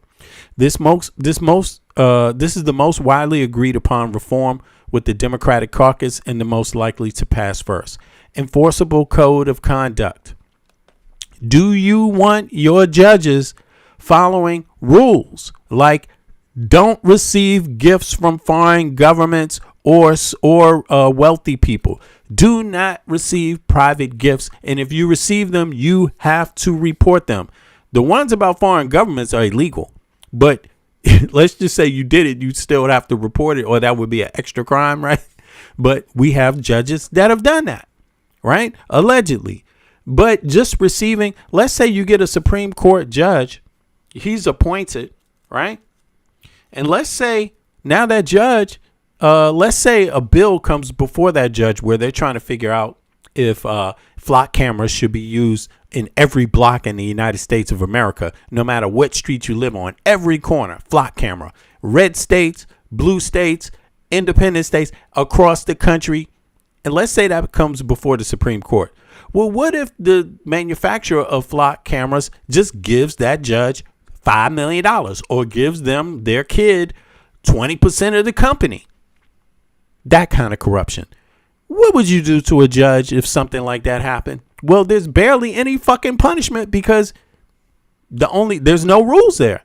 There's nothing built into that says if a judge does this, boom, that happens. No, the only rule is Congress must act. And if Congress doesn't act, the judge can sit there and just maintain their position regardless, right? Regardless of what impropriety is happening.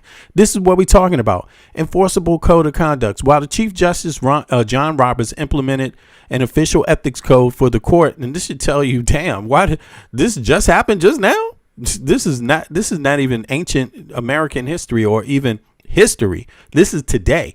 Now, the currently relies on self-policing. Can you imagine if the rest of us had self-policing, what the United States would look like? Self-policing? Put a 1 in the chat and tell me, are you a Republican or a Democrat? Do you believe in self-policing at your job? Put a 1 in the chat if you think that's good enough. Put a 2 in the chat if you think that's total utter bullshit. And let me know your political affiliation. Please do. Let me see here. All right, let's go back to this. Let me cut back over to this one. Right, here we go. They do fucking self-policing. Great, with your tax dollars. Oh, well, that's money out the window automatically. Strict recusal rules. Laws would be pushed requiring justices to formally justify their decisions to sit out or remain on. Cases where there are potential conflicts of interest, frequently targeting conservative judges, Clarence Thomas and Samuel Alito, over financial gifts or political controversy. Exactly. I mean,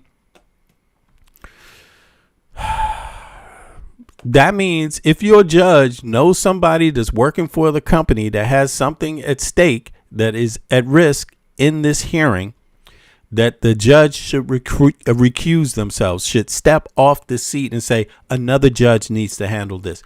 I have too many relations with this entity for me to be a fair judge. I mean, anyway, term limits, la, la, la. All right, let's get to the other part. Court expansion. All of this could happen. They could have a court. They could make more judges. They could expand the court so it's not just in the hands of what, 10 judges or something like that? 6, 4. Yeah, 10 judges or 9 judges. Okay. What happens to specific justices? Now, this is where it gets interesting. All right. Clarence Thomas and Samuel Alito, subpoenas and investigations, Senate Judiciary Committee oversight into undisclosed luxury travel. So this is what can happen if you get enough congressional members and senators to investigate these people. These people can be investigated in the public eye. Okay, because they have these issues with them and they haven't stepped down. Right? Senate Judiciary Committee oversight into undisclosed luxury travel, real estate deals, and gifts would intensify sharply, resulting in public hearings and formal investigative reports. That's if enough congressional members say yes. That's if enough senators say yes. If enough don't, if a filibuster-proof amount do not say yes, if 60 or more do not say yes, 60% or more do not say yes, oh well, ain't gonna happen. No guarantee. Impeachment threats. Yeah. Again, filibuster proof, right? If you don't have filibuster proof percentage, this ain't gonna happen. You can't remove judges for their criminal activity or their corruption. What do you think, Eric? Yeah, and Republicans are really good at playing the numbers. So, when it comes to just barely winning on a lot of these things, they seem to figure it out, and you gotta give them credit for that. But it does seem like there's some other stuff going on here, and I just kind of wonder if they're ever going to get to the bottom of it. And I wonder, like, with the American citizens, I mean, I wonder what's the percentage on how many are registered to vote at this point. I mean, I'm curious where Americans are with this. Like, how serious do they take this? Yeah. I'm curious. Yeah, they say Clarence Thomas has taken like $4 million in bribes. Yeah. So that's where I challenge MAGA is are any of the other so-called liberal justices taking anything close to that? And why would you allow anyone to? Why wouldn't you be pissed off at one? Why don't you put your foot down on 1, 2, 3? Free houses for his mom and all kinds of other things, junkets. When it came to Scalia, he actually died at a hunting, resort kind of refuge kind of thing. And I doubt he was paying for any of that. Yeah, he died. Hold on. Now, you talking about with Cheney and the shotgun? That was Scalia. That was Scalia, Antonin right? Scalia. And they said that was an accident. No, that was a different case where that was a different case. Where Dick Cheney, I think, accidentally shot his cousin. Oh, that's what that was. That wasn't a judge. Okay. Accidentally, allegedly. Okay, and Scalia, he was shot also. No, he just died of natural causes. Oh, okay. But he was at a hunting resort, and he wasn't supposed to be taking any kind of gifts like that. That's interesting. Okay. Yeah, so he literally died, while he was, breaking the law. Yeah, that's so funny, man. While he was receiving the gift, he died. Damn, that's some shit for you. I mean, think about that too. Now look at this. Already been caught. Yeah, Michael, right? Go ahead. He's already been caught. Clarence has already been caught. Yeah, Clarence been caught. With True. Gift giving, right? The trips, plenty of, the yacht parties, all of it, right? So But he's they're been caught just so already. brazen about it, Michael. Mm-hmm. Yeah, no, So he has brazen. no. I mean, and he's also so brazen in how he makes his decisions. You get what you pay for. Apparently, with him, at least that's a bargain, right? Like, at least we know some of these individuals can be bought, and they are being bought. Yeah, he's and they don't choose to reliable. hide it. Exactly, he's reliable. Like, Yeah, for they real, spent bro. money well spent, right? He's a real crook. You know what I'm saying? He's a dependable crook. Clarence Thomas. Yes, he is. He's not a thief among thieves. He's not. That's At least we know how terrible, he's bro. gonna vote. That's a fucking. It's horrible. He's not a thief among thieves. No, he's the honest thief. All right, look at this. Well, clearly there's no kind of checks on this besides that impeachment. A thief can depend on him. Ain't that some shit? Like, what the fuck? Anyway, he's kind of like the cowardice thief, you know? He's not good enough to steal from the stealers, the thieves. He's just good enough to steal from the meek. Damn. He's pathetic, bro. But look at this. Having said this, look, there is a notable spike in voter registration, particularly among younger voters and digital registrant platforms heading into 2026 midterm elections. Wow, you don't say? Amen. Amen. Give yourself a round of applause. Yes, yes, yes. And I'm curious, are you among them? One of you that are listening, are you one of the newly registered persons? Don't get me wrong. You might have to re-register at several points in your life, because if you don't use it 1 year, you don't know if your name is on the rolls. So everybody, check up, see if you're registered to vote. Make sure your address is correct. Do all of that.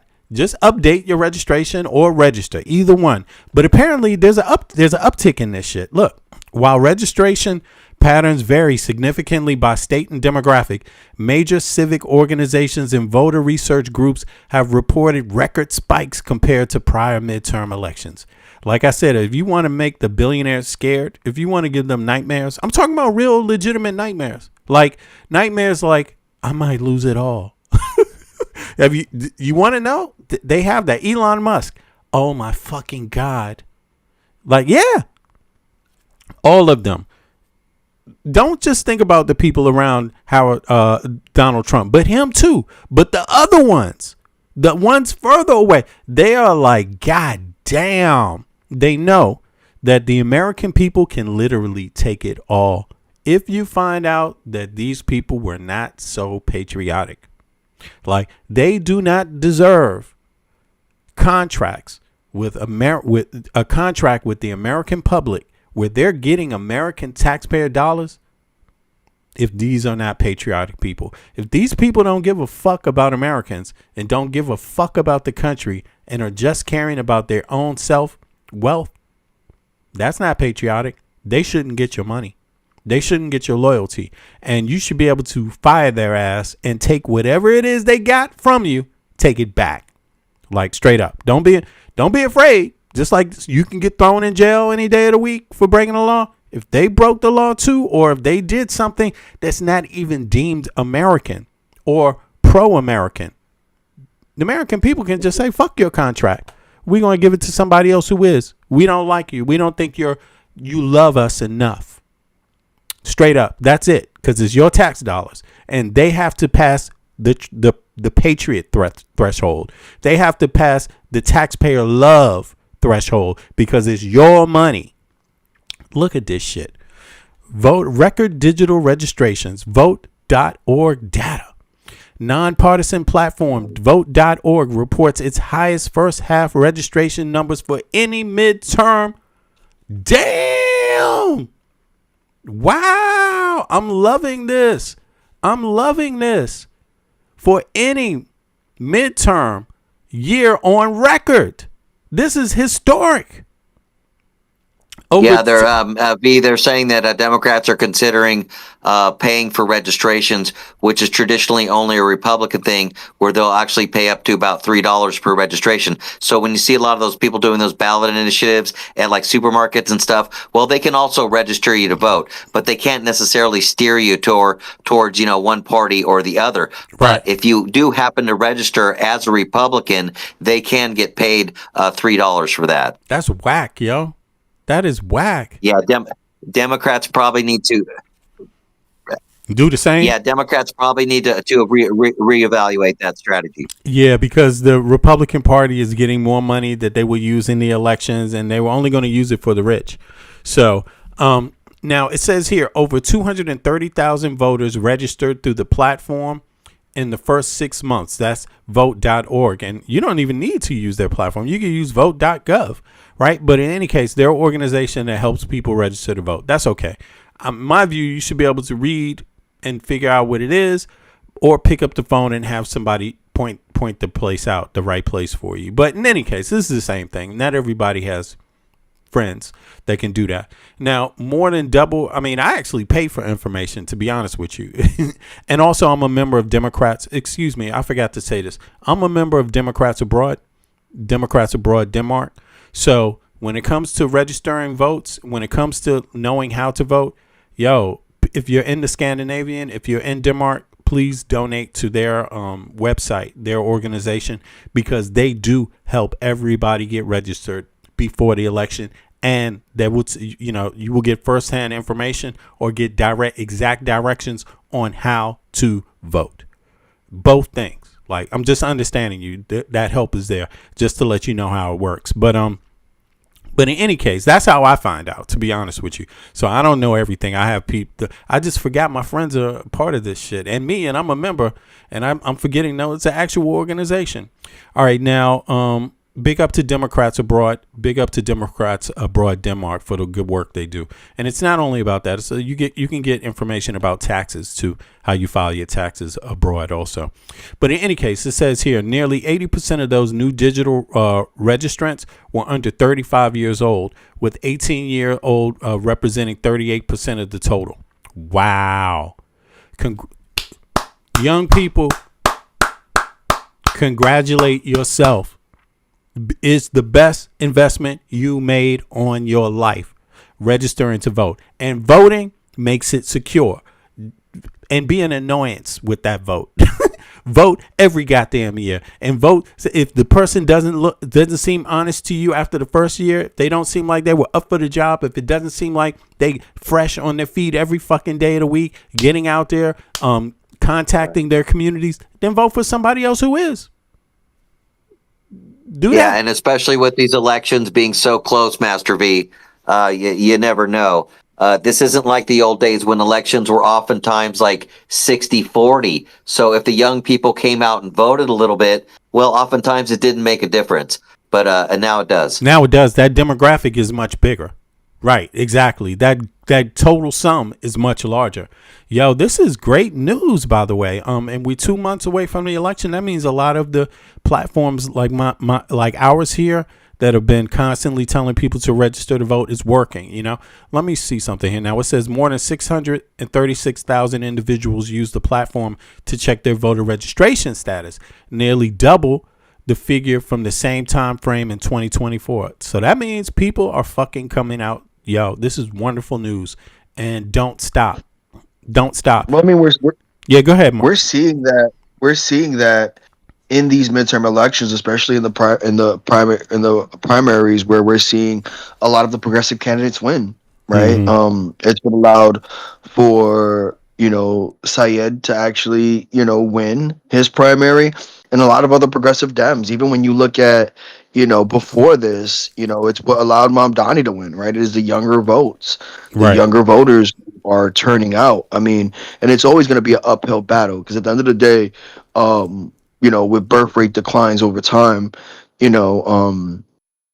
boomers outnumber, millennials and the younger generation by a good amount, and it's why, you do have a lot of these established Dems and Republicans who are appealing making their campaigns trying to appeal to that older demographic who tends to vote in person, tends to make it their duty to vote.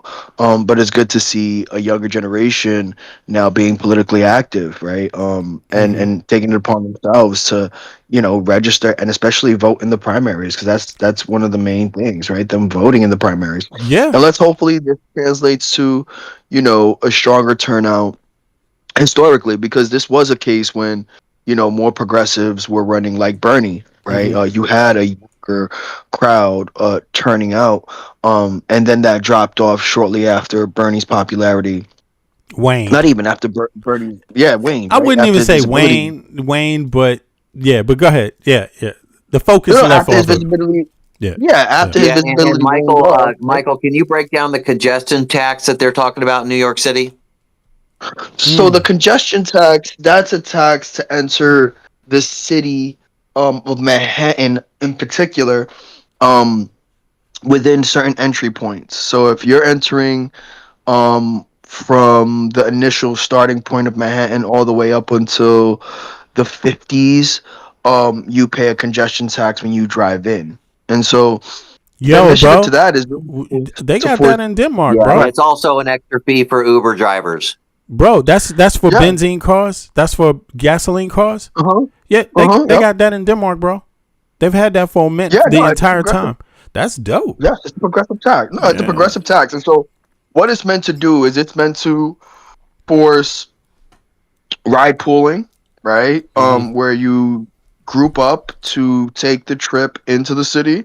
It's meant to force individuals to use our public transportation, right? Or alternative methods to get into the city initially.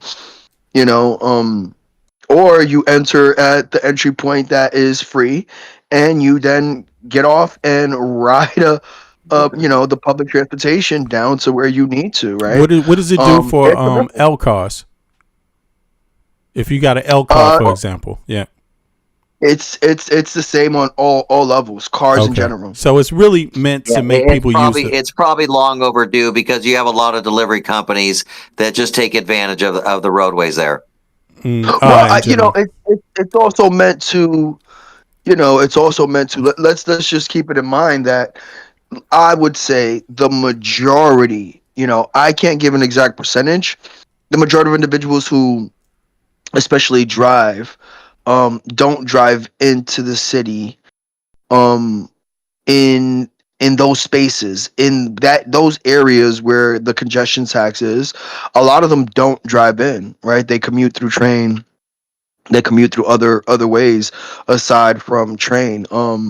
It's also meant to alleviate the traffic. It serves two purposes, right? If you are going to use a car to come in, I mean, and you're gonna get taxed, right? And right now it's $9. It's a $9 entry. It's projected to go up, I think, $1 or $2 a year up until 2030.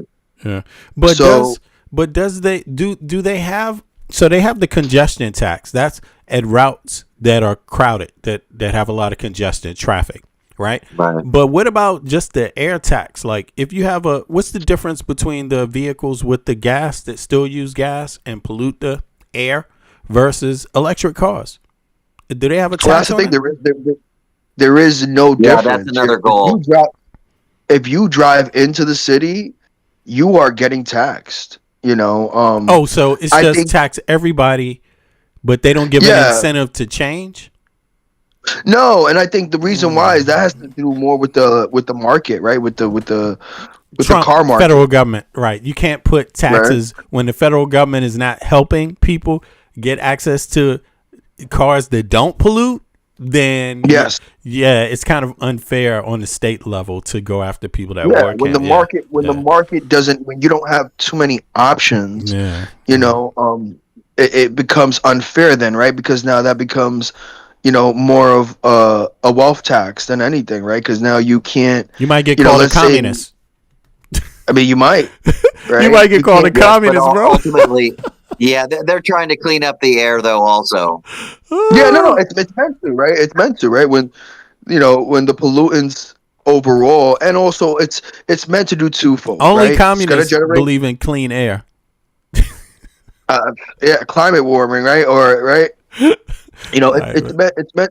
it's meant to serve a few purposes, right? First of all, generate revenue, Yes. right? An alternative form of generating revenue. Yes, Gen Z, it's a smaller fee for other folks.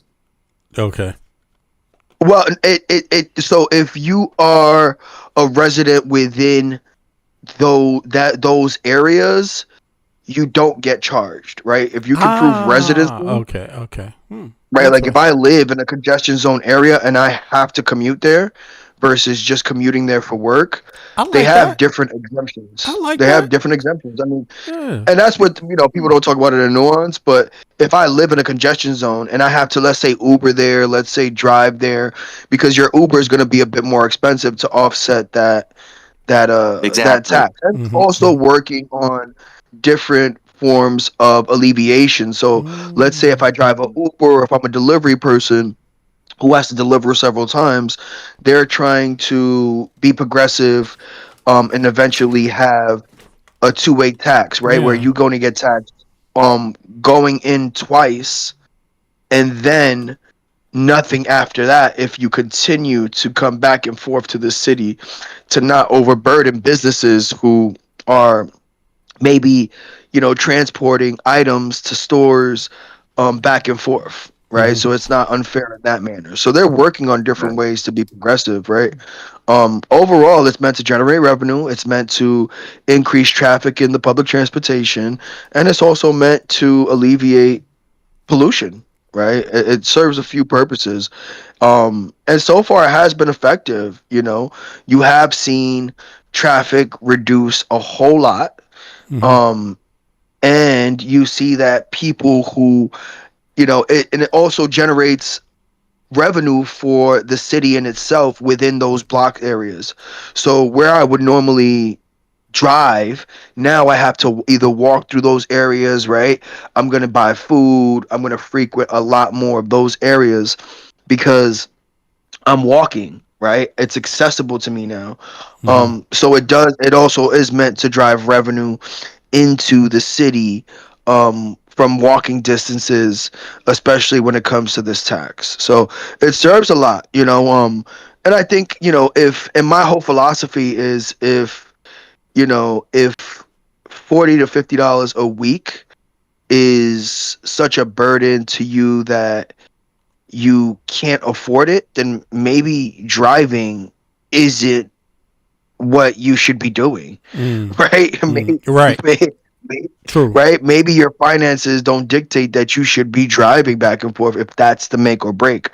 And again, there's ways around it. You can always enter a zone where you aren't taxed, right? And so it's from the start of the city all the way up until 59th Street in the 50s, heading into the 60s, where you park your car if you do have a car. They have ample parking lots, a lot more space. It's a lot less congested up there.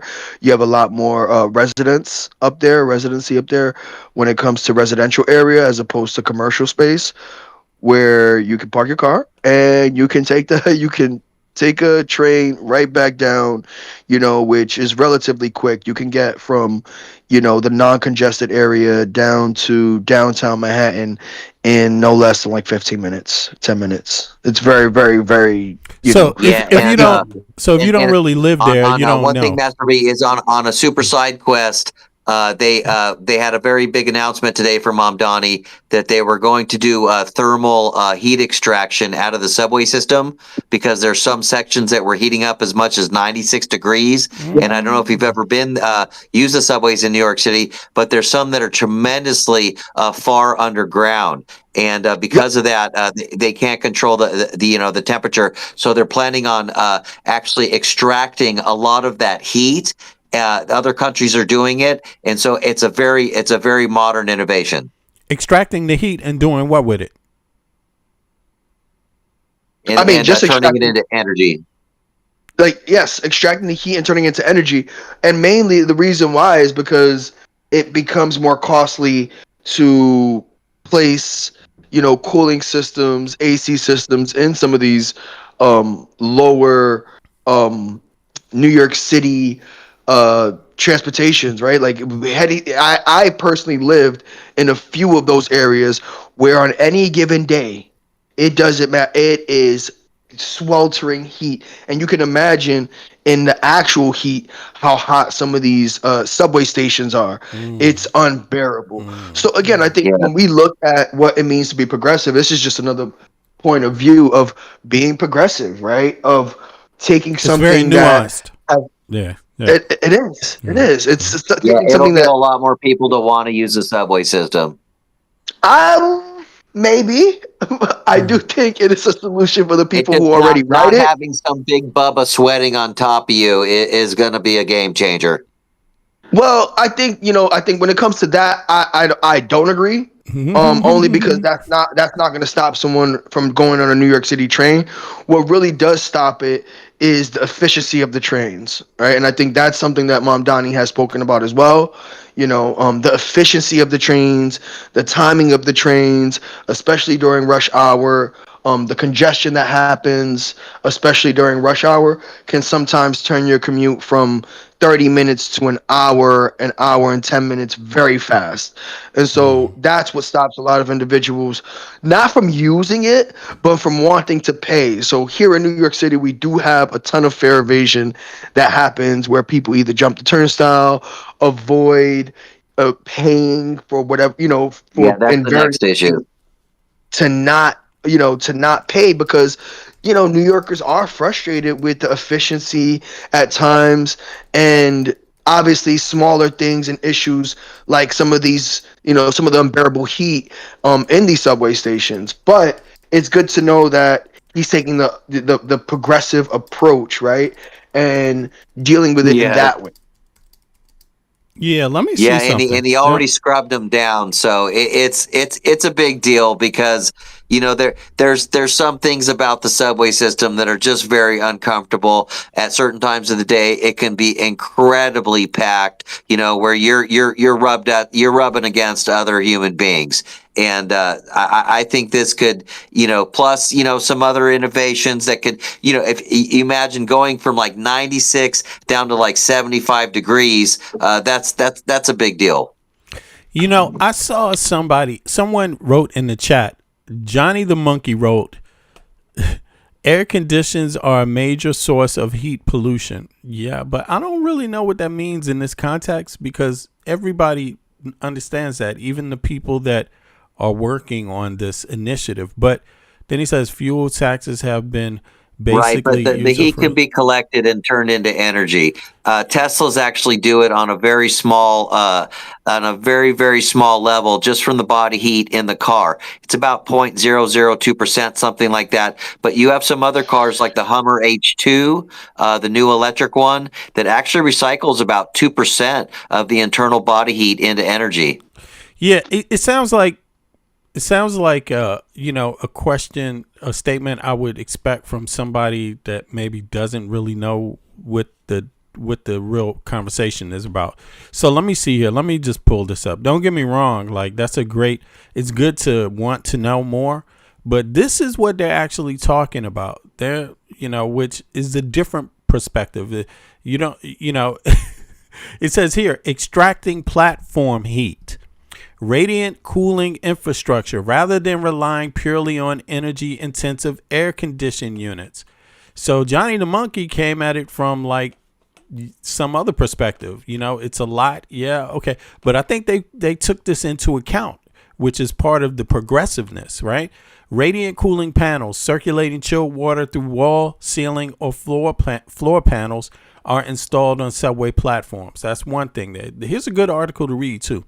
Major Mamdani Government Hochschule MTA, right? Now, and of course, they use tax dollars to do research on this stuff. So they've done loads of research. So people shouldn't waste the research that they've done. Heat absorption. Look at this. The cool surface. This is different. Look, the heat absorption. The cool surfaces directly absorb ambient heat generated by train braking. The HVAC systems in human crowds, right? So that's different again. Let's see here. You saw that one? I think it was like a 25 to 30% heat energy exchange. You put that in the chat? Oh, right. That's what it says here. Right. That's what it says. I'm reading it exactly. Now, let me go back here. Geothermal boreholes. The heat is transferred through water pipes into geothermal boreholes drilled deep underground, specifically leveraging and the space beneath the abandoned center platform at Chambers Street. So this is some of the things that they're talking about. Yeah, you're talking like 300 feet below ground. Right, right. And then here it says storing and recycling heat, right? See, this is not about air conditioners, is what I'm getting at. Seasonal thermal energy storage, STES. The absorption heat is trapped and stored into bedrock beneath the station. This is ecological, bro. This is, part of the green. It's where the Teenage Mutant Ninja Turtles live. Right. Heating surrounding, exactly. Heating surrounding buildings during the winter. Heat pump technology extracts that stored thermal energy and routes it through network pipes to heat nearby civic and municipality buildings. Yeah, this is the opposite of air conditioning. So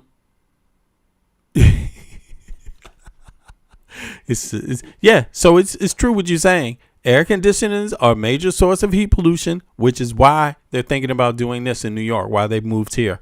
But in any case,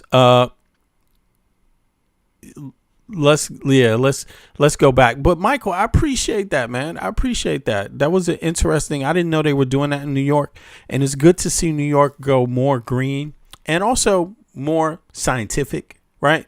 Because that's basically what green is, scientific. It's using things in a more sustainable manner and also in a scientific manner, in a manner that doesn't go against nature, right? I mean, that's what it means to be progressive, right? I think, we have plenty of other cities, and countries that already have some of these progressive systems in place. It's just that, especially with, one of the oldest public transportations in the country in our current MTA, these are the upgrades that we've needed for years and have been overlooked because there are bigger issues at hand, or have been perpetuated, where at least now he's not just overlooking that just to get brownie points in other areas that are just easier to score. This is obviously more progressive, and I think over time, we'll realize as a city the benefits of it. Look at it. Yeah, and this thing about the brakes, man, like generating energy from the braking system, and you have to use the brakes. There's a lot to this, man. I hope people peep this. But in any case, look, it's been 5 hours now, bros. Sorry about this. Yeah, 5 hours, mate. Yeah, because there's more I wanted to cover. And of course, we never know what we expect. It was great to have, we had a guest up today. And the guest, what was the guest name again? I'm sorry, bro. It's something Slowpoke. Slowpoke. PLLPOK, right? Is that how? Yes. Yeah. I think I got that. Here on Discord, he's Slowpoke, but yeah. Okay, on Discord, he's Slowpoke, and on our thing, it was PLLPOK. I think that's how you write it. I'm not sure. I think it was in the chat. But I want to thank that guest, Slowpoke, for hopping up. And that was a pretty interesting conversation. I didn't expect it. And I want to encourage more of you to do that because, listen, it is election time. And you got to understand, this is an issue in the West, too. Everybody in the West knows that our electoral system is being challenged. Our democracies are being challenged.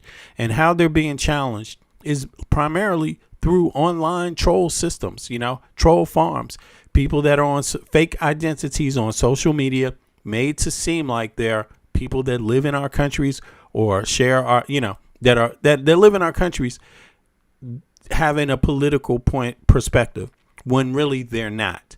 They're just there to make Americans fight each other or make Americans feel like change is not possible. We already heard the government, our own government, for example, the United States, say that Russia prefers Trump. So they're putting trolls in there that are just going to support Trump directly or indirectly. They're going to be anti-liberal, right? They're going to be anti, they're going to use whatever Trump likes. They're going to use that, and whatever he doesn't like, they're going to go after that too. So, where we are progressive, they're going to try to get people to focus on culture war, focus on religion, focus on, gender, focus on these things in a particular way that is against human rights, against civil rights, against the Constitution, creating more constitutional restrictions, creating, more of a center of control for the elite in the country.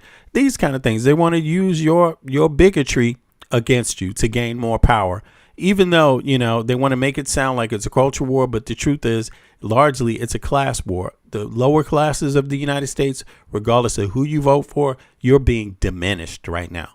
You are being diminished. And we just got to ask ourselves, what are we going to do about it? But in any case, the agents, security groups of the United States, they've warned us, and in the West, that they're going to do this through troll farms, online disinformation campaigns. So in line with that, I'm happy every time somebody that I don't know that's listening hops up. I don't want you to look at this as my channel. I want you to look at this as an anti-disinformation channel, a pro-Western channel, pro-democracy channel, a channel where we get to speak up for the type of lives we want to have and the type of lives that we deserve to have, but also from the type of government that we claim that we value. So no matter if you're from the United States, I don't really care. What I care about most is that people stand up and defend democracy, defend our way of life, before it gets supplanted into something else that we don't know in our lifetime. Take what's going on in the United States. If you're from outside of the U.S., take what's going on in the United States very serious. Look at the concentration of power that has come into being under Trump. And that concentration of power is for the few. It's for the few. See it as a threat to your government. See it for what it is, because it is all of that. It's bad for us. And, I hope everybody continues to go out and register to vote. These are some interesting times, but it's encouraging to see people know what to do. And the key is register to vote. Register to vote. Your vote is the one power they wish you didn't have. It means you have, on one day of the week, you have more power than Elon Musk. He only has one vote. He's not better than you. Nobody's better than anybody else. You have one vote. Encourage people to use it. Encourage people to register. That's the center issue right there. Wealthy people, powerful people with bad intentions don't want democracy to prevail. That means the first thing they will do is try to make sure fewer people vote. That's what they will try to do. They won't encourage people that can vote legally to vote. They won't do that. They're happy with 90 million Americans not voting. You haven't heard, when was the last time you heard Donald Trump say 90 million Americans didn't vote in the last election? Let's do something about that. You haven't heard him say it once. Every elected official, in my view, Democrat or Republican, should be saying that. We should be saying all American citizens need to be voting. Stand up and vote. Let's deal with it, or talk about the problems. What's stopping you from voting? So in any case, on that note, I'm going to be out, but I appreciate everybody for showing up again. I had to take a little pause yesterday. It's good. It's actually good. I was a little busy. I'm also busy today, but I just wanted to come on and check out some of the news now. I will be back at the normal scheduled time. I appreciate Michael. Appreciate you for coming up, bro. Also, Eric, good to have you up. And let's keep things going.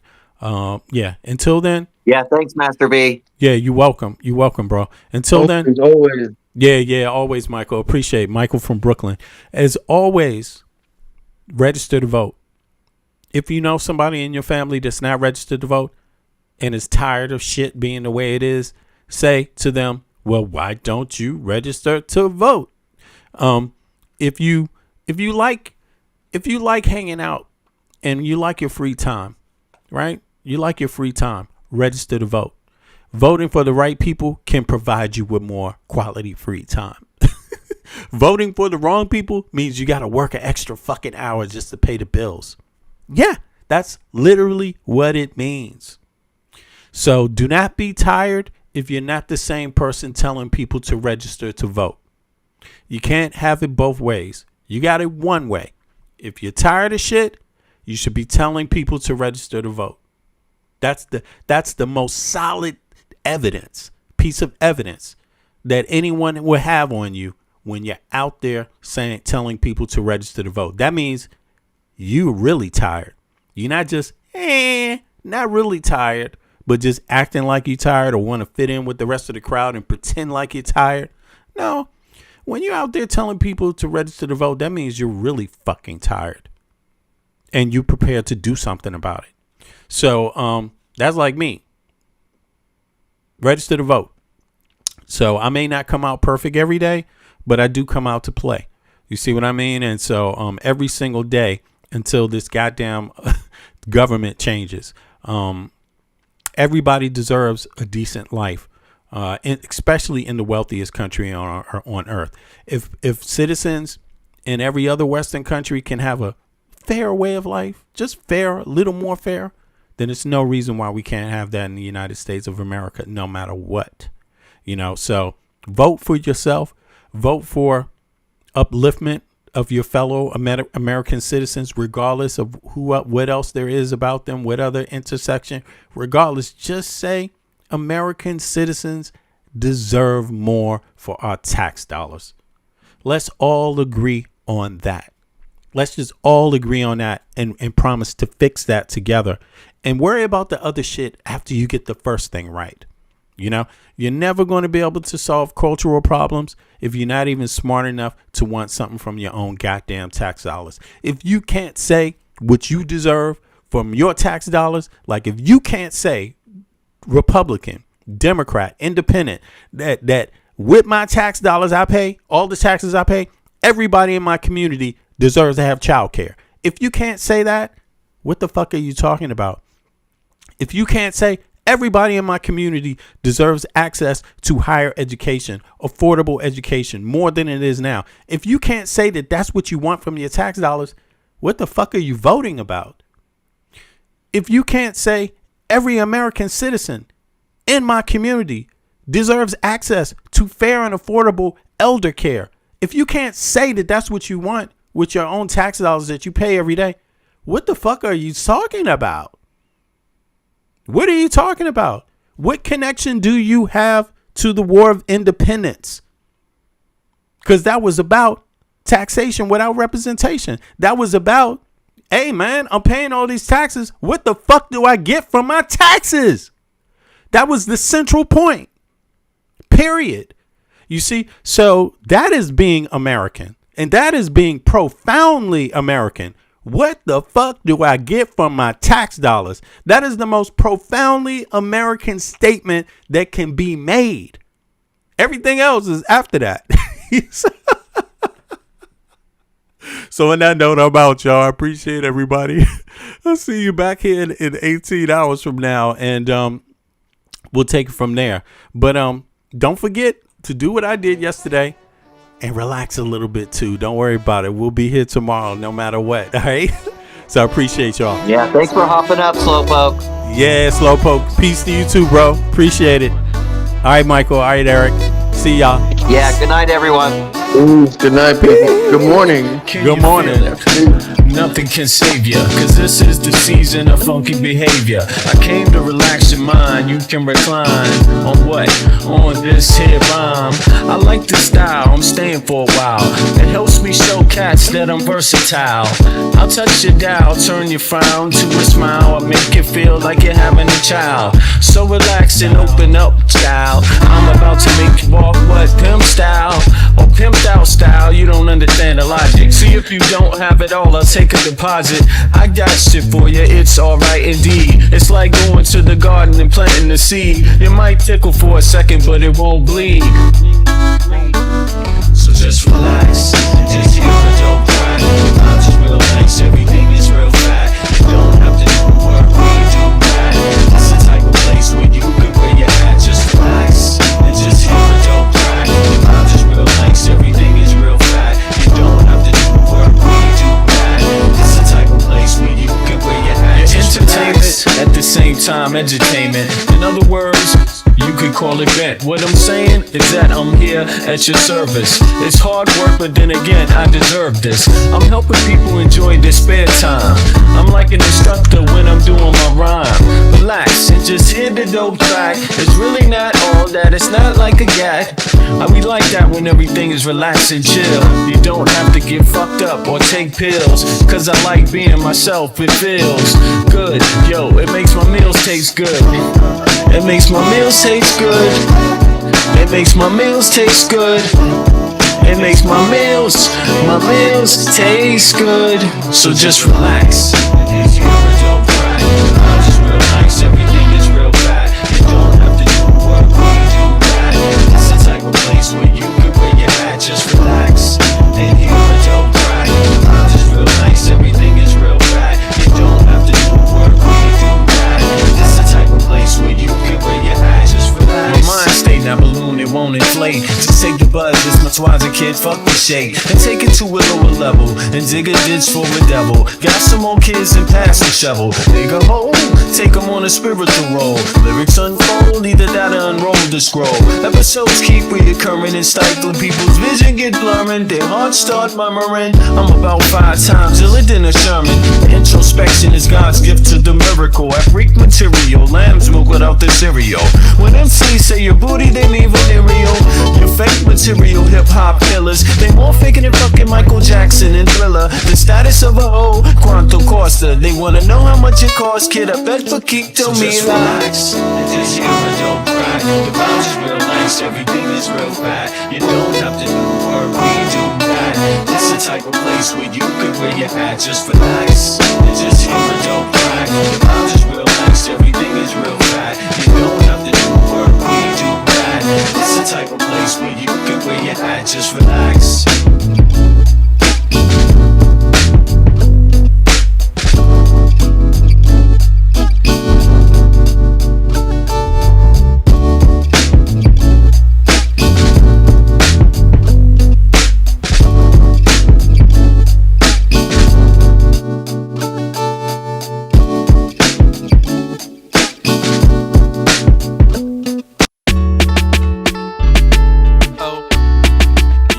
I wrote this one cause I love you, and I want you to love me too, girl.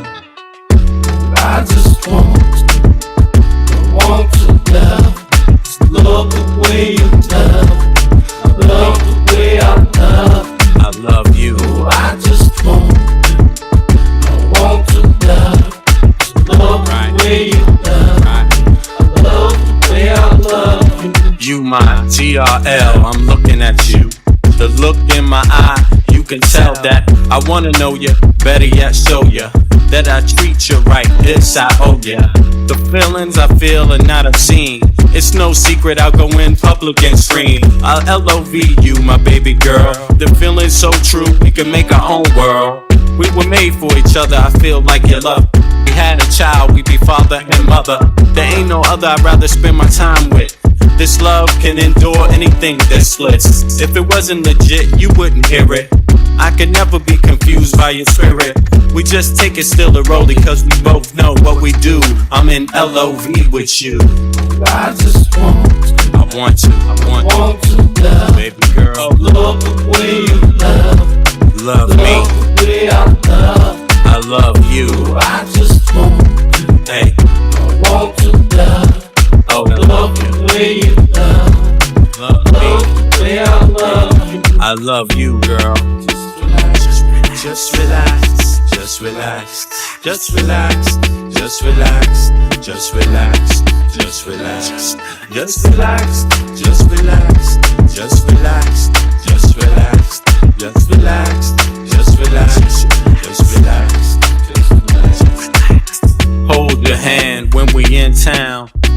this love, even in the underground. Joy to God needing brunch on a blanket. This God that granted us these days, I thank it. It's no wonder why I'm comfortable with you. It's all the simple things for me that you do. When you rub my back, it's feeling so nice. Much more than reunion and ice. It's about the kindness I can see in your face, and the way it's at the right time and place. No other woman I'd rather spend my time with. This love is so fresh I can taste.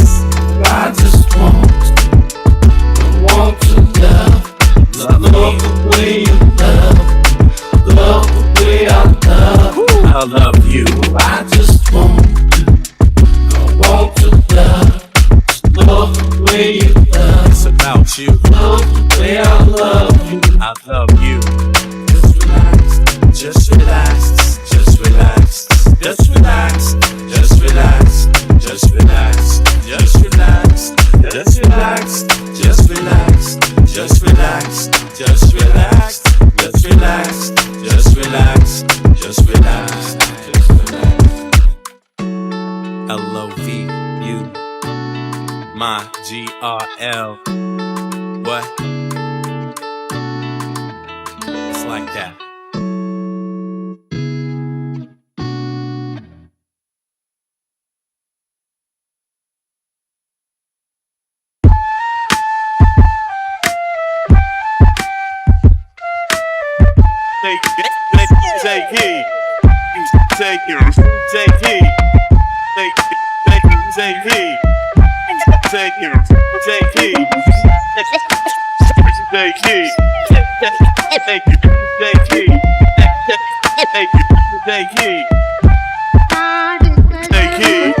I traveled the globe just to gain perspective. The theory of relativity applied. Of course, it took a while to decide how I should proceed, but even my life is truly based upon need. So I move forward with more deliberate speed. Smash corny motherfuckers that stuck on greed. My seed is worth more than $1 million in future stock. The goal is to break the safe, the padlock.